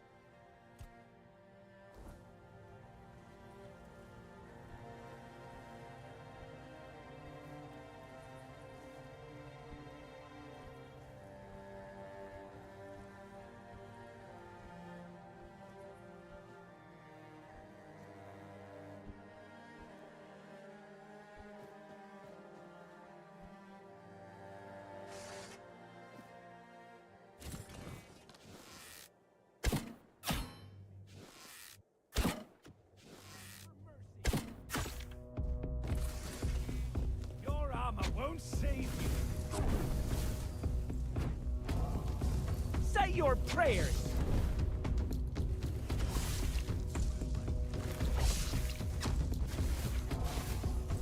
I see fear in your eyes.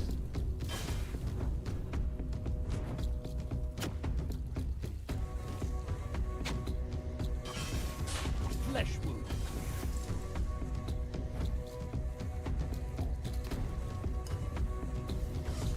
I'll strike you down. Strike me down then. I don't need all that. Well, might be fun to sell. Oh, now I'm fat.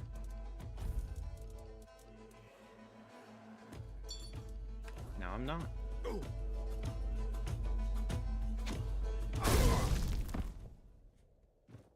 Thank you for your soul. Converting his soul into...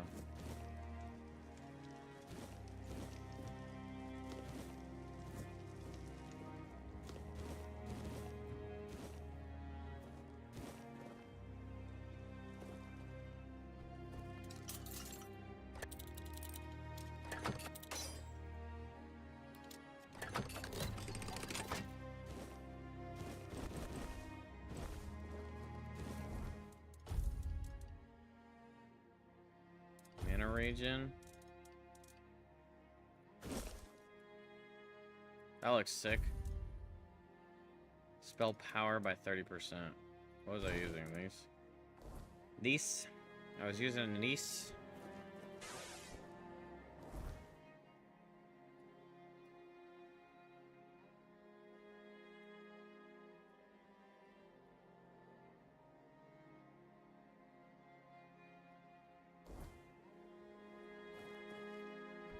Bromar, where's your face?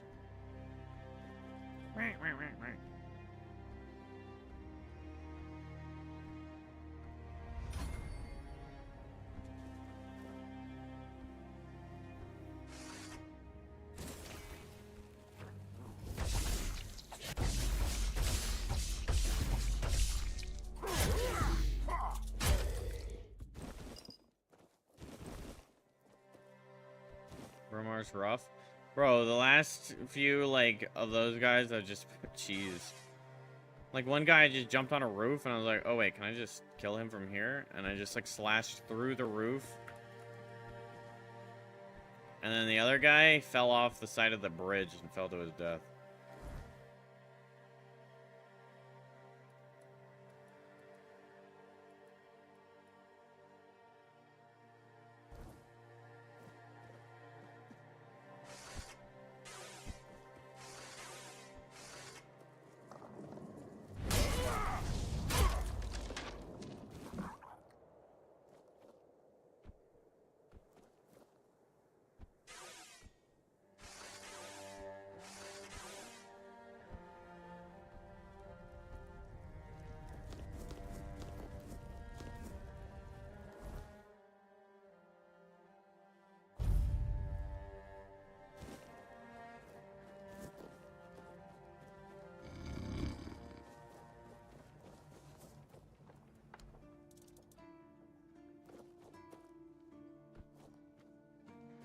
Oh, yeah, this guy.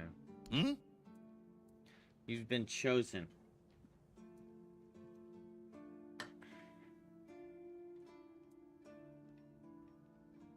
Oh, yeah? And why's that? We know and you exactly? know what I'm talking about. Because all your friends are dead.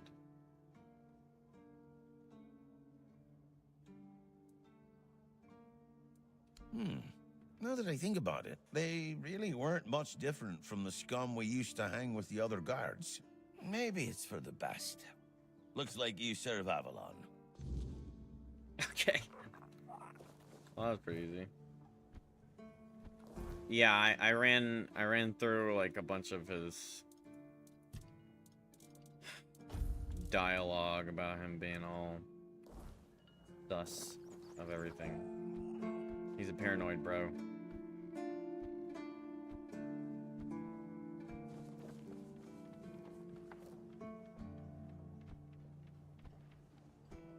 You didn't realize you couldn't screenshot Elden Ring? He lowers a stat point if you answer him right. Oh, I don't think I answered him right.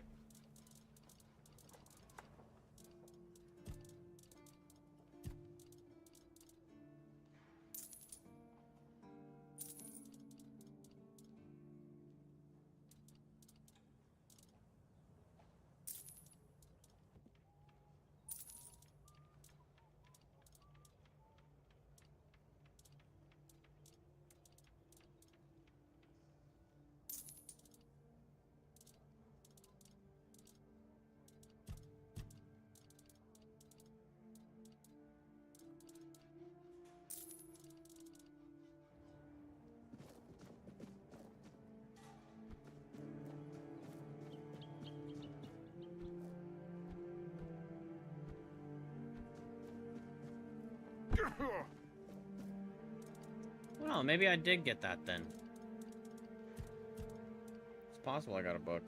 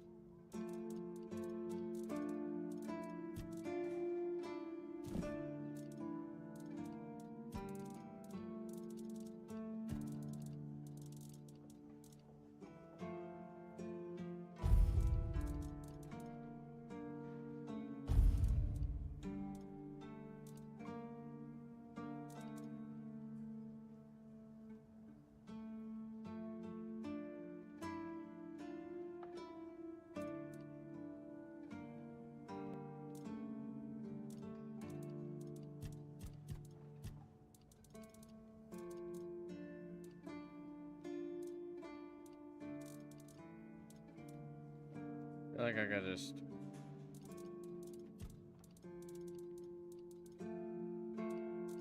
What is that? 10 weight from lockpicks?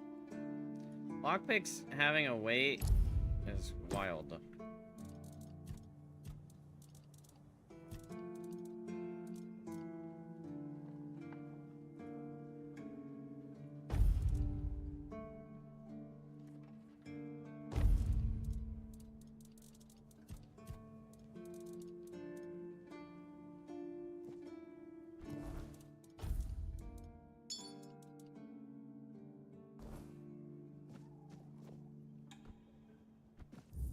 Put in screenshots.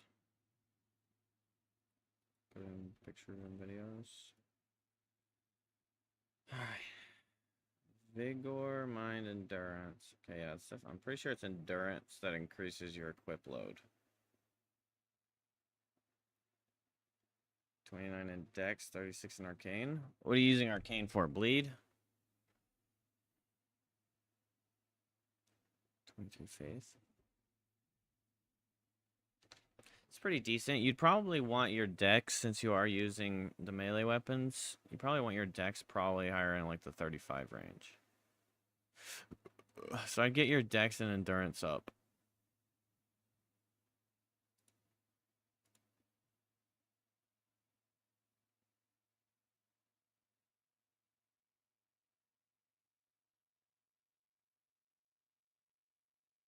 Ooh, and yeah, you're using, what's that, Eleanor's pole blade?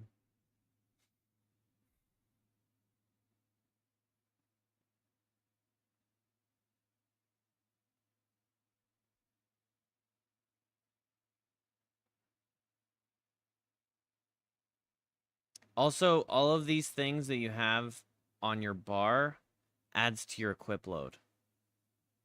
So even if you're not using this giant pulley bow, it's adding into your weight. Just so you know. I don't know if the arrows do, but this does. So the pole arm is adding to your weight as well, even if you're not using it.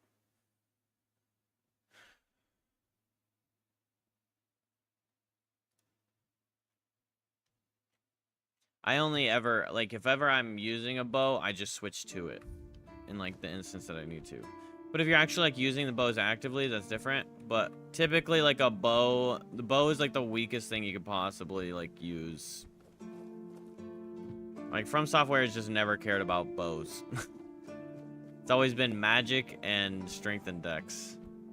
Or, like, magic and katanas and chunga-bunga weapons. But magic's always going to be the most OP. Hope nothing bad happens today. You do use it a lot for the distance damage? Gotcha. Nice to see you. Hey, puppy. Let's see. We did that quest. We can go back.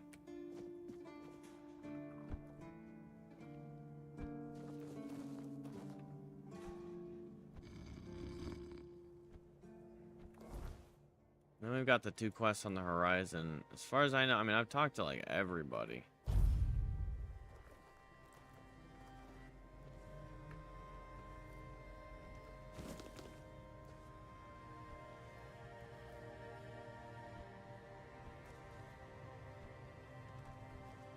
You're back, and something tells me that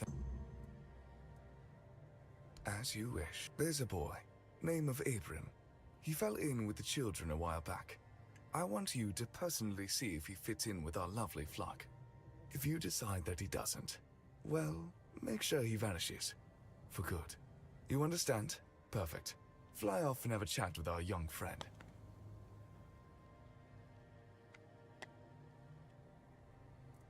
Not at the moment, but we're not sure if the boy will crack under pressure. Or worse.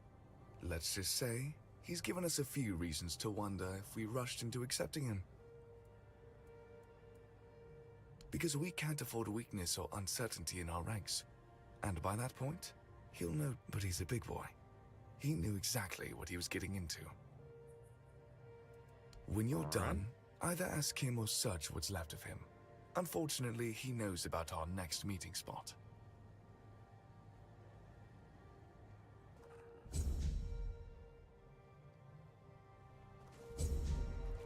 What?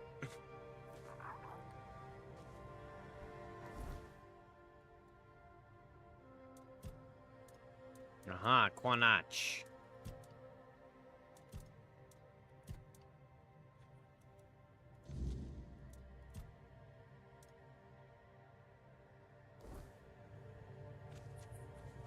Alright, well, I guess we'll go slay Bromar No Face.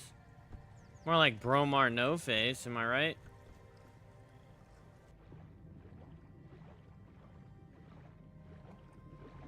Not a huge fan of the weeping blood eye statue babies or whatever they are.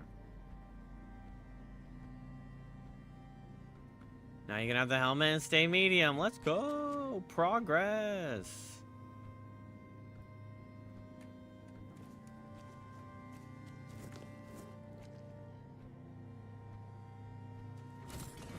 Oh god.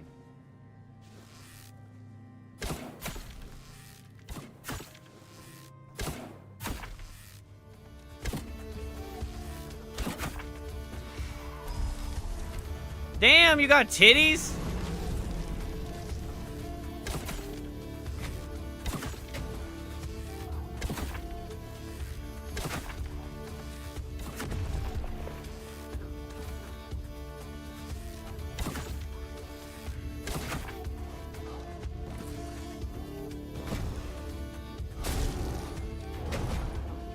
Ow. Where's goddamn backswing on that hammer?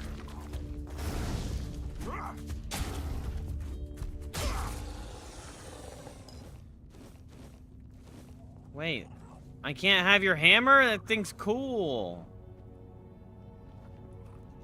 Come on, magically downsize it into being holdable by me.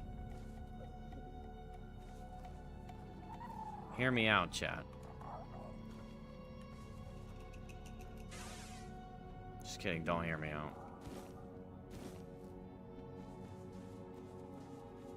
You're levitating. How did you do that?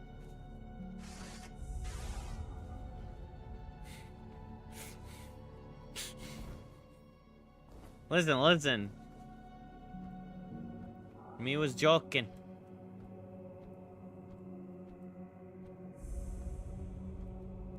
Ancient Cave? Ancient Wolfe?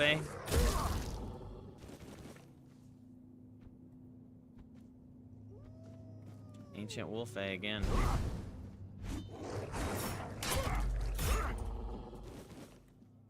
Well, we may be getting... Why is this game just full of hear me outs? Hitting a target has a 5% chance to restore or something. Max stamina by 10.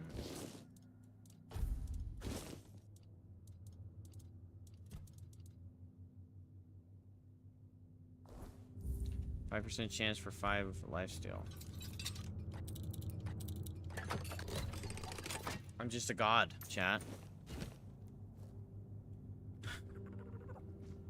Wait, why are you back? I just slayed you. Stay dead. I don't want to make your soul suffer any more than it already is.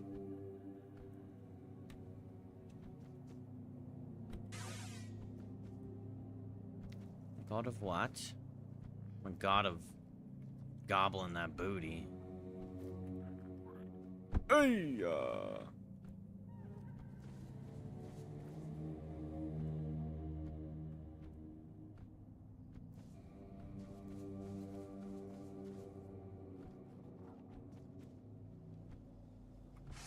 Also, JP, you got a promotion. I didn't realize that was your first time chatting since you got your promotion, but as a revered Bandrui Nimue's, just been having you in the background. When did I become a mod? Just like an hour ago or whatever. Once you caught the Brave quote, I guess. I mean, I need some kind of mod on YouTube. I'll probably put Jacob as a mod. Maybe add another one in there, like Warlord. But for now, I don't... I mean, YouTube chat's actually pretty tame. Way more tame than Twitch chat. And Twitch chat's tame as well, but sometimes there's like... I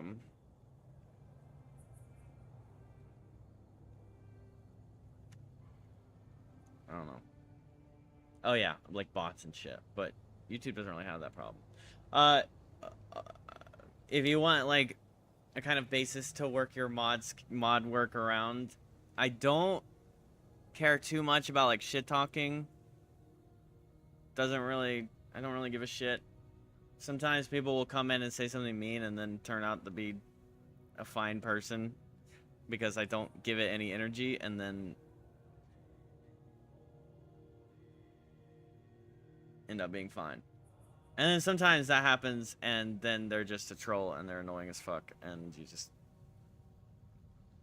Me for real, but I never became a fine person, says my mod.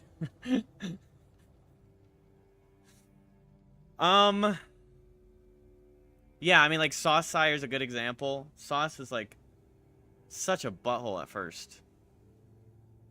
But then I just kind of like didn't let him rage bait me, and then at one point I was like, Sauce, I just gotta say, you seem like you're level-headed.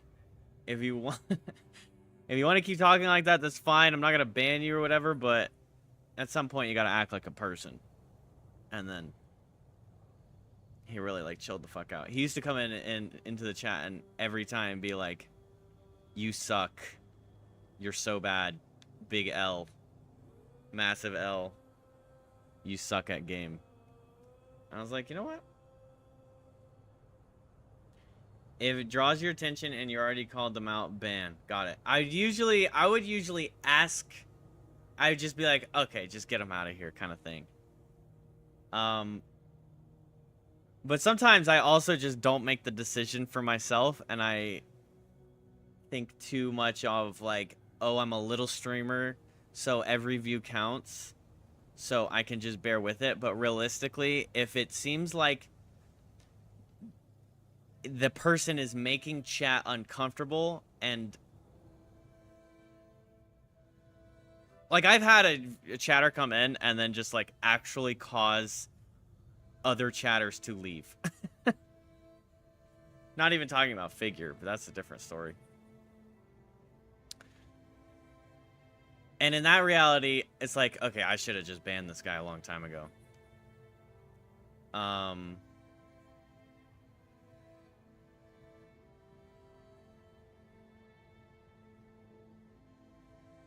Oh yeah, the guy who was talking about it, yeah. There's another guy that would come in and ask me to show him my underwear or stand up so to see my waist region, and he would say that every day basically, and I just had too much patience. It's so weird and it was making me uncomfortable, but for some reason it was definitely like I was a lot more like immature in the form of streaming, where I was just allowing things to slide, like Mud's saying. I just kept letting it slide. It was like, okay, but it's a viewer and I'm starving for viewers, right? But realistically, that one guy might have made the other 3 guys / girls in the chat be like, what the fuck is going on? And then like end up leaving. And so in reality,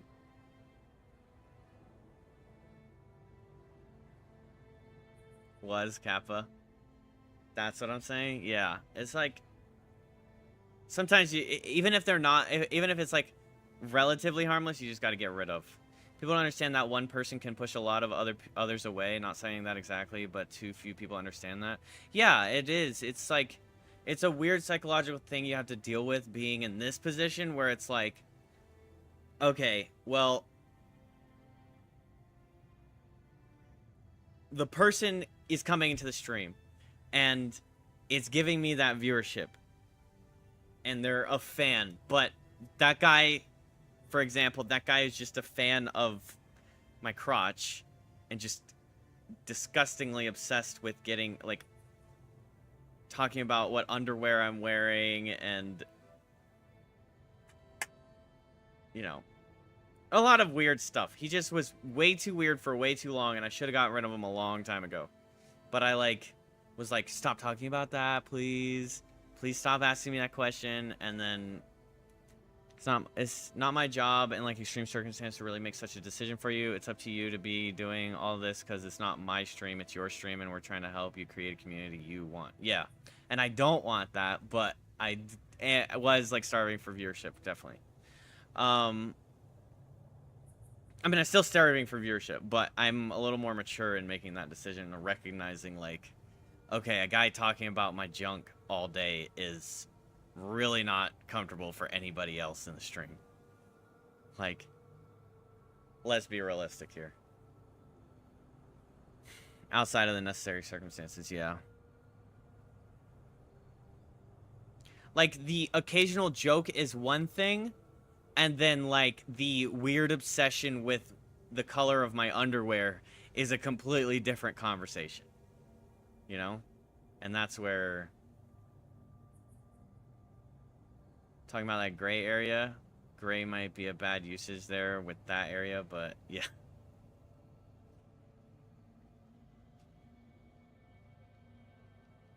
Because people will be people, but at some point it's like, okay, wait a minute.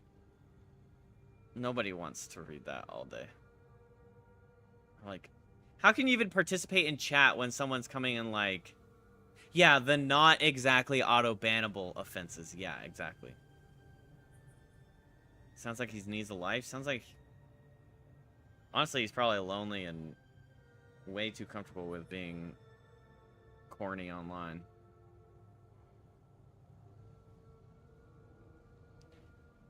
Yeah. How can you even imagine that's even acceptable? Right, like, I'm sorry, but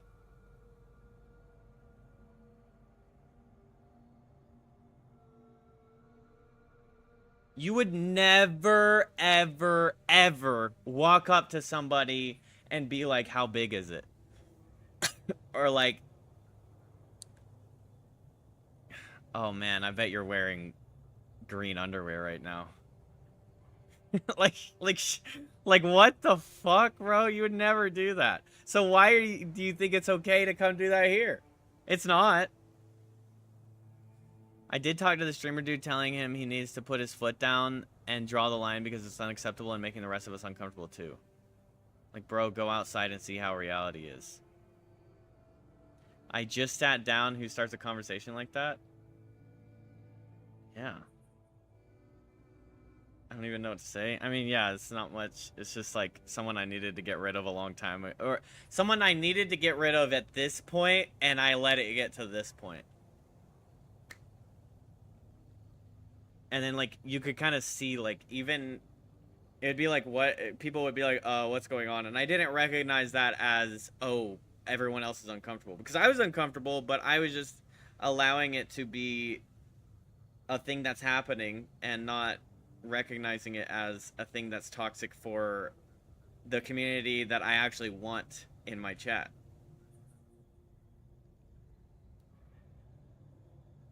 You missed the above message to that part? Okay, yeah, sorry. There's a lot going on. How can you imagine that's successful? That's something I don't understand. I've been going through that with a couple friends. When one is uncomfortable with such talk but is craving viewership and the other just keeps pushing himself sexually in there, and it's a very bad situation. But I did talk to the streamer dude telling him he needs to put his foot down and draw the line because it's unacceptable and making the rest of us uncomfortable too. And I'm not being like, oh, you're never allowed to hit on me or anything like that. Sometimes that's nice. I'm not gonna act like I'm some kind of saint or whatever. Like, yeah, the compliments are nice and anything like that is nice, but there's a point. There is a, okay, you climbed up the cliff.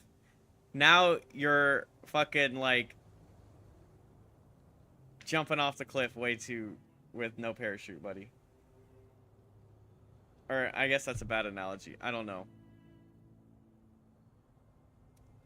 But, okay, yeah, there's a regular human, like, bar that you don't want to hit. And most of the time, people aren't hitting. Normal people are not hitting that bar. So if you feel like you're a normal person and you aren't really, like, constantly talking about things like that, then you're fine. Don't think I'm talking about you. I'm not talking about anybody that's lurking in here or anything like that. If I'm going, or, like, bantering off of the jokes, we're cool. We're chilling. If you say something really weird and I go... something like that, then be like, okay, maybe I should back off. All right? But really, I'll usually be like, okay, that's weird.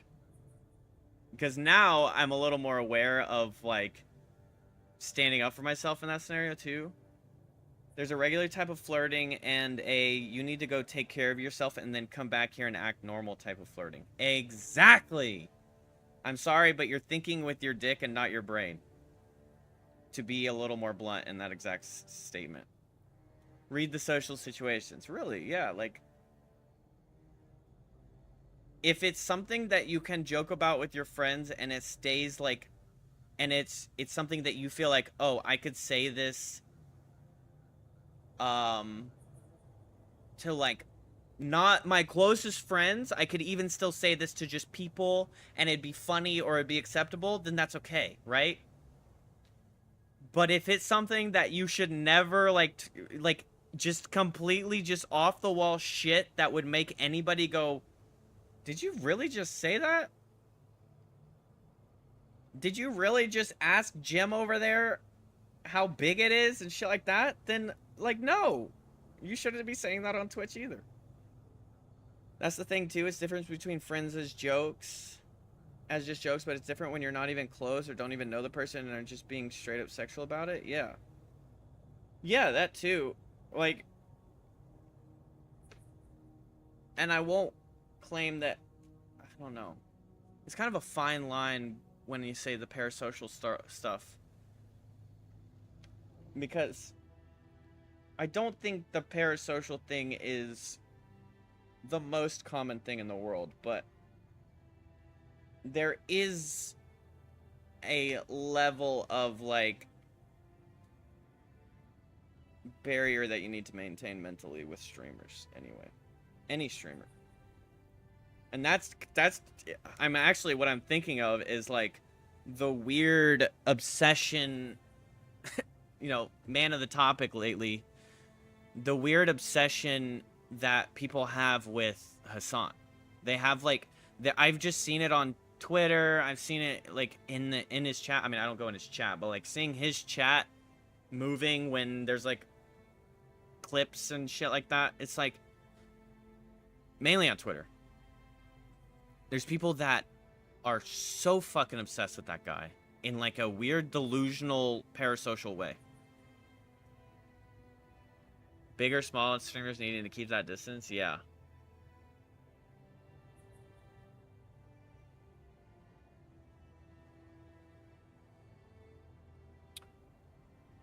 Teenage boys. Yeah, teenage boys just have... Teenage boys, it's... I mean, obviously I don't know the ages of everyone around here, but...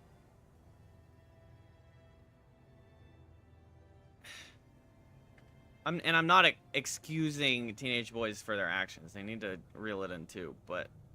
There is, like a 30-year-old man being overly sexual, or 50-year-old man saying comments like that is, like, in my opinion, so much worse than a dumb pubescent child. Like, I don't know. I don't know if that's coming across the right way.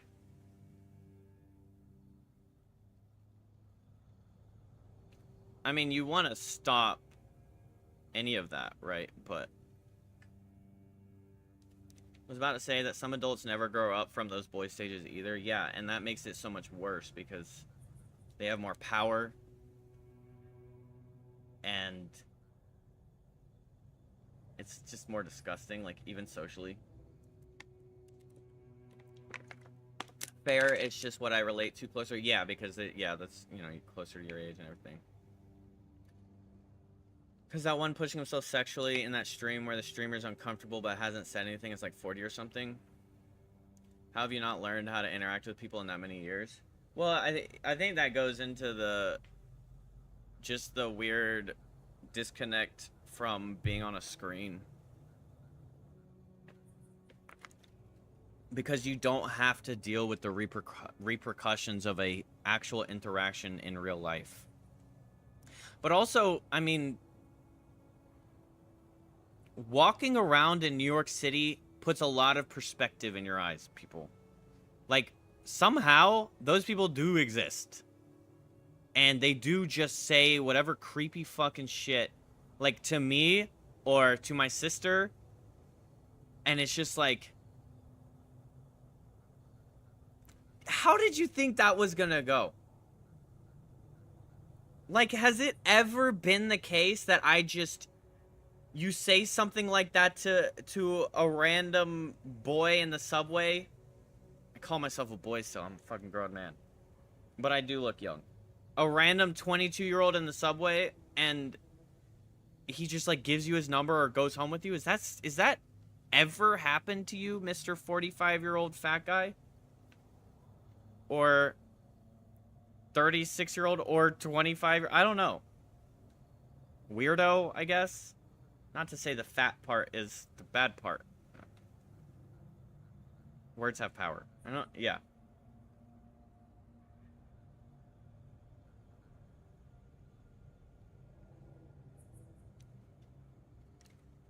It's the comment that matters. It's the comment. It doesn't matter what the person looks like, really, or the age. It's like, why the fuck are you saying that to me? Or why the fuck are you saying that to my sister? What the fuck is your problem? And somehow, it still happens. But New York City is just a whole new beast with the way people work. I don't think the fat part was very necessary there. Yeah, I was just being demeaning to the person that was... That guy. I remember that guy. He's being really shitty towards my sister.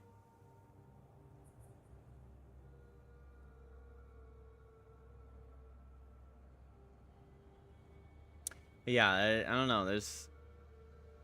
People are just fucking weird. But it gets worse on the internet for sure. Because you don't have to deal with it. All you have to deal with is me going, hey, you're being weird, stop that. But you're just a chat line, right? Not, well, that's me too. Like, but you get what I'm saying. I'm not sitting here right in front of you physically calling you out for being a fucking creep, right? I am on the screen, and you don't have to actually deal with the public shame, the repercussions, the whatever would be the third example of what you just said. Taylor has said she's a queen and is super awesome, amazing. Oh yeah, she is. I tell her that all the time. I'll tell her.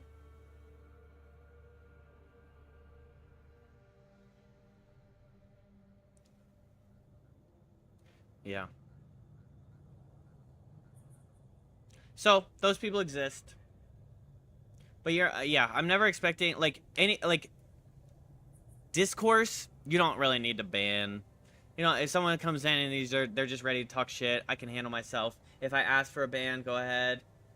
But, like, and obviously, yeah, racism or, like, exponentially creepy shit, yeah, like, I don't know. Kitty shit, I guess. Or political stuff. I mean, I'm not like we're never allowed to talk about political stuff because I prefer to keep like a somewhat open dialogue in chat and allow anybody to have opinions. But if that opinion goes into the realms of what we understand as not an acceptable opinion, then bye-bye, you know? I'm talking about, like, Nazi shit, I guess.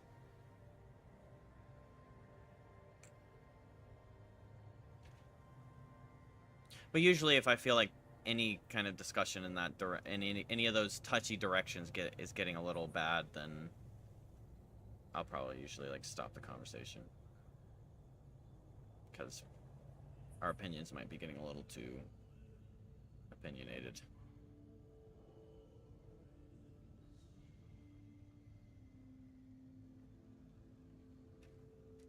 But I'm not like, if you don't think the way I think, then you're a fucking idiot, because I don't think that.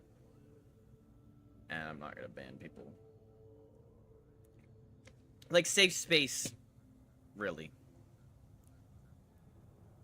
But obviously I'm not just like, let's throw up a random political conversation and start getting down. It's like, if it happens to come up naturally, then it does. And that's where I'm at. It's like, I'm not like, political, religious, But if it comes up and it, like, becomes a conversation, then that's what it does, and then we can get there.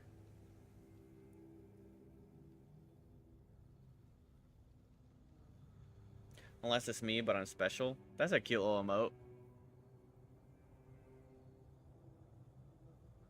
A little froggy with a duck hat?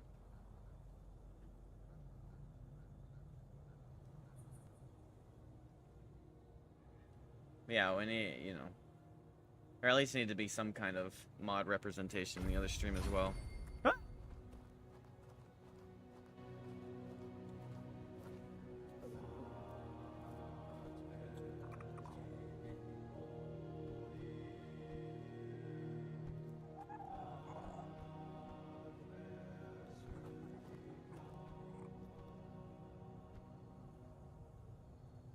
I don't know why, sometimes I just get hooked on, like, trying to do something like this. I don't need to jump on that.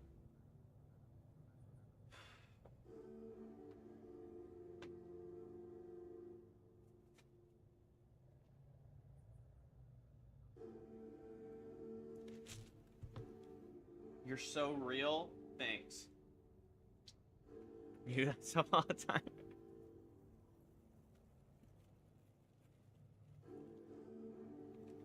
Alright, chat. I got lunch and dinner at... Because I like to buy things and then buy extra just in case I'm still hungry. And then usually I'm like, but I could also have this later. So I got a chicken bacon ranch quesadilla, added crispy jalapenos, tomatoes, lettuce. Oh my god. Something fell out. I went, grabbed it, ate it, and it fell into a pile of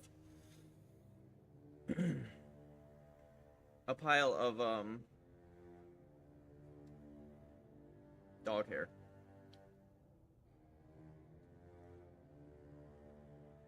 Mmm.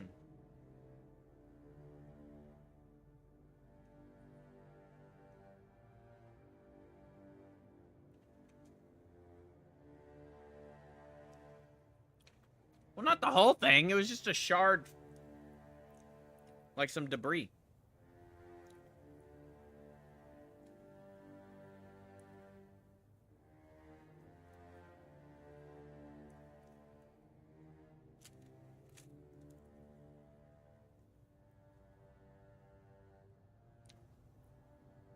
QuickTrip has this sriracha ranch.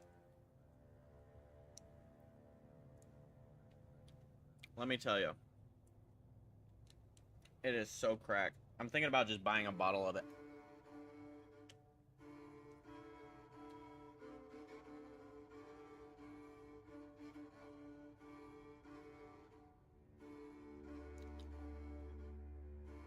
Eating Babu now. Gonna report you to YouTube police.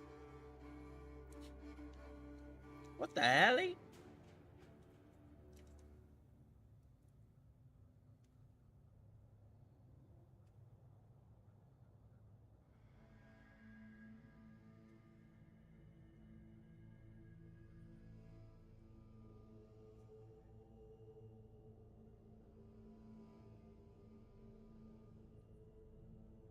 What do we do when we have to ban the streamer? We aren't equipped for this.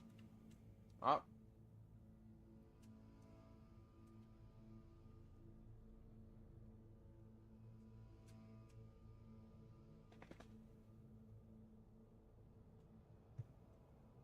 Babu's here for her tax.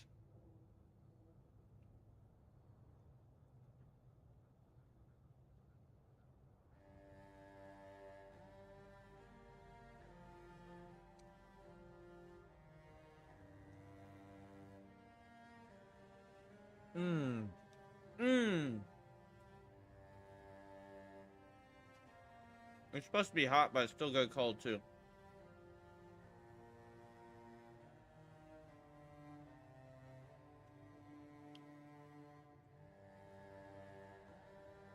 You chose Luna? Nice.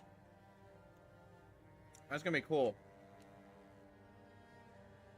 You're gonna go in it. You got like an event planned? It looks like I have something on my lip. I think it's just shining. Right here.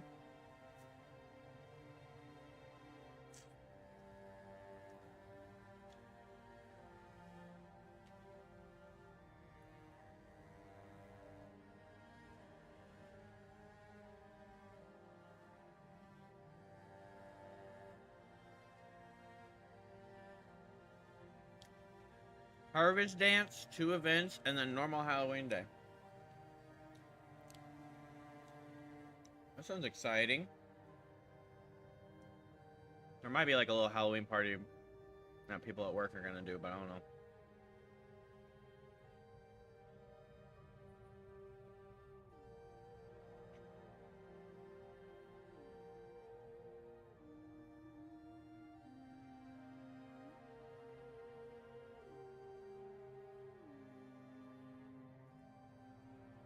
Platform boots and a super long wig.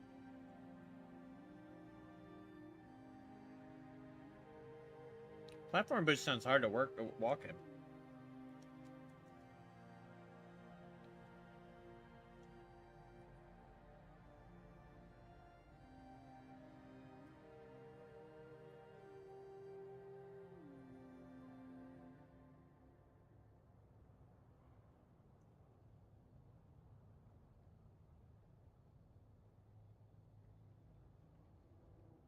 by 7th grade. Damn, it took you 14 years to figure out how to walk in them? Is that 14? What was that, like 12?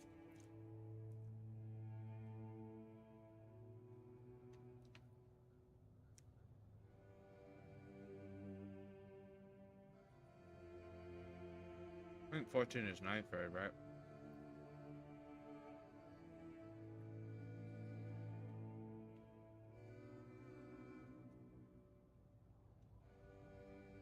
Alright, I trust.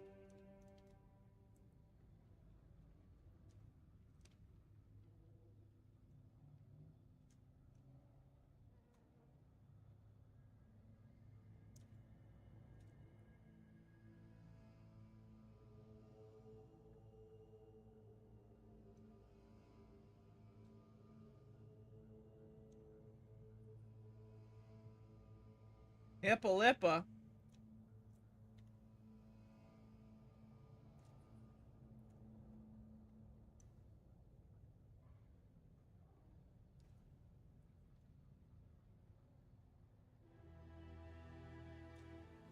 Hey. I didn't know if you're still lurking. Because you talked about being a butthead earlier and then you never talked again.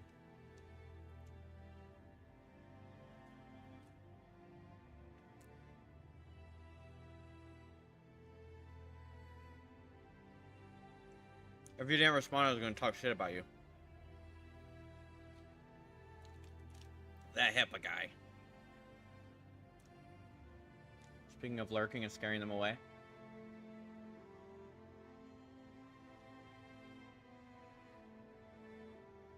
Half awake just listening to the yapping.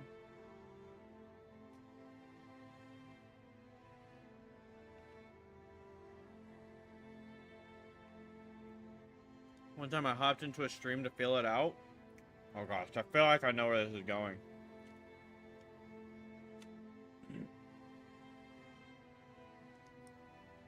There's a full banner that went across the screen announcing you had arrived in chat. Hell no!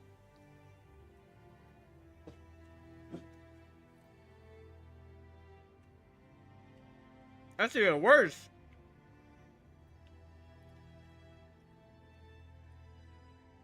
I thought maybe like the streamer saw the count go up, checked who it was, and then called you out. You got an entire system to call somebody out? Mm-mm.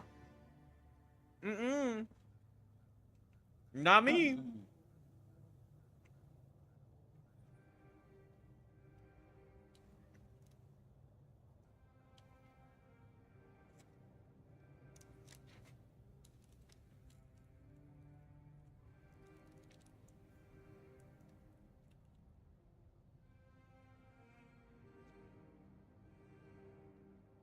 Yeah, I would have preferred that too.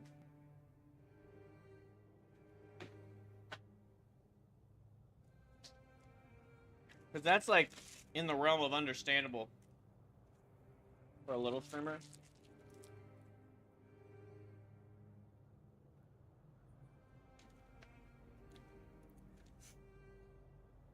But setting up a thing that announces the entrance of somebody and they didn't even talk.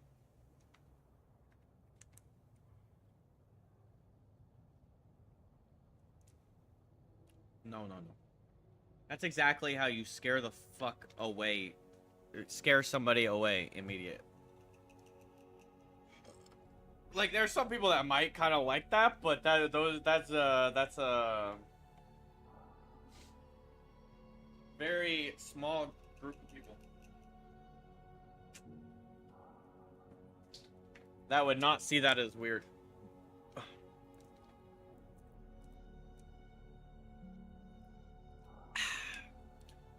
Ooh, that was good. Oh yeah. I am rejuvenated. My hands were getting a little shaky. There is no me. There is no us. Yes! I'm gonna add that to the list of voices for our next game that doesn't have voice acting. There is no me. Oh my god! Maybe not. Holy shit.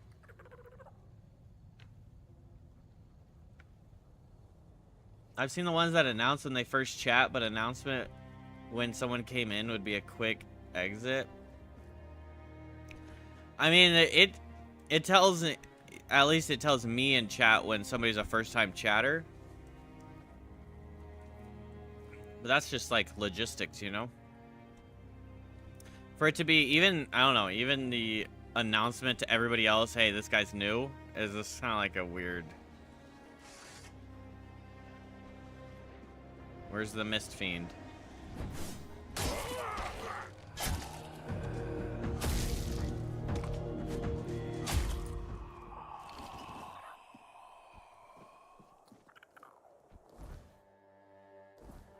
What's this way? Welcome back, Torin.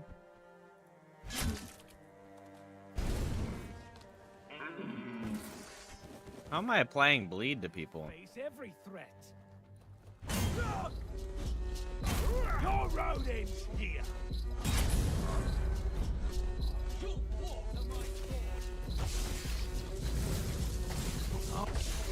Hey!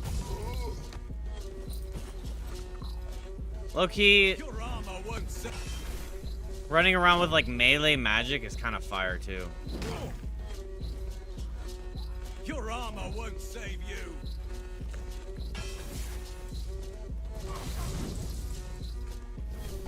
You'll fall to my sword.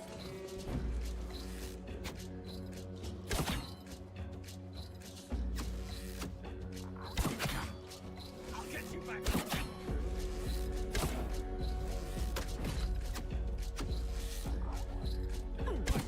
Ow. How'd you know?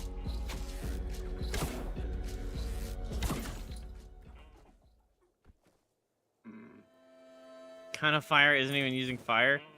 No! I'm a failure! Steel?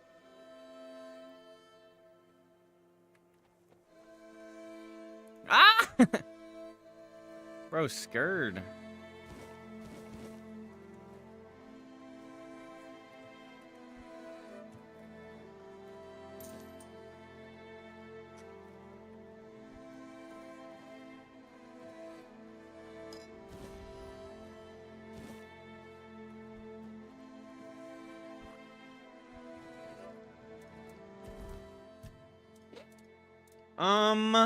Okay, let's see. Perception, we upgrade perception.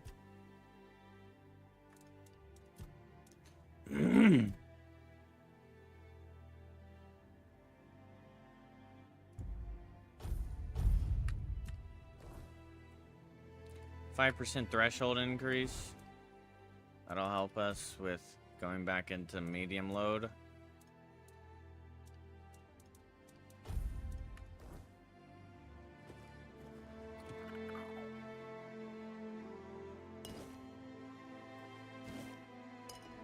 Trick shot potion. You shoot an additional arrow? What? Damn, double bow.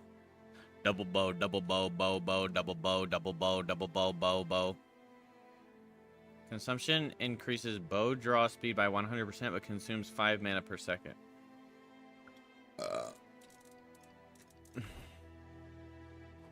Yeah, there's some Elden Ring inspiration for sure.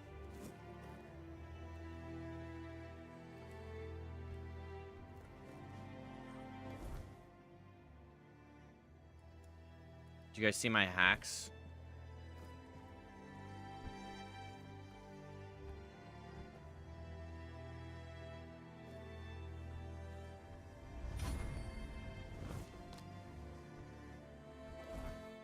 Wait.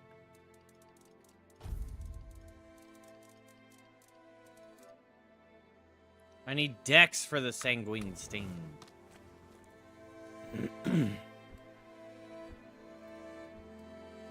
I think me and my mom have seen your axe.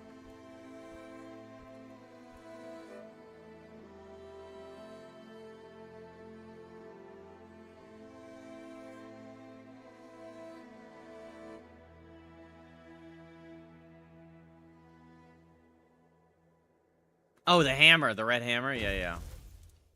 This big guy. I was like, I haven't used an axe in a while.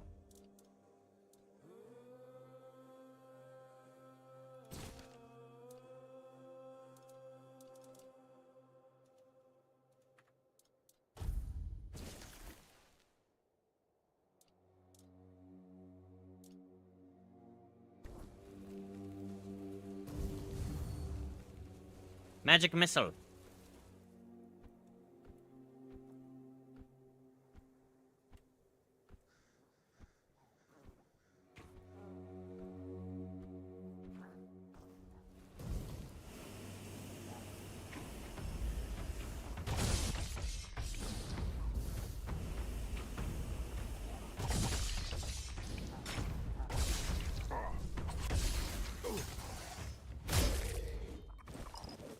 I'm a little stronger in the melee region.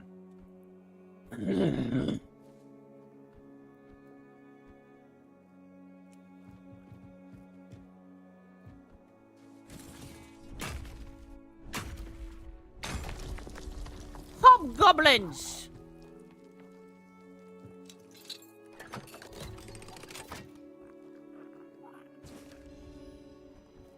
Charged by spinning 200% max mana.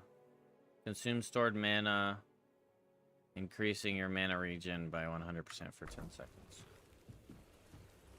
Ah, okay, so it's a buff I can have in my secondary that I can activate to give me 100% more regen. Hells yeah.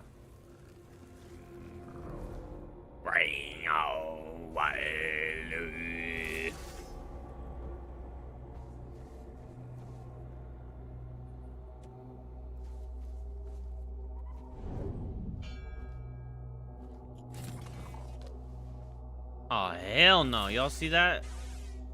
Ghost Man? The Ghost Man cometh.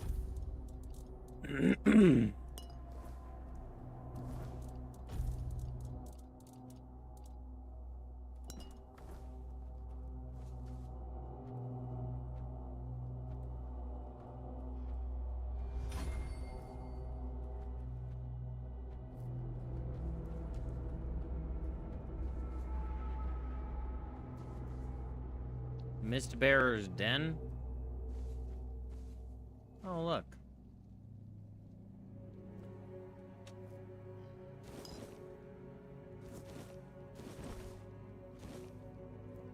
Little safety corner.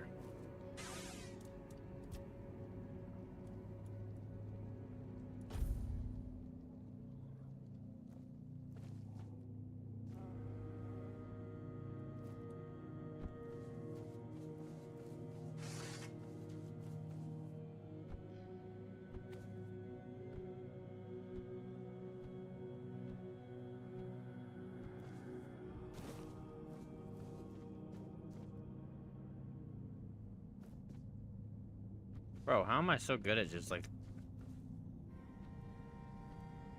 finding stuff? It's because of my hacks.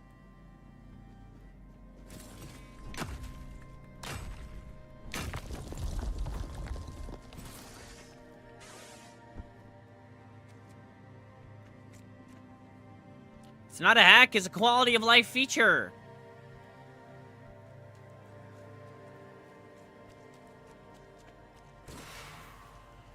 Stay focused. Oh, wow. Your gold belongs to Ooh, you got a cool axe. I can't wait to take it from you.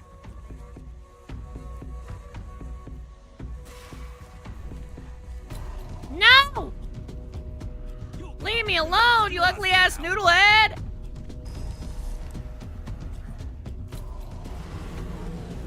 Your gold belongs to us now.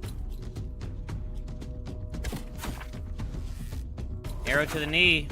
Arrow to the knee. Leave me alone, Blueface. Holy shit, dog. What's that noise?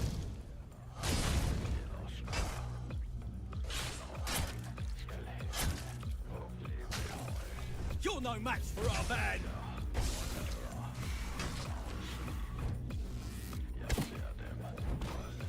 We'll make short work of you.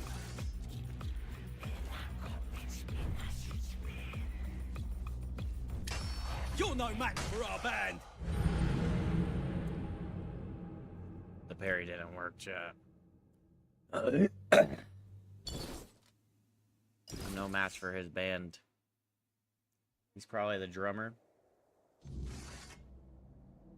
The hammer's nasty.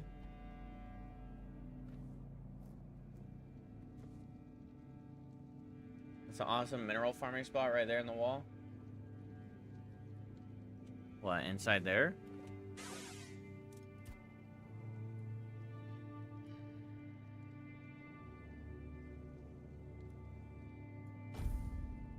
Two hits, that's a powerful axe. I think I'm playing on the hardest difficulty, I'm not sure. Which probably contributes to how much damage he's doing.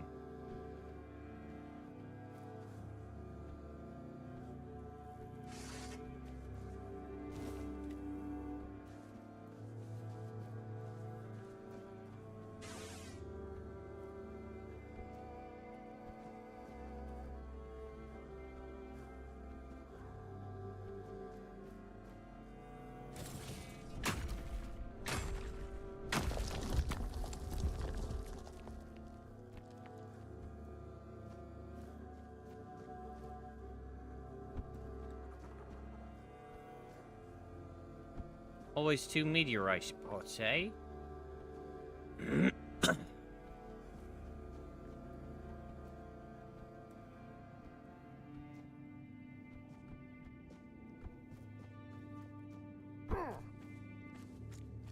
I tried Dark and Darker. I did enjoy it, but it's a little, annoying. Really easy to die.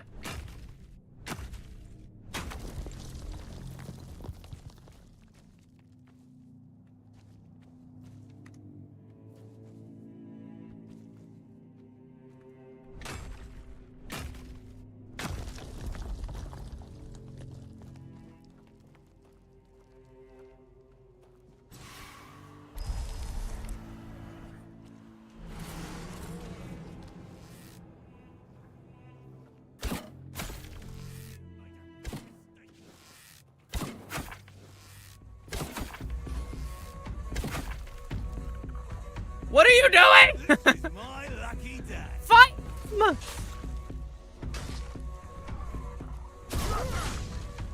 Your gold belongs to us now.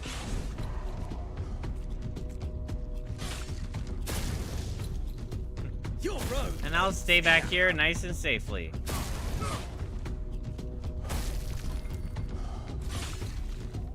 You'll regret this.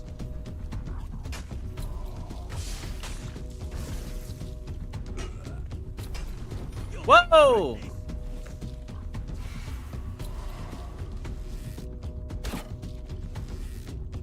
Your gold belongs to us now.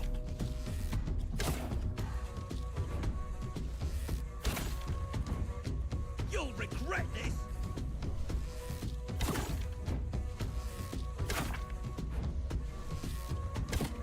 No, don't dodge! You'll regret this.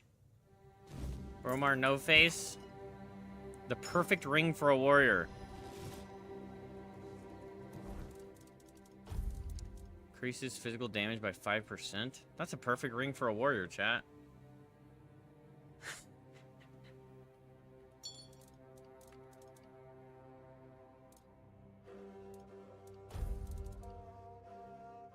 Always attacks against targets at full health are always critical. Ignores enemy blocks. Damn! See how cool this axe looks. Oh yeah, look at that fucking axe there, mate.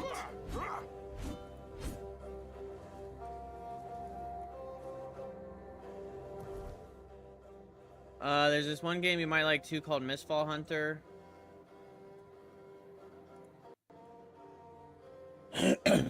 Not out yet, but there was a playtest recently that one of my friends participated in, and it looked interesting enough for those who like that genre. Third-person PvPvE extraction RPG. Nice, because there was one, it's called like Dungeonborn, and I actually liked it so much more. But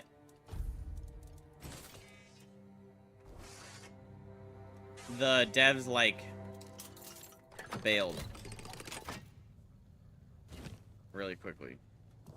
Volcanic tree bow. Arrows apply burn. Ooh. Ooh. Added burn buildup? That's pretty good.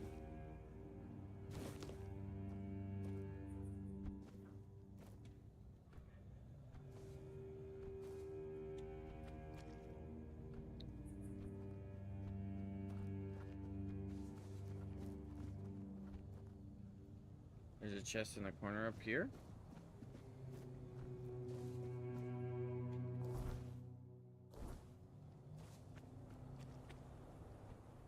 Wait, I can actually go to Quanash?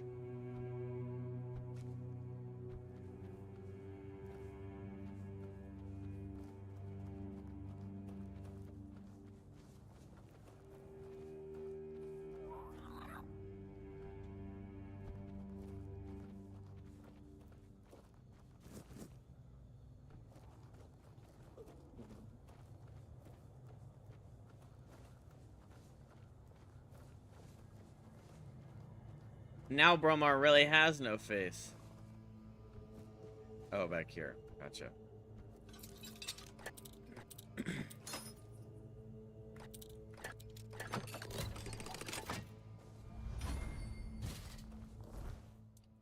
Are chests randomized?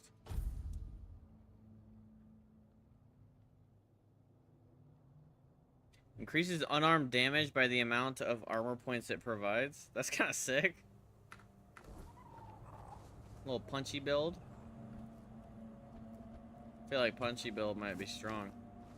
But I've never liked going unarmed that much because I love weapons.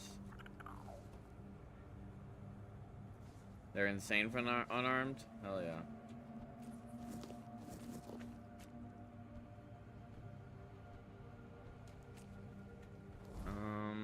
Okay.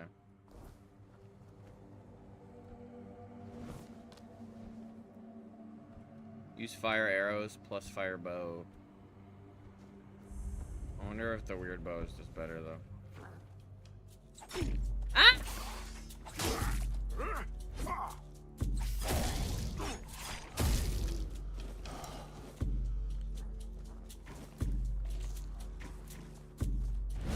Stop dodging! How am I supposed to kill you guys if you're doing that?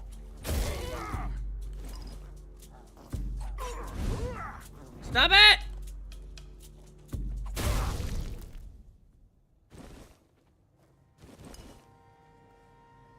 I'm not gonna lie, this sword is carrying me. 3 bear claw? I have bear claw. 5% physical damage is crazy. What the shit? What the helly?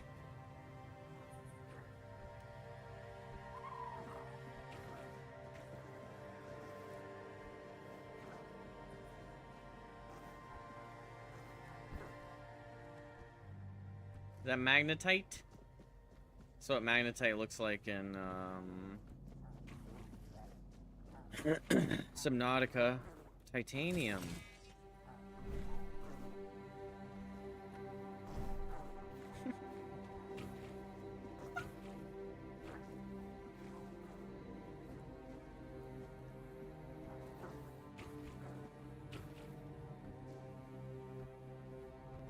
Titanium? Hey, that's what's in my face. Little tidbit of knowledge there, chat. Mud is a titanium face. I am Titan.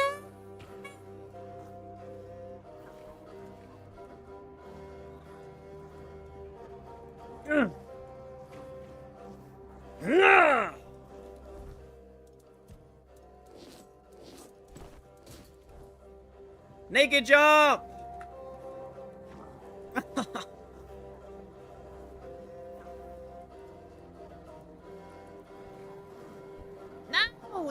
jump's failing me!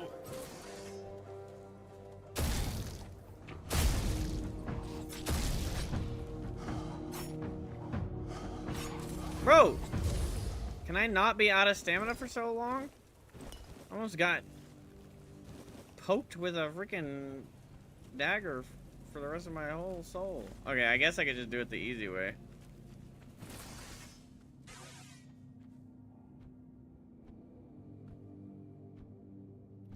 Back when I broke it, this baby can fit so much titanium in it. Don't go slap in your face, you might need more titanium. Oh, that's cool. I could just left click and change the animation of the...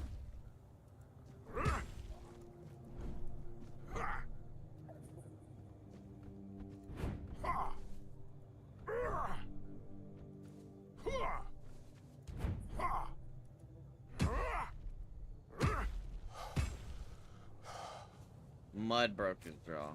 I broke my face too, though. I cracked my orbital bone right here. I got a hairline orbital fracture, something like that. The doctor said, so it's basically, it looks like this, like, oh, wow. The reflection tripped me out. Okay. It's basically like a little triangle like this where my fingers meet.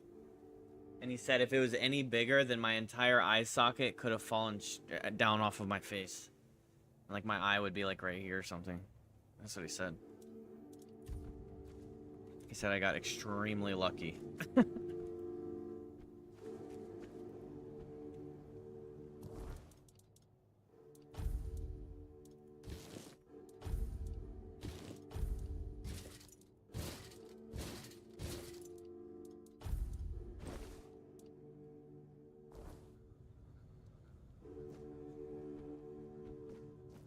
I was lucky to have been wearing a helmet too, because it was a rule. Oh, yeah, I probably should have been wearing a helmet. How many bear claws do I have?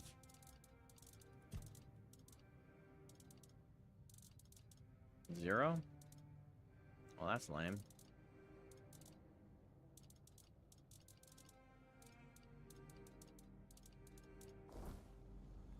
How many do I need? Tree? Yep.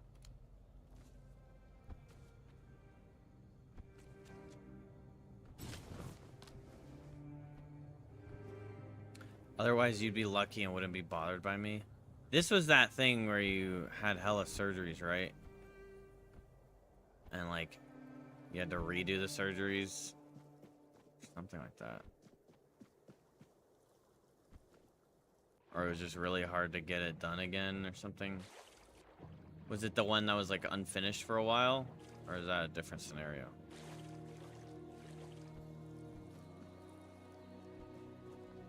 That was for your toes? Oh.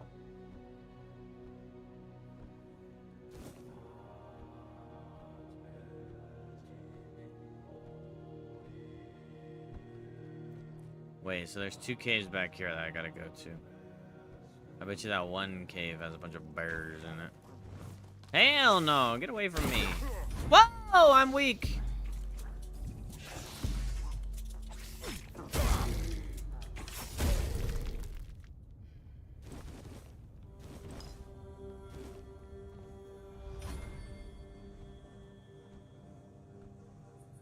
Imagine I get 2 of these tide fart things.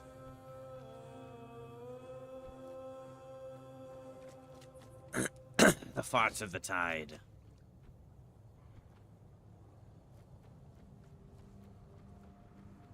Can't stand red crabs after Auntie Ethel's swamp. Oh my gosh. The PTSD.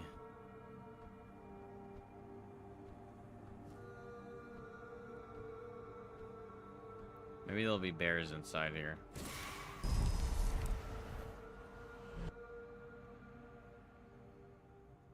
I don't know who Eckhart is, but I'm entering. 3.5? What is 3.5? Company.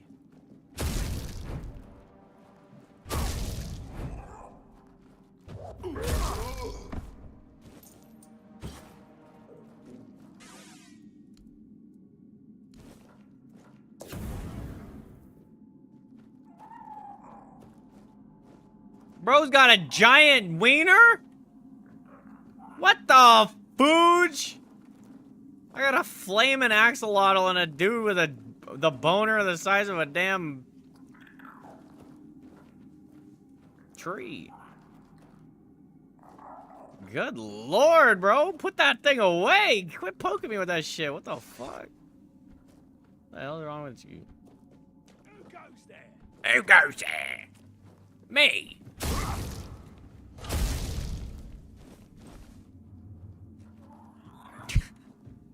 You didn't do anything. Little fire baby. I gave you a damn fiery goo for what? Stay focused. Alright, fire baby. You get him. Oh, I'm about to die. You're only making me angrier.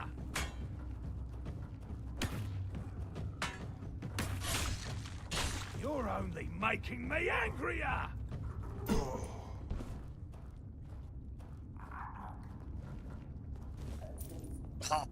Ah! Bro, quit slapping me with it! Good God. Good God, man. Put it away.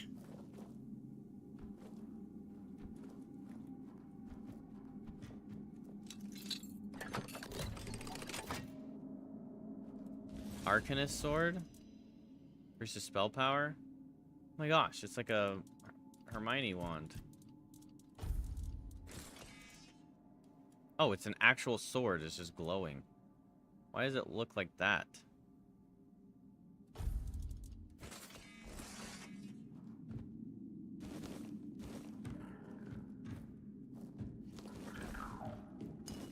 It's a little misleading, looking like a damn wand.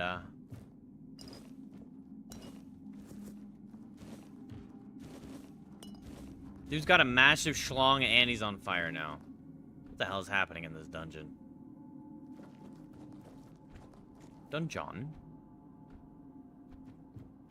Eckhart! You're not Eckhart. What the paddle?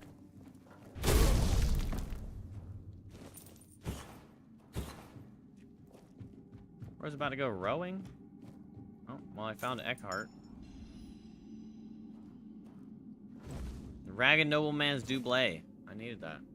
On the properties and potentials of the ethereal cobweb. As delicate as the potent, when thrown into fire, it reveals its primary property, repelling the weirdness. Alchemy skill, blah, blah, blah.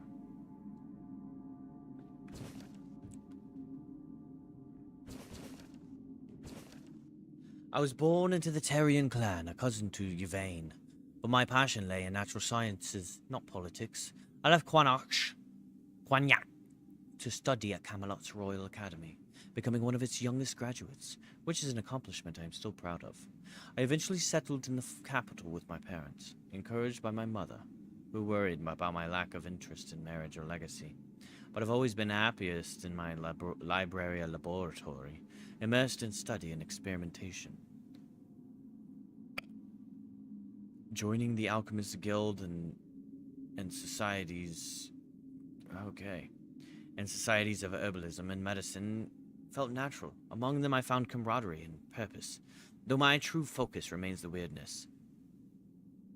I believe science is humanity's best hope against its mist. At the edge of the weirdness, I built a workshop to test my theories, a place where order meets chaos. It is there that I search for the answers that may one day take her.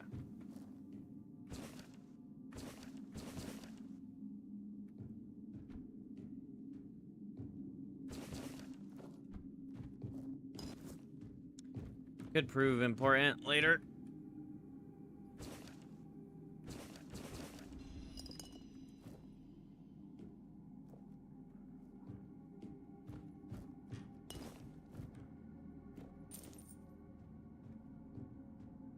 Was it worth it?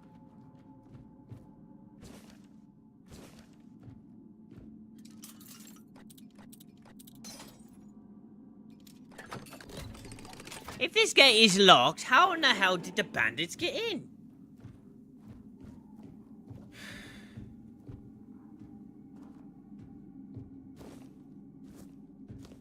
Don't try and deceive me and make me pick up that stupid plate. Was it worth it? Potato, potato, potato, potato. Got that potato, potato, potato.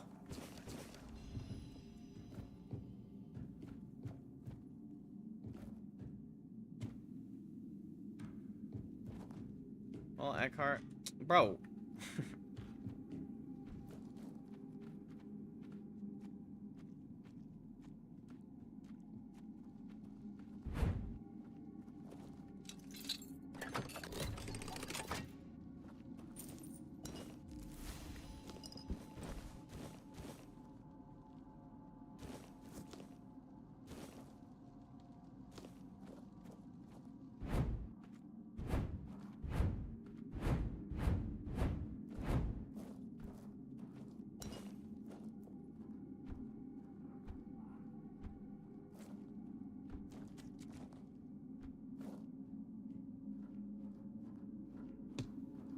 One.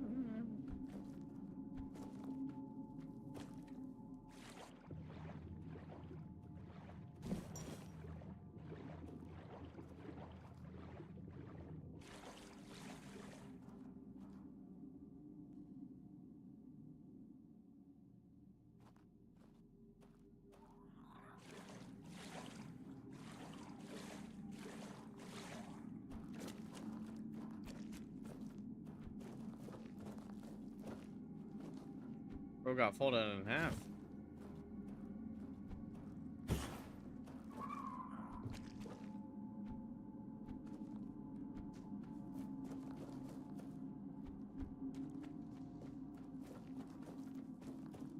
Well, have a good night, Eckhart.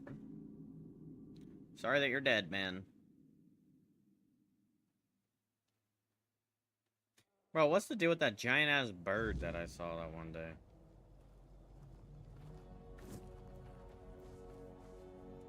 Spooky.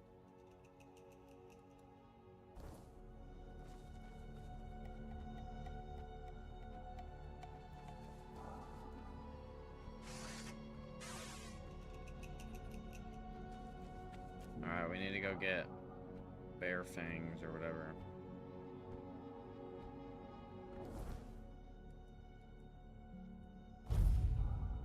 Get some bear claws and then come back.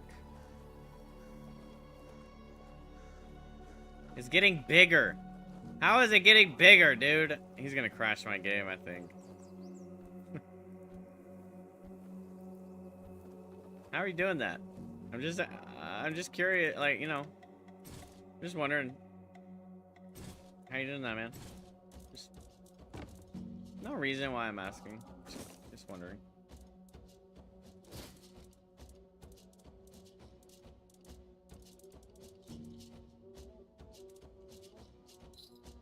Questioning the power of magic.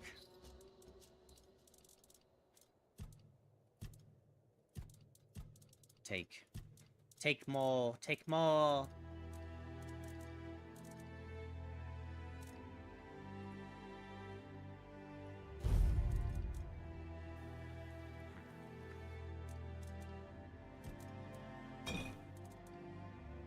Didn't I just... Okay.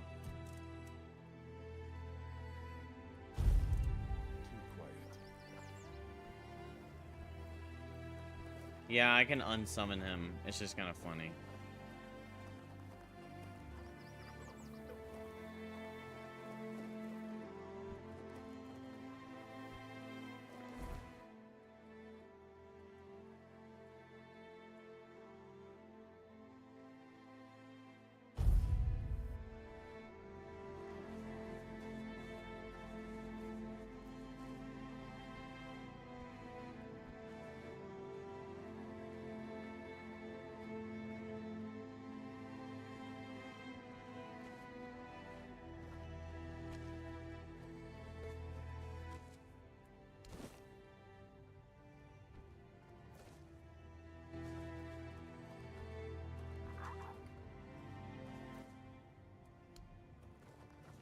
%5 physical damage increase. Let's go. We're hitting 5% harder.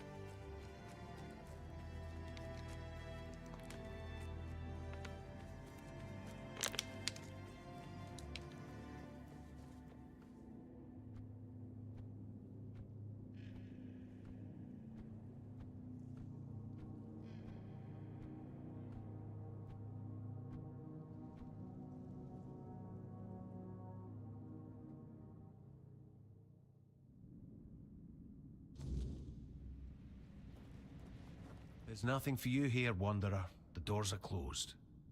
And if I couldn't open them, you won't either. Tyrannus of the Thoid tribe, Dalriata. And you? Likewise. Great minds think alike. And apparently they're drawn to the same places. Friendly greeting or death threat. If you're That's my set on options. going further, you'll need every bit of life force you have. A curse for killing a member of the Thoid tribe could take half of it. I thought that since you're here, you'd know what lies behind these stone doors. Many have tried. I thought I was worthy, but I keep failing. I've been camped here for 3 moons. There's no life for me outside this cave. If I can't get through, this is where my story ends.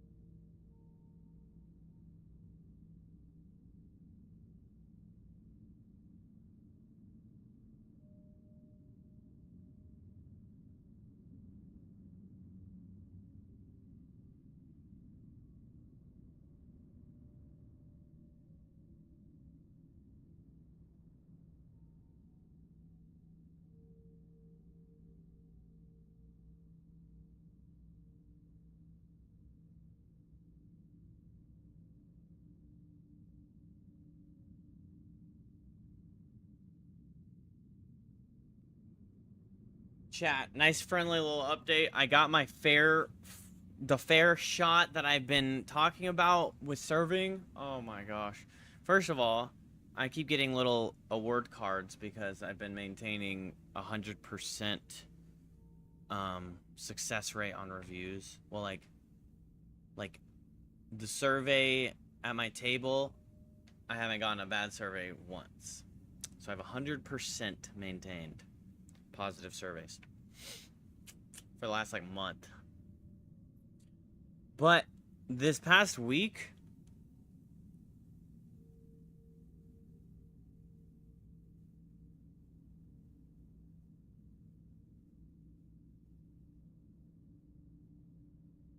I did amazing, basically, because I actually like felt like I was like, well, I've had to talk to the managers a few times because it's just been, sometimes it's just ridiculous. Like, okay, Wednesday, I traded with my friend and he gave me his closing shift. And so I did a nighttime close for the first time. And typically, nighttime closers stay the latest, so we get the late tables. And then in the beginning, you also get like the first few tables. So say like 4 p.m. to 5 p.m. and then 5 p.m. is when everyone else comes in, but you get the first, you're guaranteed the first 2 tables, you and the other closer. So the first 4 tables go to you. So you're already like a step ahead. Then the rotation starts. Well, as a closer, which this is just ridiculous, I walked out with $100. Which is just absurd because 150 is what you could like, well, like 100 is what you might expect on a slow night for a non-closer, basically. And it was ridiculous, but I kind of like, my manager could see that I was distressed or like frustrated, and I went outside to get some air because I was so frustrated, to be honest. He's like, I had to literally go to the host stand and say, do we have any parties coming in? And she's like, yeah, I think there's an 8-top. Do you want it? I'm like, yeah, yes, I would like the party that is supposed to go to me in the first place. And my coworker closer, I'll read that in a second. Yeah, my coworker closer was like, he gets the first party, so it's like, okay, well, he got the party. It's just how it went. That party was like 15 people, and they all spent hella money, and I think it was all in one check, probably a business card. Like a corporate card, and they bought a bottle of Camus for one, which is one of the most expensive wines outside of like just crazy thousands of dollars wine, but it's like pretty much the most expensive wine you can get at a restaurant. At least it's $150 for a bottle. So there's a automatic 150 on top of like 15 top, you should, which is 15 people, you should probably be expecting the check to be like $600, $700, $800, and then plus the bottle. Ugh. So watching that unfold is like, you know, it's kind of sad, but it is what it is. It just didn't go to me. It went to the other closer, whatever. I'm getting all night, I'm getting 2 tops, which is 2 people. Top means people. I'm getting 2 tops all night. And my best table was this 3 top I got, which was like 3 little old ladies, and they're all so nice, and they thought I did great, and so they all tipped me well. Okay? Well, everyone else is just 2 people, and then some of them are like sharing entrees. I keep getting these people that just want to sit down and share entrees and spend like $25. And I'm like, go to Olive Garden. Not to say like you're not rich enough to come to my restaurant, go away, but when I'm watching my coworkers get sat with 5 people, and then that check is gonna be like $250, and then my check ends up being like $40, and I'm like, oh my gosh. It's really frustrating, especially as a closer, which I should be getting the priority on the bigger parties. So I explained it to him. He actually gave me a little bit of money, just kind of top off my tip out from the safe, which was really nice. I didn't know that they were allowed to do that, but that's not even why I like talked to him. I was just like, he just let me rant and kind of explain why I was so frustrated, and then point out all the problems I had with what was going on. And he was like, oh, that's really frustrating. I'm sorry, and I'm working. You're not alone, and I'm working on fixing that. I'm sorry about that. Because it all roots at the host stand. The host stand just keeps on doing this really incompetent thing. And I even told him, I was like, at some point it feels like it's targeted. Because I will literally be standing there with 2 open tables, and I'll watch so-and-so get sat with a 5 top, and then 10 minutes later get sat with a 6 top. Like right beside the 5 top. And then in that period of time, I got 1 2 top, and I'm the closer. What the hell is going on? Why is this happening? Every single table is a 2 top. So then I had to argue for the 8 top to be in my section, and it didn't even get sat in my section. It gets sat in the other closer section. And so he goes, hey, I know that party's yours. You could just have that. I'll just take 2 of your tables when they get sat. And I'm like, that's not how that works. But my table is eating into his section, so now he can't get sat with his own table, so it kind of is how it works. It makes sense, except that I'm not getting sat in the first place, so when I am getting sat, I fucking need it. It was the worst. And I even told them, I was like, that's not my section. And the busser was like, this is where I'm putting it. And I'm like, no! You don't put my table in somebody else's section and then expect it to just go all fine, which it should have, because at that point it's like, okay, now it's on the host stand to actually sit on the open sections. You just sit the other closer in the open section, and then that gets figured out, right? Then he goes, picks it up over there. It's unfortunate for him, but it's not my fault that that they sat this table in your section, so why should I be punished by you taking my tables? That doesn't even make fucking sense, okay? Well, Friday, I had a really great night. And then Saturday, I worked a double. And when I tell you Saturday, like, okay, Saturday, there was a couple times where I got super lucky with who I had, right? But there was also some times where I fucking earned that shit. And then, now there was still some noticeable problem time where I have 1 table, everyone else has full sections, and I have 3 open tables. Why do I have 3 open tables? I should never have 3 open tables. 1 open table, maybe 2 open tables, whatever. 3 open tables is ridiculous. It's absurd. It's like I'm being punished because my table turnover, which is an important thing that we're trying to focus on, is getting the table gone so you can get the next. It's how quickly can you get the check closed kind of thing. Because obviously more open tables means more business. So we're not giving people hour wait times and shit. So it's like I'm being punished by having a good turnover rate or whatever, or getting a table that gets up quick, which is fucking ridiculous. Replace it. Also, I'm flipping my own table, which I pay somebody to flip my tables, which is just resetting it for the next group. No, I'm doing it myself because my fucking busser is completely incompetent, apparently. Can't flip the table. And then I'm also bringing bread and oil to my table by myself, which is the busser's job as well. So you want, now that that job specifically has moved to the server's assistant, they have a new title, it's not busser.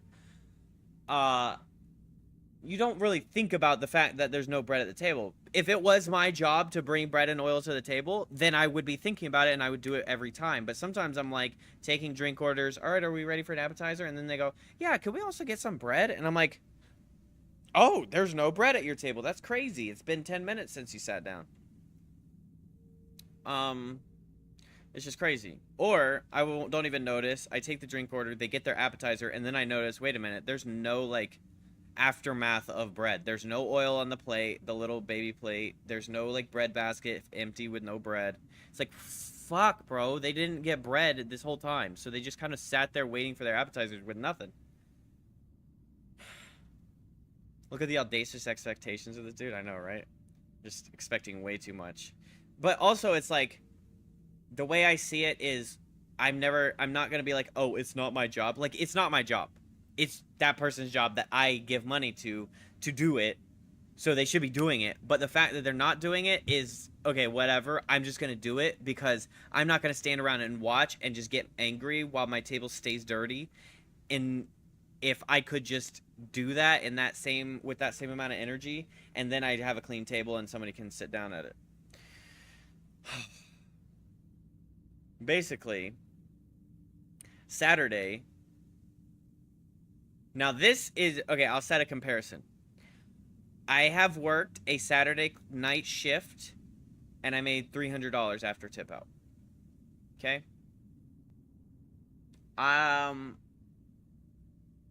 No, wait, maybe it was like $325 before tip out, I'm not sure. But like, okay, basically around $300 is how much I earned on a Saturday night. That's great. Then one time I had a double and I earned $320. So I worked from morning to night all day long and I finished with $320. In the same vein of working the same night shift but only, 5 to 11 or whatever, and also making $300. So I'm like, there's something wrong there. I'm not getting my fair shot. That's all I'm asking for. Give me my fair shot. Stop sitting me with only 2 tops. I'm not saying I never get 2 tops. 2 tops, 1 top, I don't give a fuck. As long as there's a mixture, right? Because typically, as the host stand, you're supposed to be kind of paying attention to providing the mixture.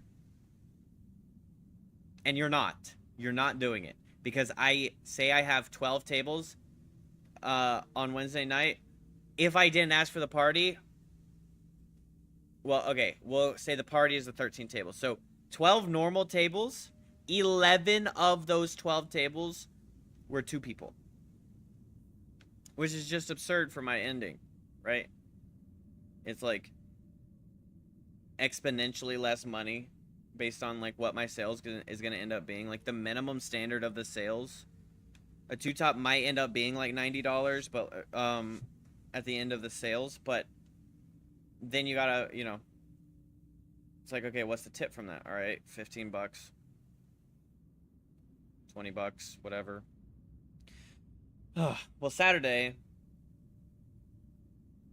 I fucking farmed. I actually was so surprised too, because I would like check my financials a couple times, and I was like, wait, minus 100, which the minus means that's how much I get. But then I was like, okay, we're at like $100 in tips. Okay, that's fine. And then I realized, wait a minute, I have 3 open tables right now. And granted, this isn't even halfway done with the full day. And I was like, I have 3 open tables, and I'm at minus 100. Which that number, until my table closes, would factor in. So it'd be, if it's a positive number, that means like this is what I owe, but it's until I close the checkout, and then that'll fix itself. So 3 open tables affects that number. So knowing that I have minus 100, that means that all of the value of those tables is also my tip. Which ended up adding up to like, I don't know, like $300. And I'm not even halfway done with the day. I'm like, holy shit, so this is what it's like. I didn't think that I was overly busy. I didn't think that I was getting stiffed on. I wasn't getting stiffed on checks, obviously, but I felt like I was getting my fair shot. I was getting what I deserved from tables being sat in my section, right? Or like, not like what I deserved from my tables, but what I deserved of like getting sat in the actual action of the host stand bringing a group to my tables. Okay, I was like, okay, this is how the day should be going. And I even had a manager come to me and be like, how's your day going? I'm like, it's going fine. I feel great. I mean, I feel good. How the money ends up being at the end of the night, it is what it is. But I feel like I'm getting my fair shot. And that's what I'm really ultimately asking for. Is that I'm not getting this, like, weird, super disproportionate sitting where this girl gets my whole day's amount of head count in 2 tables. It's ridiculous. So I ended up ending the day with $850 in tips. Insane. Like, every other server was like, what the fuck? Like, I'm not running around being like, look how much I made! But this one girl was, like, nearby, and she's like, so how's your day going? I'm like, I don't know, let me check. And then I checked, and I was like, oh. Yeah, so that's how it's going. And she's like, what? I was like, yeah, and I have an open table. And she's like, what? It was like $500, and then I had an open table, maybe 2 open tables or whatever. And then, but yeah, so I ended the day with, what did I say? 800 plus. And then I had to tip, I had to pay the people, like the support staff, 161. Well, then I had this one table, bro. Okay, this is one of those crazy... Rich person said, let's fix that. Yeah, it basically just, like, evened out some of those awful days. Like, just atrocious days. But, oh,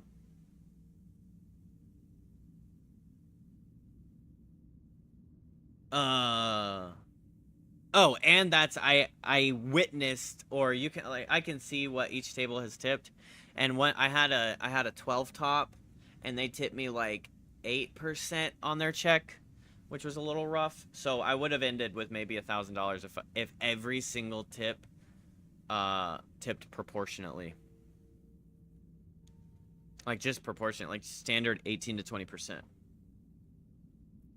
Because I did, yeah, I saw a few people, like, some people, like this one guy spent, like, 120, he got this filet and all this stuff, and he was young, I, like, kind of figured that, well, it looked like they were kind of on a date, but the girl was looking at me a little too much for them to be actually in a relationship, so maybe it was just a date, and she was cute, too, but she kept on giving me these, like, little looks. I was like, okay, stop that. I'm at work, alright? I'm at work. But he, like, I thought, the way it played out, I was like, he's probably ordering big to make himself look good. That's probably what's happening, because he wants to impress her. And that's fine, that's cool, do your game. But then he tipped me $5, and I was like, bro, you're missing the plot points here. You just fell asleep, at the ending, okay? You don't spend hella money and then stiff me at the end. You freaking jerk. But then I was like, I'm having too good of a day to care, because I knew that I was ending with a good amount of money. But then I had this other table that it was like 4 people, and this guy was like, he was super nice, and all 4 of them were super nice. It was him and his wife, and I guess his kids. I'm not sure, but they got all these things, and he's like, let me get appetizers. So what do you think about this one? I was like, it's really good. I was like, it's only 3 pieces, though, so you might want to order another one if you're trying to, like, get, like, a good amount of food. And he's like, all right, let's just get 2 of them, then. So he got 2 appetizers at the beginning. Then he got wine, and then he got a refill of the wine, and then he got a 3rd refill, but we were out of that wine. So he's like, how about you pick what wine I get? And I was like, okay. And so you think, oh, he must be going for the Camus. No, I'm not. I have integrity, okay? I'm not just going to give you a $40 upgrade to your wine that you didn't ask. Well, you kind of asked for. I could have probably just given him whatever wine I wanted, and he would have still been fine with it. And then at the end, he's like, okay, I'm ready for the check. And then he's like, actually, let's get dessert. And so he orders dessert, and so then the check keeps getting run up, right? And I'm like, I have no issue. And so I brought him like a higher tier wine, but I picked it, and he like even complimented me on my pick because he knows wine, I guess. And he's like, hey, you picked a really good one. Thank you for that. It's actually really delicious. And I was like, oh, good. I'm glad you liked it. It's the quilt, Napa Valley quilt, blah, blah, blah. It's actually one of my favorites behind the Camus, blah, blah, blah. And he's like, oh, I really like Stag's Leap. I was like, oh, we have Stag's Leap too. So next time I'm going to offer him the Stag's Leap because he said, hey, so on the receipt, go ahead and write your name down so next time I come in, I can sit with you again. I was like, hell yeah. Because he was like, I'm ready for after he's actually ready for the check. Bro just kept throwing money onto the sales. He just kept on like, okay, let me order this, let me order this, let me order this. And then I also recommended him his dinner, and he's like, oh my gosh, thank you for that dinner. That was the best. Oh my gosh. And I upsold him on a few things. Like, he was just gonna get the rigatoni vodka. Or he was like, what do you think about the rigatoni vodka? I was like, it was really good. The sauce is really awesome. It's really well made. It's a delicious meal. And he's like, all right, then let me just get that. And then I was like, do you want to add sausage to it? Because that's what I recommend. I think the sausage is really, really good with that sauce. And he's like, oh, you're speaking my language, blah, blah, blah. Okay. So then he's finally ready for the check, right? And he's just like, I'm like, okay, so here's the detail. And he's like, I don't care about that. And he just hands me his card. And normally I would be handing him the little kiosk thing, or I'd be holding it in front of him and he can tap the card and everything. So he's just like, here, take it. You handle it. And I was like, okay. And then he's like, go ahead and put 75 on there, which is already, I was like, you mean as a tip? And he's like, yeah, why not? And I was like, oh, well, thank you very much. Because I'm like, I think 50 would have probably been like the 20% standard right there. So yeah, then he's like, go ahead and put $75 on. So I was already about to input 75. And he's like, you know what? Make it 100. Because I was like, thank you so much. And he's like, just make it 100. And I was like, wait, really? And he's like, yeah. And then he goes, what's the best tip you ever got? And I was like, I mean, I got 100 on but it was a really big table, so it was a little different. And he's like, I can't be second to anybody. Go ahead and put $1.25. So bro just upgraded my tip to like a 60% tip on his check, just because he liked me so much. And then so I got him a little VIP card to sweeten the deal even more, which is basically next time he comes in, he gets a free appetizer, or yeah, so he asked me that, and I was like, well, I was just honest. I just like was straight up. My best one I ever got was 100.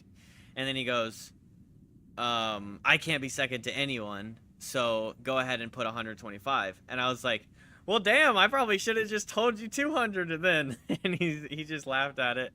And he's like, yeah, go ahead and put that on there. And I was like, well, thank you. I really appreciate that. Thank you so much. And he's like, yeah, let me get your name. Write it down for me so that I can know. And then I was like, would you like to do a survey? It really helps, like the comments. It helps me get scheduled and stuff. And then my train. So he's like, yeah, absolutely. Let me give you a comment.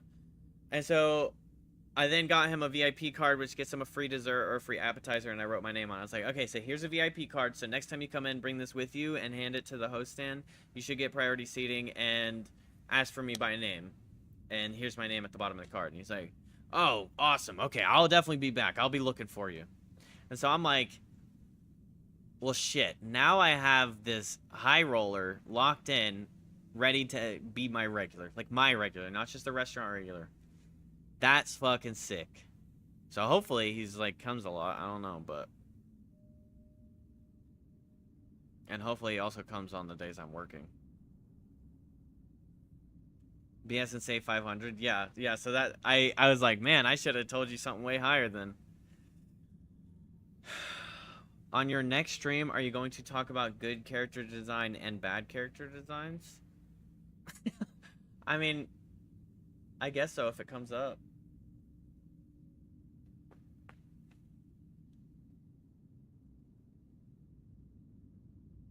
I mean, yeah, so I just had an incredible day. And even, okay, it's so funny.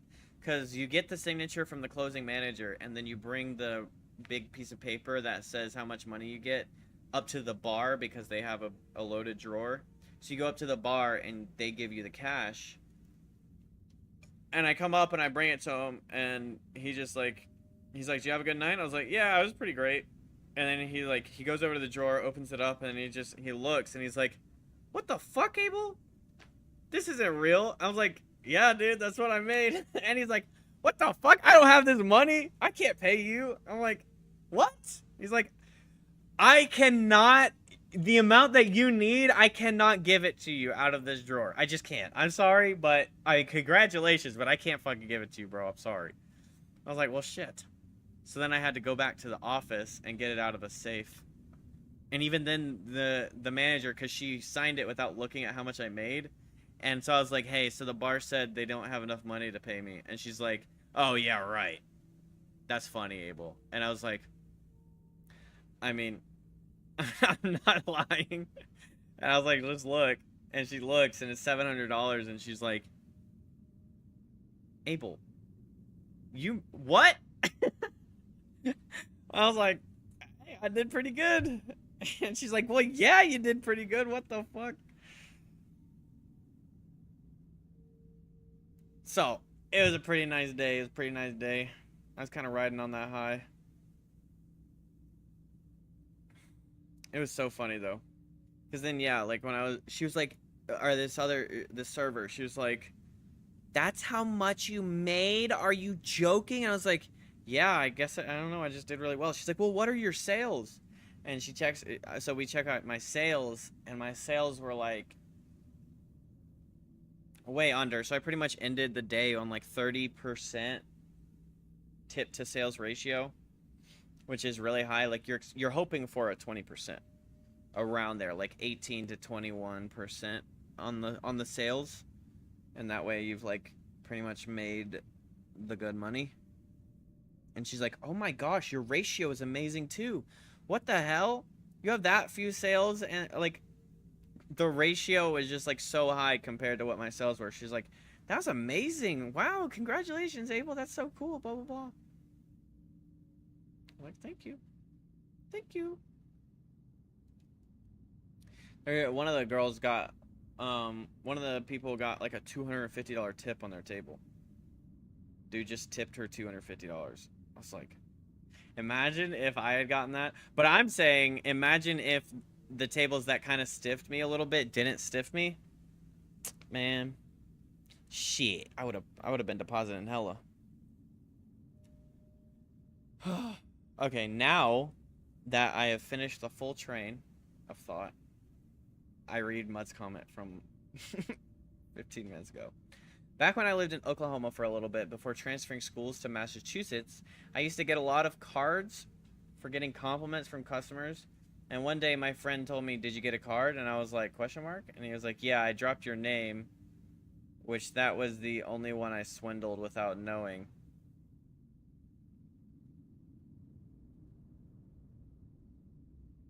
That was the only one you swindled.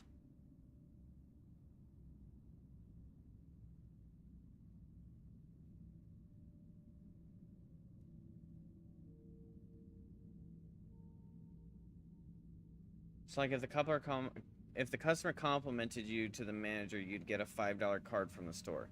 Oh, so then your friend like dropped a compliment to the manager without you knowing it. Nice. Well, there's this there's this cool thing where you don't, now what they moved to the little pads, so like you don't get a review unless you use that. And so I just stick to that 100% because they said your scheduling is going to be based on your reviews. So if you have a high review score, you're going to be scheduled more, you're going to get better shifts and everything like that. So use the Zeos, get your reviews, and also have good performance. So anytime I feel like say the kitchen messes up or anything like that, anytime I feel like I have an issue, I bring the Zeosk and I just go, this is like a newer thing we got, so we're doing this with the checks now. So I just kind of give them the instructions and everything, and I hold it for them. Which also helps with tip, I think, because so it starts at 20%, and then they select what tip they want. and then they can also like type in a tip if they don't want to do it, the preset percentage, but it basically figures out the percentage for you instead of you going like, oh, how do I make, you know, you don't have to do it anymore. So I always actually kind of feel bad because I'm like standing there holding what they're gonna pay me. But then it also helps when the table's like a butthole or they had issues, because then I don't give them a review. So I'm kind of rigging the review system in my favor in a way. But I don't do that with every table. Just like the dumb tables. But I might have accidentally got a bad review on Saturday. Because there's this table that they were sitting in my section, and then they were like, our kid is too rambunctious, can we get a different section, or can we move to a table so we can get a high chair instead of just a booster seat, because they were in a booth. And so I was like, yeah, we can, let me talk to a manager, we can probably figure it out. So they moved into the open area that wasn't being sat for the morning. And so they were like really disconnected, and I was like less attentive because they were just back there in the corner. I'm like, this isn't my fault, this is your fault.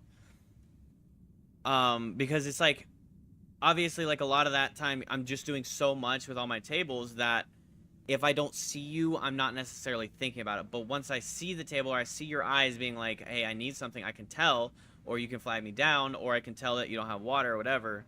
So they had to ask me a couple times, but they tipped me like, I don't know, 10%, I guess. They typed in a tip for a 4-top, which the 4-top should have come out to be like $25 probably, and they tipped me 12. But then I was like, I at least want to get the Zeos back before they get the review option, because I for God's sakes, I don't want you to put in some kind of review where you had some kind of issue when it was your child that was causing the issue, ma'am. This one table was taking forever to get out of the kitchen, and I was like, bro, what is taking so long? I opened up my book, and I never put the ticket in. Oh my gosh, that is the worst feeling ever when you like, when you know, and you're like, okay, it should just be a couple more minutes. I can see their eyes, they're prying, they're being like, okay, where's my salad? And it should just be a couple minutes, I don't know why, but it'll probably come out. And then I'm like, wait, did I put it in? And then I realized I never put it in. I said, I don't know what's taking the kitchen so long. Let me go bring it up with them. And I went back behind the line. And I was like, Dave, I really need this to get out ASAP. And he was like, yeah, that's fine. And I apologized and gave them a free appetizer. But man, did I blame the kitchen for that one. Yeah, it's really fun to scapegoat the kitchen. Because the kitchen, you walk in and they're just angry over the fire. So it's just like, they won't know that you scapegoated them. But, I mean, what can I do? I'm not going to tell them that I fucking forgot their food for 15 minutes. I'm not gonna tell them it's my fault. The hell? Accept the consequences of my failed actions? I'm not gonna do that. Obviously not their fault, and they ended up giving me a $20 tip for it, and I felt kind of bad. Well, yeah, it's funny because I had this table, same night, Saturday night, I had this table that had some issues. Or she was like, I was like, I could see them, or no, I think one of the ladies flagged me down, and she was like, okay, well, she never got her salad, and we need Parmesan for our Alfredo, and I need water, he needs Coke, and he needs water. Okay? And I was like, oh, I'm so sorry about that, blah, blah, blah, blah, blah. So I started to do it, and then the chef went to the table, because apparently she asked for a chef, but she didn't ask me for a chef. And I'm pretty sure they didn't order a fucking salad, because I didn't write down a salad.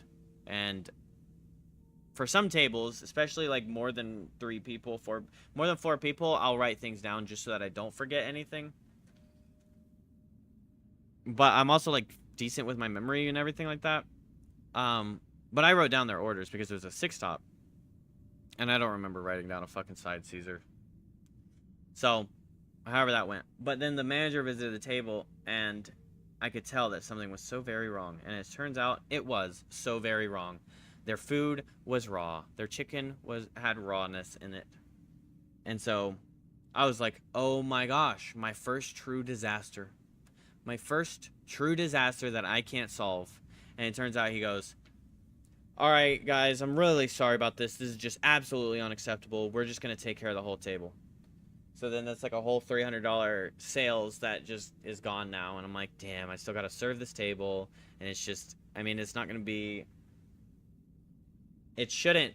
I don't think it figured into my final sales because it was a comp. But I'm also not gonna get the tip. And then I went to the table and I was like, hey guys, I'm so sorry about everything. She's like, oh, it's not your fault.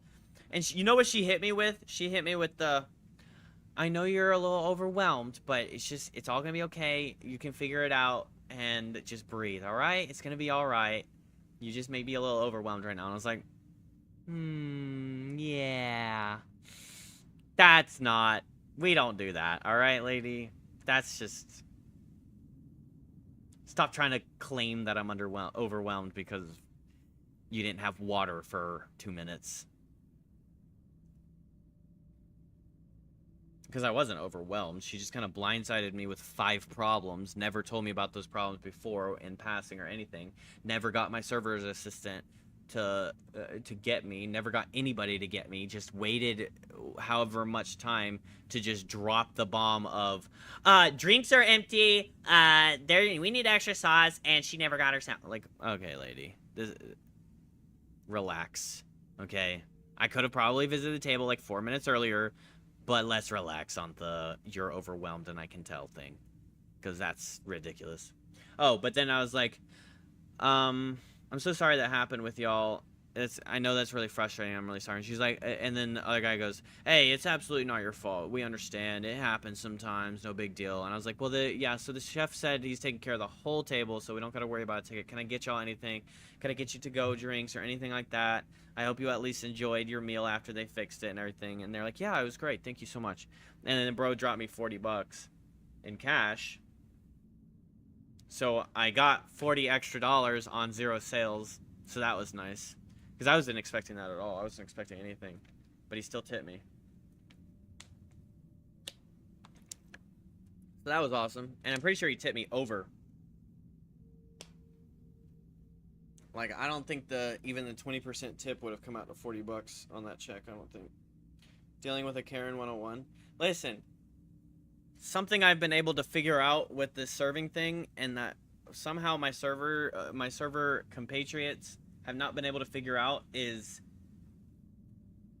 do not match the energy. If someone is condescending, do not match it with frustration. Able to figure out, oh my gosh, mud is finally getting banned. Just kidding. No, you're not. Your dreams are not coming true. Yep, I just debated.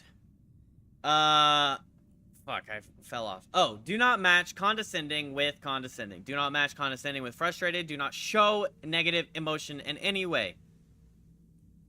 Lady says condescending thing, you take it on the chin and you just keep that smile and you go, I'm so sorry about that. Could I get you anything else? Or she tells you you're overwhelmed. I'm like, thank you for understanding. I appreciate that. And then you go into the kitchen and you go, fuck it, bitch. Just kidding. I don't do that either. But wait until they can't see you anymore to show your frustration with that situation, okay? Because it's very beneficial. If I had rolled my eyes or anything like that, I wouldn't have gotten that $40. But because I took it on the chin, and he probably saw her say that to me, and he went, I bet you he was like, ugh. I can't believe you just said that to him. That's probably what he said internally, so then he tipped me. Because I took it on the chin. And every time someone's condescending or shitty or frustrated with me, or with their experience in the restaurant, I take it on the chin. And I go, how could I fix it? I want to make you happy. I want to make sure your night goes well. What can I do for you? And like this one lady told me I had terrible she's like, okay, so we had this little, it's called the Big Deal Special, and there's a card for it. It's not on the menu, but there's an actual card that they send us. So a bunch of cards, we get a stack of cards. Well, we're down to like 2 cards left for some reason, all these cards, because they're only paper cards. So, or like paper menu, like cardboard or whatever, like a thick paper. But obviously, you know, you get sauce on it, somebody ruins it, a child rips it, whatever, then you can't use it. So we're down to like 2 for the whole restaurant. My table goes, what's this thing I saw online? What's this big deal special? And I was like, oh, it's, I'd have to find a card for you. You should have gotten one, but I think we're running short on them. But I can kind of describe it to you. You get a free salad, and then you choose your entree for either $20, $25, or $30. And so these entrees are broken out into brackets.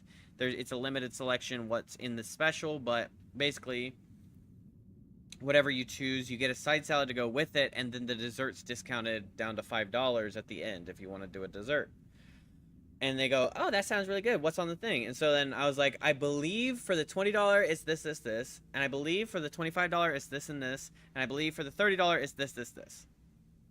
And I go, I'm not certain about that. I'll have to find the card, but I'm pretty sure that's in there. Go, okay, we just need the card. I was like, okay, yeah, I'll get you the card. I'll try and find one. So I'm hunting it down forever. So it takes a couple minutes. I finally get one, bring it to them, and they go, something, something, this isn't a free salad. And I go, well, yeah, it is. Because you'd be paying $25, or you'd be paying $24 for this entree by itself. And so now it's $25 and you get a side salad as well. And they go, well, that just means it's a discounted salad, not free. I'm like, yeah, you know what, you're right. Yeah, it is. So it is just kind of a discount, but you get a discount. And, and then this lady goes, well, I don't know if I'm going to do that. And I was like, okay, well, I'll give you all a couple minutes to look over the menu and look over the special, and then I'll be back. Did you want to put an appetizer in ahead of time? And so they get a calamari. And then I come back a few minutes later, and she goes, oh, and I want a hot tea. And I was like, oh, I'm sorry. Or no, I was like, okay, let me try and find some for you. Because, unfortunately, we have an ordering problem where we run out of something and it stays run out for like a week. So we're out of hot tea, and I go running around the whole... When I tell you this restaurant, it has 3 floors, I go running around the whole fucking restaurant, laddies, to try and find this thing. And I'm like, okay, we just don't have hot tea. Unlucky. So I go back to her and I'm like, I'm sorry, ma'am, it seems like we don't have hot tea in the restaurant. And she goes, well, that's just terrible service. And I was like, I'm sorry you feel that way. I apologize for that. Is there anything else I can get you? And she's like, this service is terrible. This service is terrible. And her friend beside her goes, oh, just ask for hot water. I got hot tea in my purse. And she's like, you got tea? Why didn't you tell me? And she goes, well, I'm not going to use it if they have it, but they don't have it. And she goes, okay, well, can I get hot water then? And so I'm like, yeah, let me get you a hot water. So I brought them a pretty little teacup, or no, teapot, like a cute little, like, ceramic teapot with hot water in it. And I brought them, like, cream and sugar and just sugar, really. She's like, I just want sugar. So I brought them sugar, and crisis averted. But I told the manager, she said that, and he's like, okay, Abel, that's not terrible service. It's literally out of your control. You can't help that at all. That's distribution. That's logistics. You, like, don't think anything of that comment. That's ridiculous. And he even buttered her up. He said, he's like, I got her, I could tell she was a little problematic, so I got her a little cup of champagne. So he got her a little champagne flute. 3 floors, what the heck? Yeah, so we have the main floor, which has about 100 tables. And then we have a balcony, which has about 12 to 15 more tables. And then we have the 3rd floor, which is banquet halls. So there's a second kitchen upstairs on the 3rd floor. And then the banquet halls hold probably up to like 300 people, I guess. If you may, like, they're those like hotel version where there's like dividers. It can divide into 3 halls or 3 banquet rooms. Or you break it up and it's one big one. It's really cool. And then there's a banquet hall downstairs too. And then there's the bar, which is another like 1, 2, 3 booths, and then like 6 tables over here, and then another booth over here, and then 2 half bars, and then the bar. So it's a very large restaurant. Karen discount? Yeah, for sure. She got the Karen discount, absolutely. But she ended up tipping me, and the other lady ended up tipping me. The other lady was really fun, really nice, though. It was funny, like, this all started, I could tell. I was like, uh-oh, this lady's one of those ladies, a Karen, because she ordered her I don't know, Sprite, and then she ordered her hot tea, and then I was like, okay, and for you, ma'am? And the lady goes, well, I'd like some wine. What do you? And then the other lady goes, and so how about we get some calamari to the table, and we need bread. I'm like, oh yeah, bread should be coming in the next minute or so. And yeah, I can put in calamari or whatever. And she's like, okay, go find me that hot tea. And I was like, okay. So then I just had to leave and not take her friend's drink order. But then I think the lady just kind of was like, when, like, I was watching her when the other lady interrupted us. The lady I was talking to with the wine wanted wine, and she just kind of went like that. And so I could tell like she's probably a little more chill, and she kept on like kind of doing these like looks like, yeah, she's kind of like that.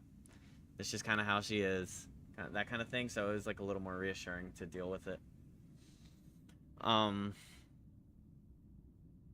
Sometimes you can spot a Karen without even acquiring any kind of training. Yeah. Well, I was kind of worried that both of them would be Karens, but because of the energy that the first lady brought, but the second lady was pretty great. I was like, how... I mean, I know the opposites attract thing, but I was like, how...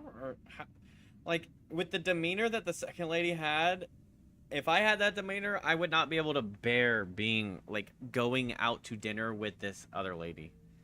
I was like, how can you bear going out to dinner with this woman? They must have been really good friends or something. I mean, I bet she's a fine lady. Like, the second half of the day, she was a lot nicer. And, like, her demands were a lot less, like, demanding and more requesting. But I think it's because I didn't match her energy with negative energy. And so she eased up a lot. Because she's probably used to the way she is being met with talk to me like that kind of thing. Like, I'm gonna be standoffish now as your server, and I'm just personally would prefer to meet that with not being standoffish. Like, it kind of takes me a lot to get to that point where I'm like ready to defend myself, because it's kind of like, okay, end of the day, that's my money on the line, so I'm just going to try and make it a better situation. That way I can maybe salvage money more than $3 tip or something, you know? Maybe we'll be able to maintain a $5 tip at least, you know? She ended up tipping like $11 or $12 or something. Kind of makes you wonder how people decide to make those types of women into spouses or child bearers. Some people just transform when they sit down at a dinner table in a restaurant. I don't know how. But my dad is kind of like that. He's not a Karen, but he'll be like, oh my gosh. Sometimes I'm just like, I just want to do this. I'm like, oh my gosh. Whenever he's like talking to the server. Because he'll be like, do you have any hot sauce? And they go, I'm not sure. I think we have this hot sauce. And he's like, well, do you have any Red Hot? Or do you have any Texas Pete? And they go, no, we don't have this hot sauce. And then maybe it takes them too long to bring the hot sauce. And so then if he sees them again because they just forgot, he goes, yeah, and I'm still waiting on my hot sauce. And then they go, oh yeah, let me get that for you. And so they bring back the hot sauce, and he's like, oh yeah, thank you so much. And then they go like, oh, how's this? And he's like, well, the mashed potatoes could have been hotter. And they're just like, oh, I'm sorry about that. I'm just like, what are you doing? Like, you're being just such an asshole for no reason.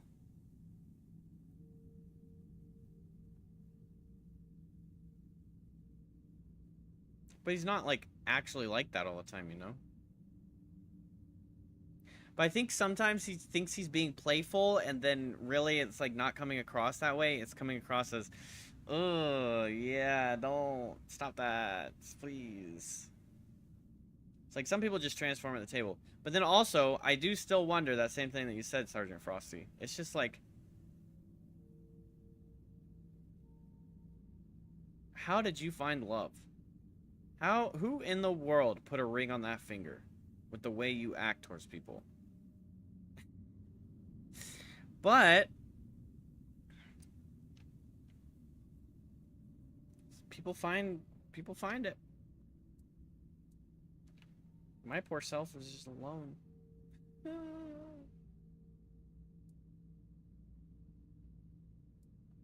Why do you care so much about getting past these doors? Man, I've been sitting... This guy's been waiting for me to talk this whole time. He's a patient fella, isn't he? This is my destiny. One I chose for myself. I'll either get through or die trying. But my strength is fading. This isn't how I wanted it to end. Yeah, I'm getting really tired. It is death and magic. It draws its power from the ancient mist. Of those who went hunting for it, only a scant few ever returned to their tribes. Look for the mist, and in the mist for antlers and an evil eye. They say its feet don't touch the ground. Though those are the words of the madman who somehow survived an encounter with it. We call them the Mist Bearers. NPCing the NPC. You want to hunt Everyone a mist from bearer? Thoyd wants to face one of those wraiths. And I'd love to get my hands on one of their corpses. Those are priceless and can be used for strong magic. If you manage to slay the Mist Bearer, I'll pay you in gold for everything you bring back. At least I'll get something out of this pointless mission. Then maybe I'll invite you to further collaboration. I've killed a few mist bearers. Return alive and you'll find out. Good luck, Wanderer. May fate be...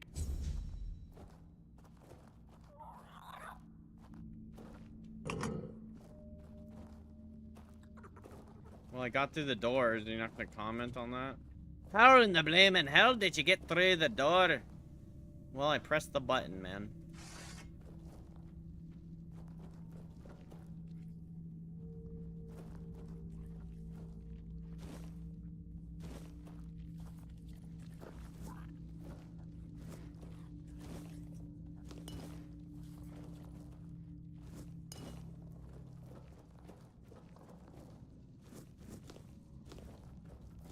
The world of magic.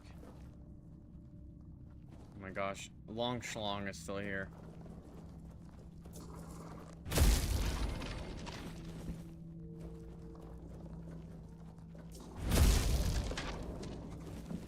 Bruce saw me coming and started running away. That's so sad. It's like, dude's just running at him like this. He's like, ah, I'm just chilling. What the fuck?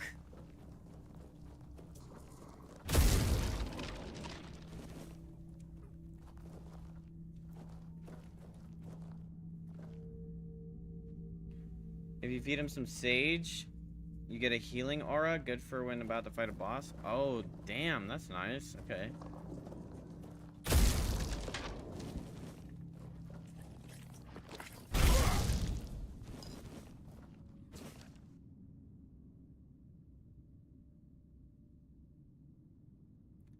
As the tall, muscular giant turned around, Liliana's... This is Argonian made all over again.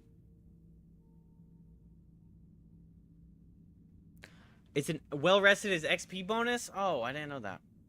As the tall, muscular giant turned around, Liliana's breath caught in her throat. She gazed at him in awe, taking in every inch of his magnificent form. Her eyes were immediately drawn to his weapon, a club unlike any she had ever seen before. It was massive, with a taut, blazing red head mounted on a long, swollen, imposing handle.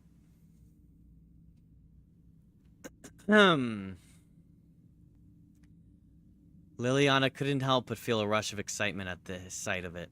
Even though fear still gripped her, it was quickly replaced by a growing sense of desire. As the giant approached, his shadow falling over the women huddled against the cave wall, Liliana's heart raced with anticipation.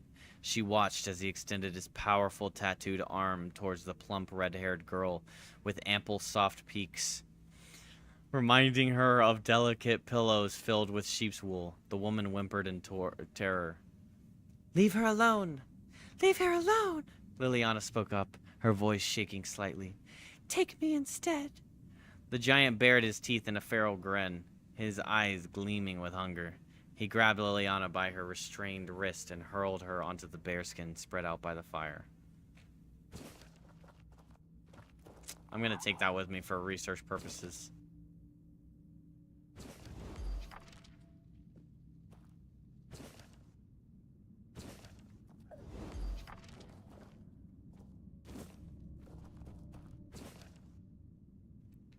Beautiful Liliana and the lustful Marquis. Oh my gosh, another one. The Marquis de Bay lifted her gaze to Liliana. She stared at her for a long moment. Her eyes wandering lazily along the velvety path of the girl's slender legs and rounded hips. Her gaze rose to Liliana's cleavage. It's getting a little warm in here, you guys. Oh. Her gaze rose to Liliana's cleavage like a warm breath, tracing the line of her neck before brushing over her swollen right plums. The corner of the Marquis's lips lifted in a faint smile as she narrowed her eyes. "What kind of work are you looking for?" the Marquis asked, the timbre of her voice low and husky. "What kind of work are you looking for?" There was something about it that made Liliana tremble. "Oh, any kind," she replied. "I could do anything." "Anything?" The Marquis wet her lips with her tongue. She stood up languidly. I don't think I've ever read out the word languidly. Approaching Liliana so closely that she could feel her warm breath on her cheek. "Are you obedient?" "Yes, my lady." "Excellent. Excellent." The Marquis purred. "Then kneel." Liliana curtsied obediently and sank to her knees at the other woman's feet. She watched as the aristocrat lifted the edges of her puffy crimson dress. Her breath hitched as she saw that hidden underneath the heavy skirts were only silk stockings and garters holding them up. Liliana's face and cleavage flushed with embarrassment as she gazed upon the Marquis's invitingly spread petals surrounded by soft bushes.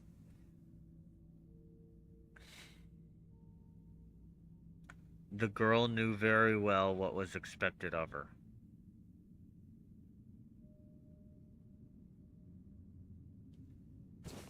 Research purposes. Hands above the camera, my bad.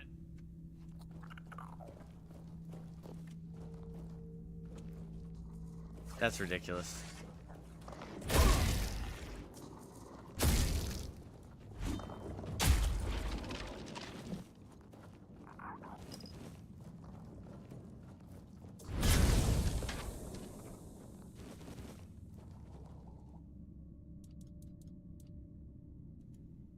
That's ridiculous. Read the whole thing. Listen, it's important to immerse yourself in the lore of the world.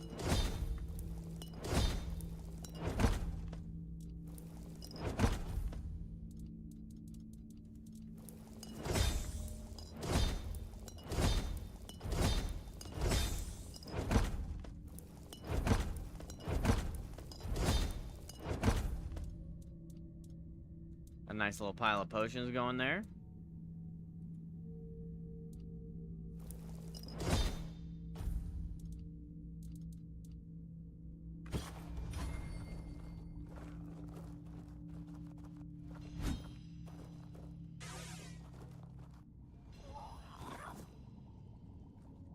At least I don't gotta carry around the whole set of stuff. Got to get an alembic and a mortar and a pestle. And a small pot.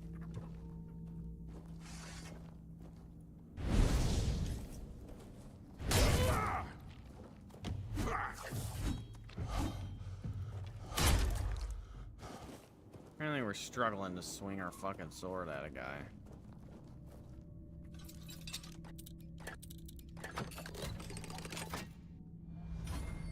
You have a full collection.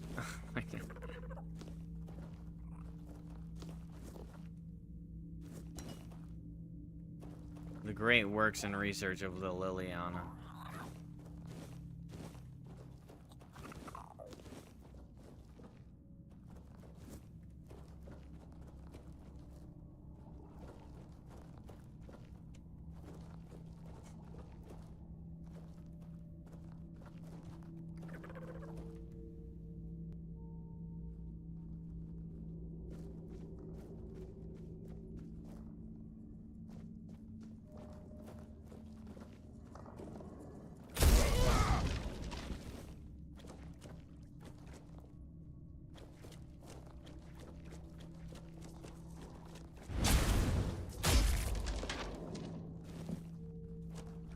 wrapping up my zombie farmer XP.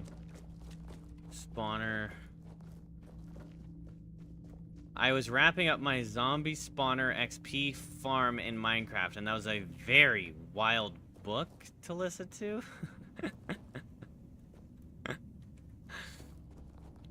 Yeah. Yeah, it's important to get the... It's important to get research in, you know, chat?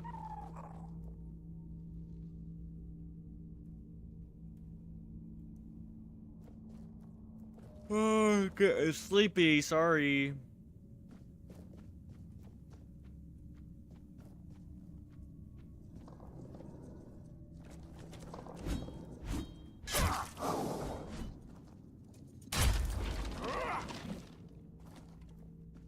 What's the deal with my dagger not actually hitting anybody, ever?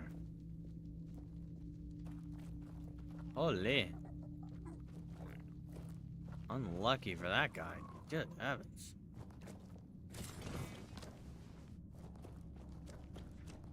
Okay, if this is like a Mistbearer boss, I'm screwed because Mistbearers themselves are pretty tough.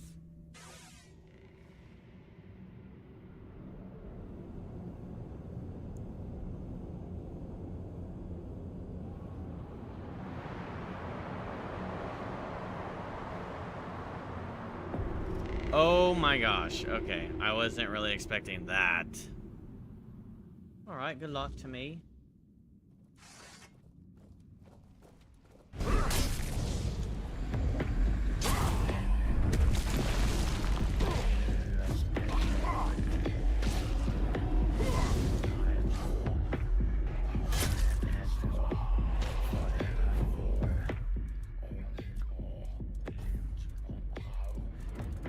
I don't know what's going on with this music, but it's kind of sick.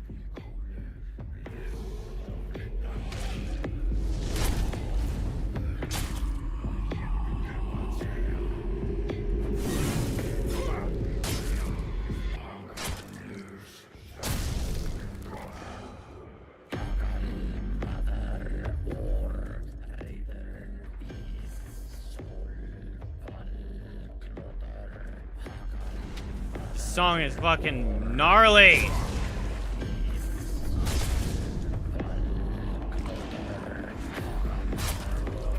Holy shit, Chad, this song! Oh my god!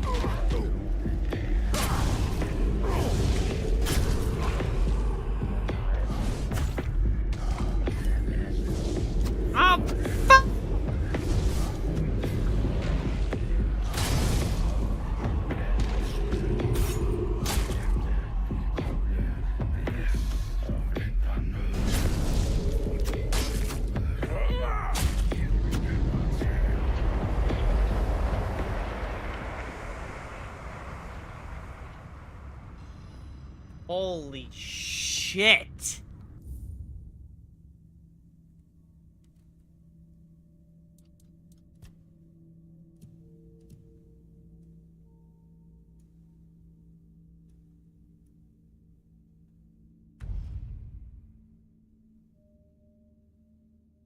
Fucking phenomenal. Holy fuck. That was such, like, oh my god.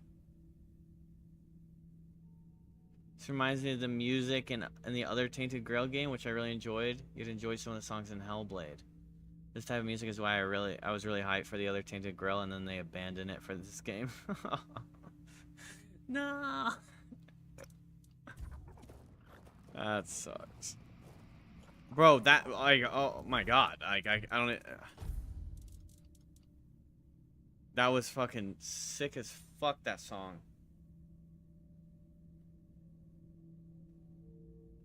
Like, I started getting chills.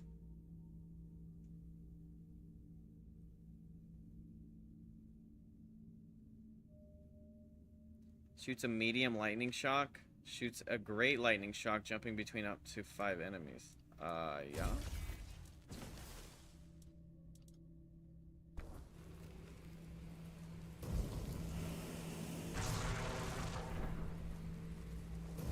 Alright, maybe we don't have a summon anymore.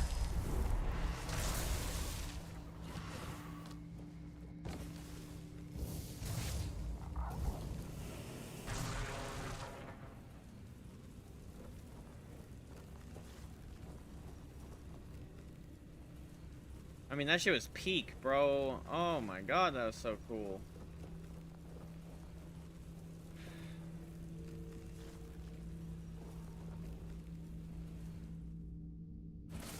Like, the atmosphere of the fight, the mist, the teleporting, the spawning, and the fucking... everything just felt so fucking good. And then that song over top of it all, it's like... I am glazing hard, but... that shit made me feel like Liliana.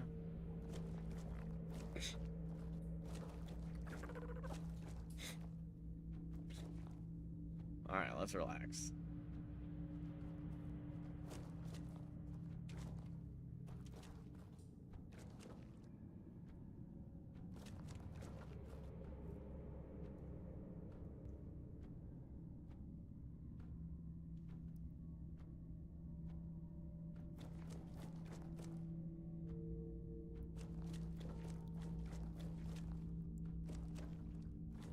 Oh, it's water. I was wondering why my feet were wet.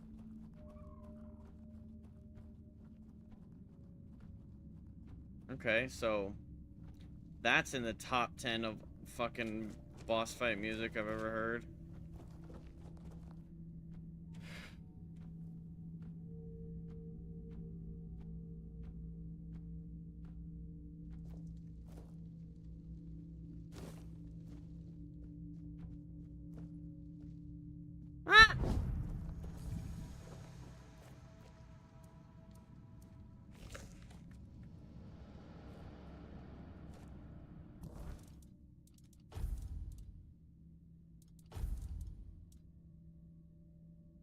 Max health and max stamina by 3%.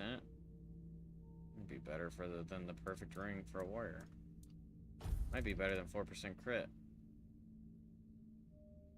77 and 100. Get 3 and 3. Maybe it's not better than 4% crit.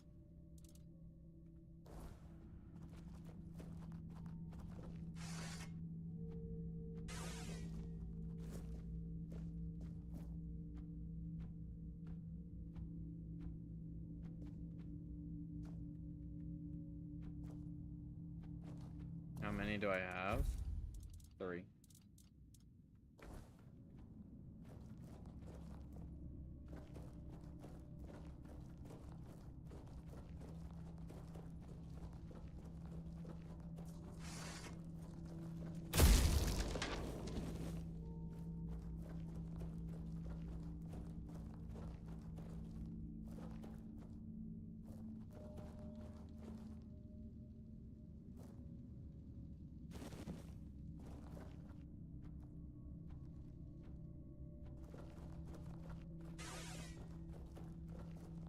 Is that good or something?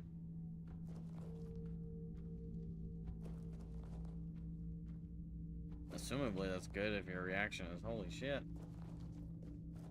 That shit's holy. What else did I get? I didn't even check everything. Unfading Ember. Ignites enemies when they hit you. Weird Lantern. Weapon now applies burning. Evil Eye. Locks man at 100%.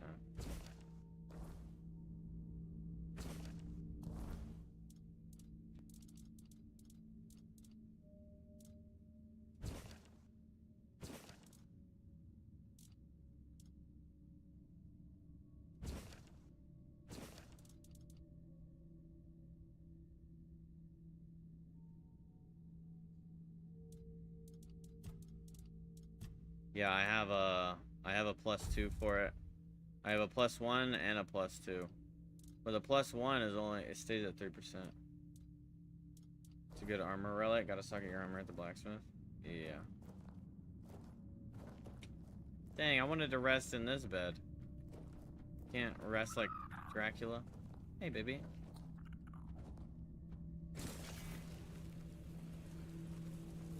Little lightning mage action.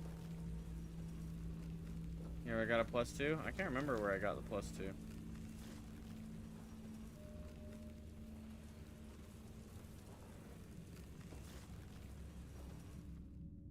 Somewhere here in the Horns of the South. Careful. This place, remember, you did it. Impressed. I wish I'd been the one to face the Mistbearer, but I bow to the one who managed to slay it. I'm not a king. Don't bow to me. I'm a god. Revel to me. Excellent. And here's your reward.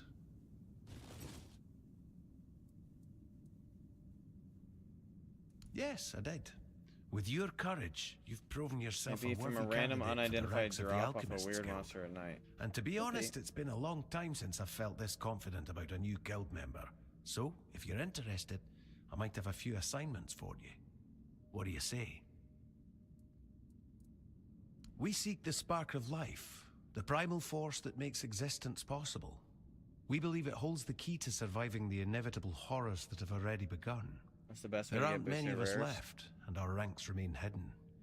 You'll meet the others as you advance through the levels of initiation. Sometimes, though, we fall victim to our own secrecy. Some members delve too deeply into their research, or wander into dangerous places, and that often leads to trouble. Experiments that spiral out of control, or a misinterpretation of the meaning of life itself. Sometimes it's both. You'll understand in time. But first, I'd like you to do some reconnaissance for me. Consider it a warm-up. The weirdness, of course. We know it's the source of all creation in Avalon, but not everyone can handle it. People fear the weirdness, so the weirdness creates nightmares. When we reach the primal source, the spark of life, we hope to tame it enough that it's no longer a threat. I only hope the other members haven't forgotten that this is our mission. Sometimes there are misunderstandings about our leader's orders, and that can end badly. So, what's your choice?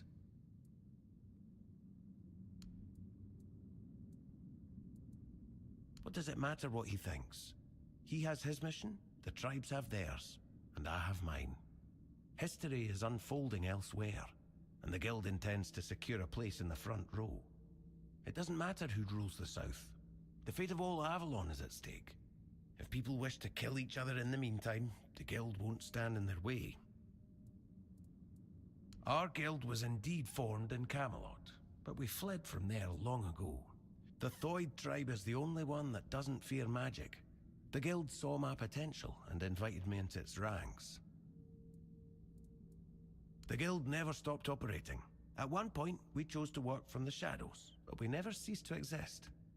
It wasn't the first time in Avalon's history that a group of ignorant fools, manipulated by politicians, needed a scapegoat. The Druids were the first target, and the plan was for the Alchemist's Guild to be next. We prefer to disappear on our own terms, but we still care about the fate of Avalon and its people.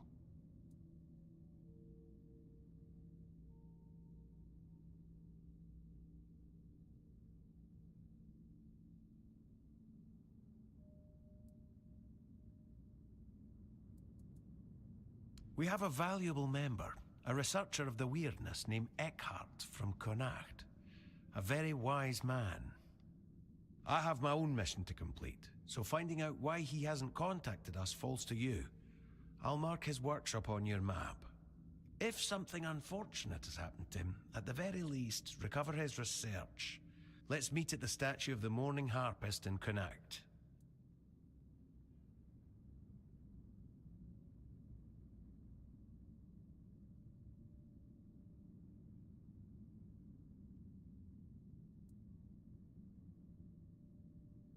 Truly? Well done. In that case, we'll meet later at the statue of the Harpist near Connacht. Until next time, brave one. Block of ice. Is that a shield? Blocking applies a buildup of chill. Bro, see, this is what I'm saying. This is what I love. Come up with sick, awesome designs for your weapons and armor, and I will swoon.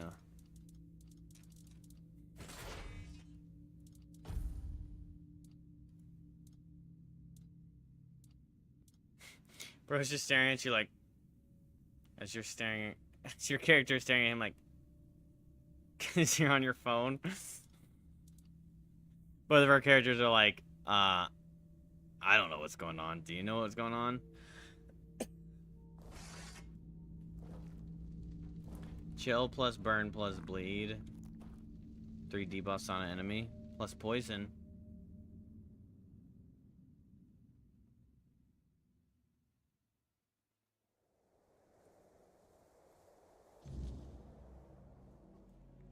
Plus blind.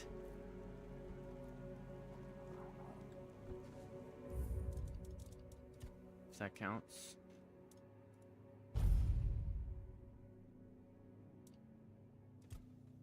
Alright, lovely chat. Status tree gold mine. Hell yeah. Alright, chat. I have to go to work in the morning. I have to open, so I'm gonna be up early, so I'm a little actually overdue for going to bed. Thank goodness. Give us a break. You guys have a wonderful night. If you're new to the stream, make sure you subscribe to the YouTube, follow the Twitch, do all that, because it's super helpful, helps me grow, and it'll also allow you to see my content more. I stream every night, and we play a variety of games. A lot of fantasy RPGs, a lot of roguelikes, a lot of Souls-likes, all that kind of stuff. We've been playing some spooky games this month as well, so keep on the lookout for the spooky games. I have to go tend to my lovely baby. Have a wonderful night, everybody, and remember, do not electrocute your dogs. I love you guys, and I'll see you tomorrow. Bye-bye!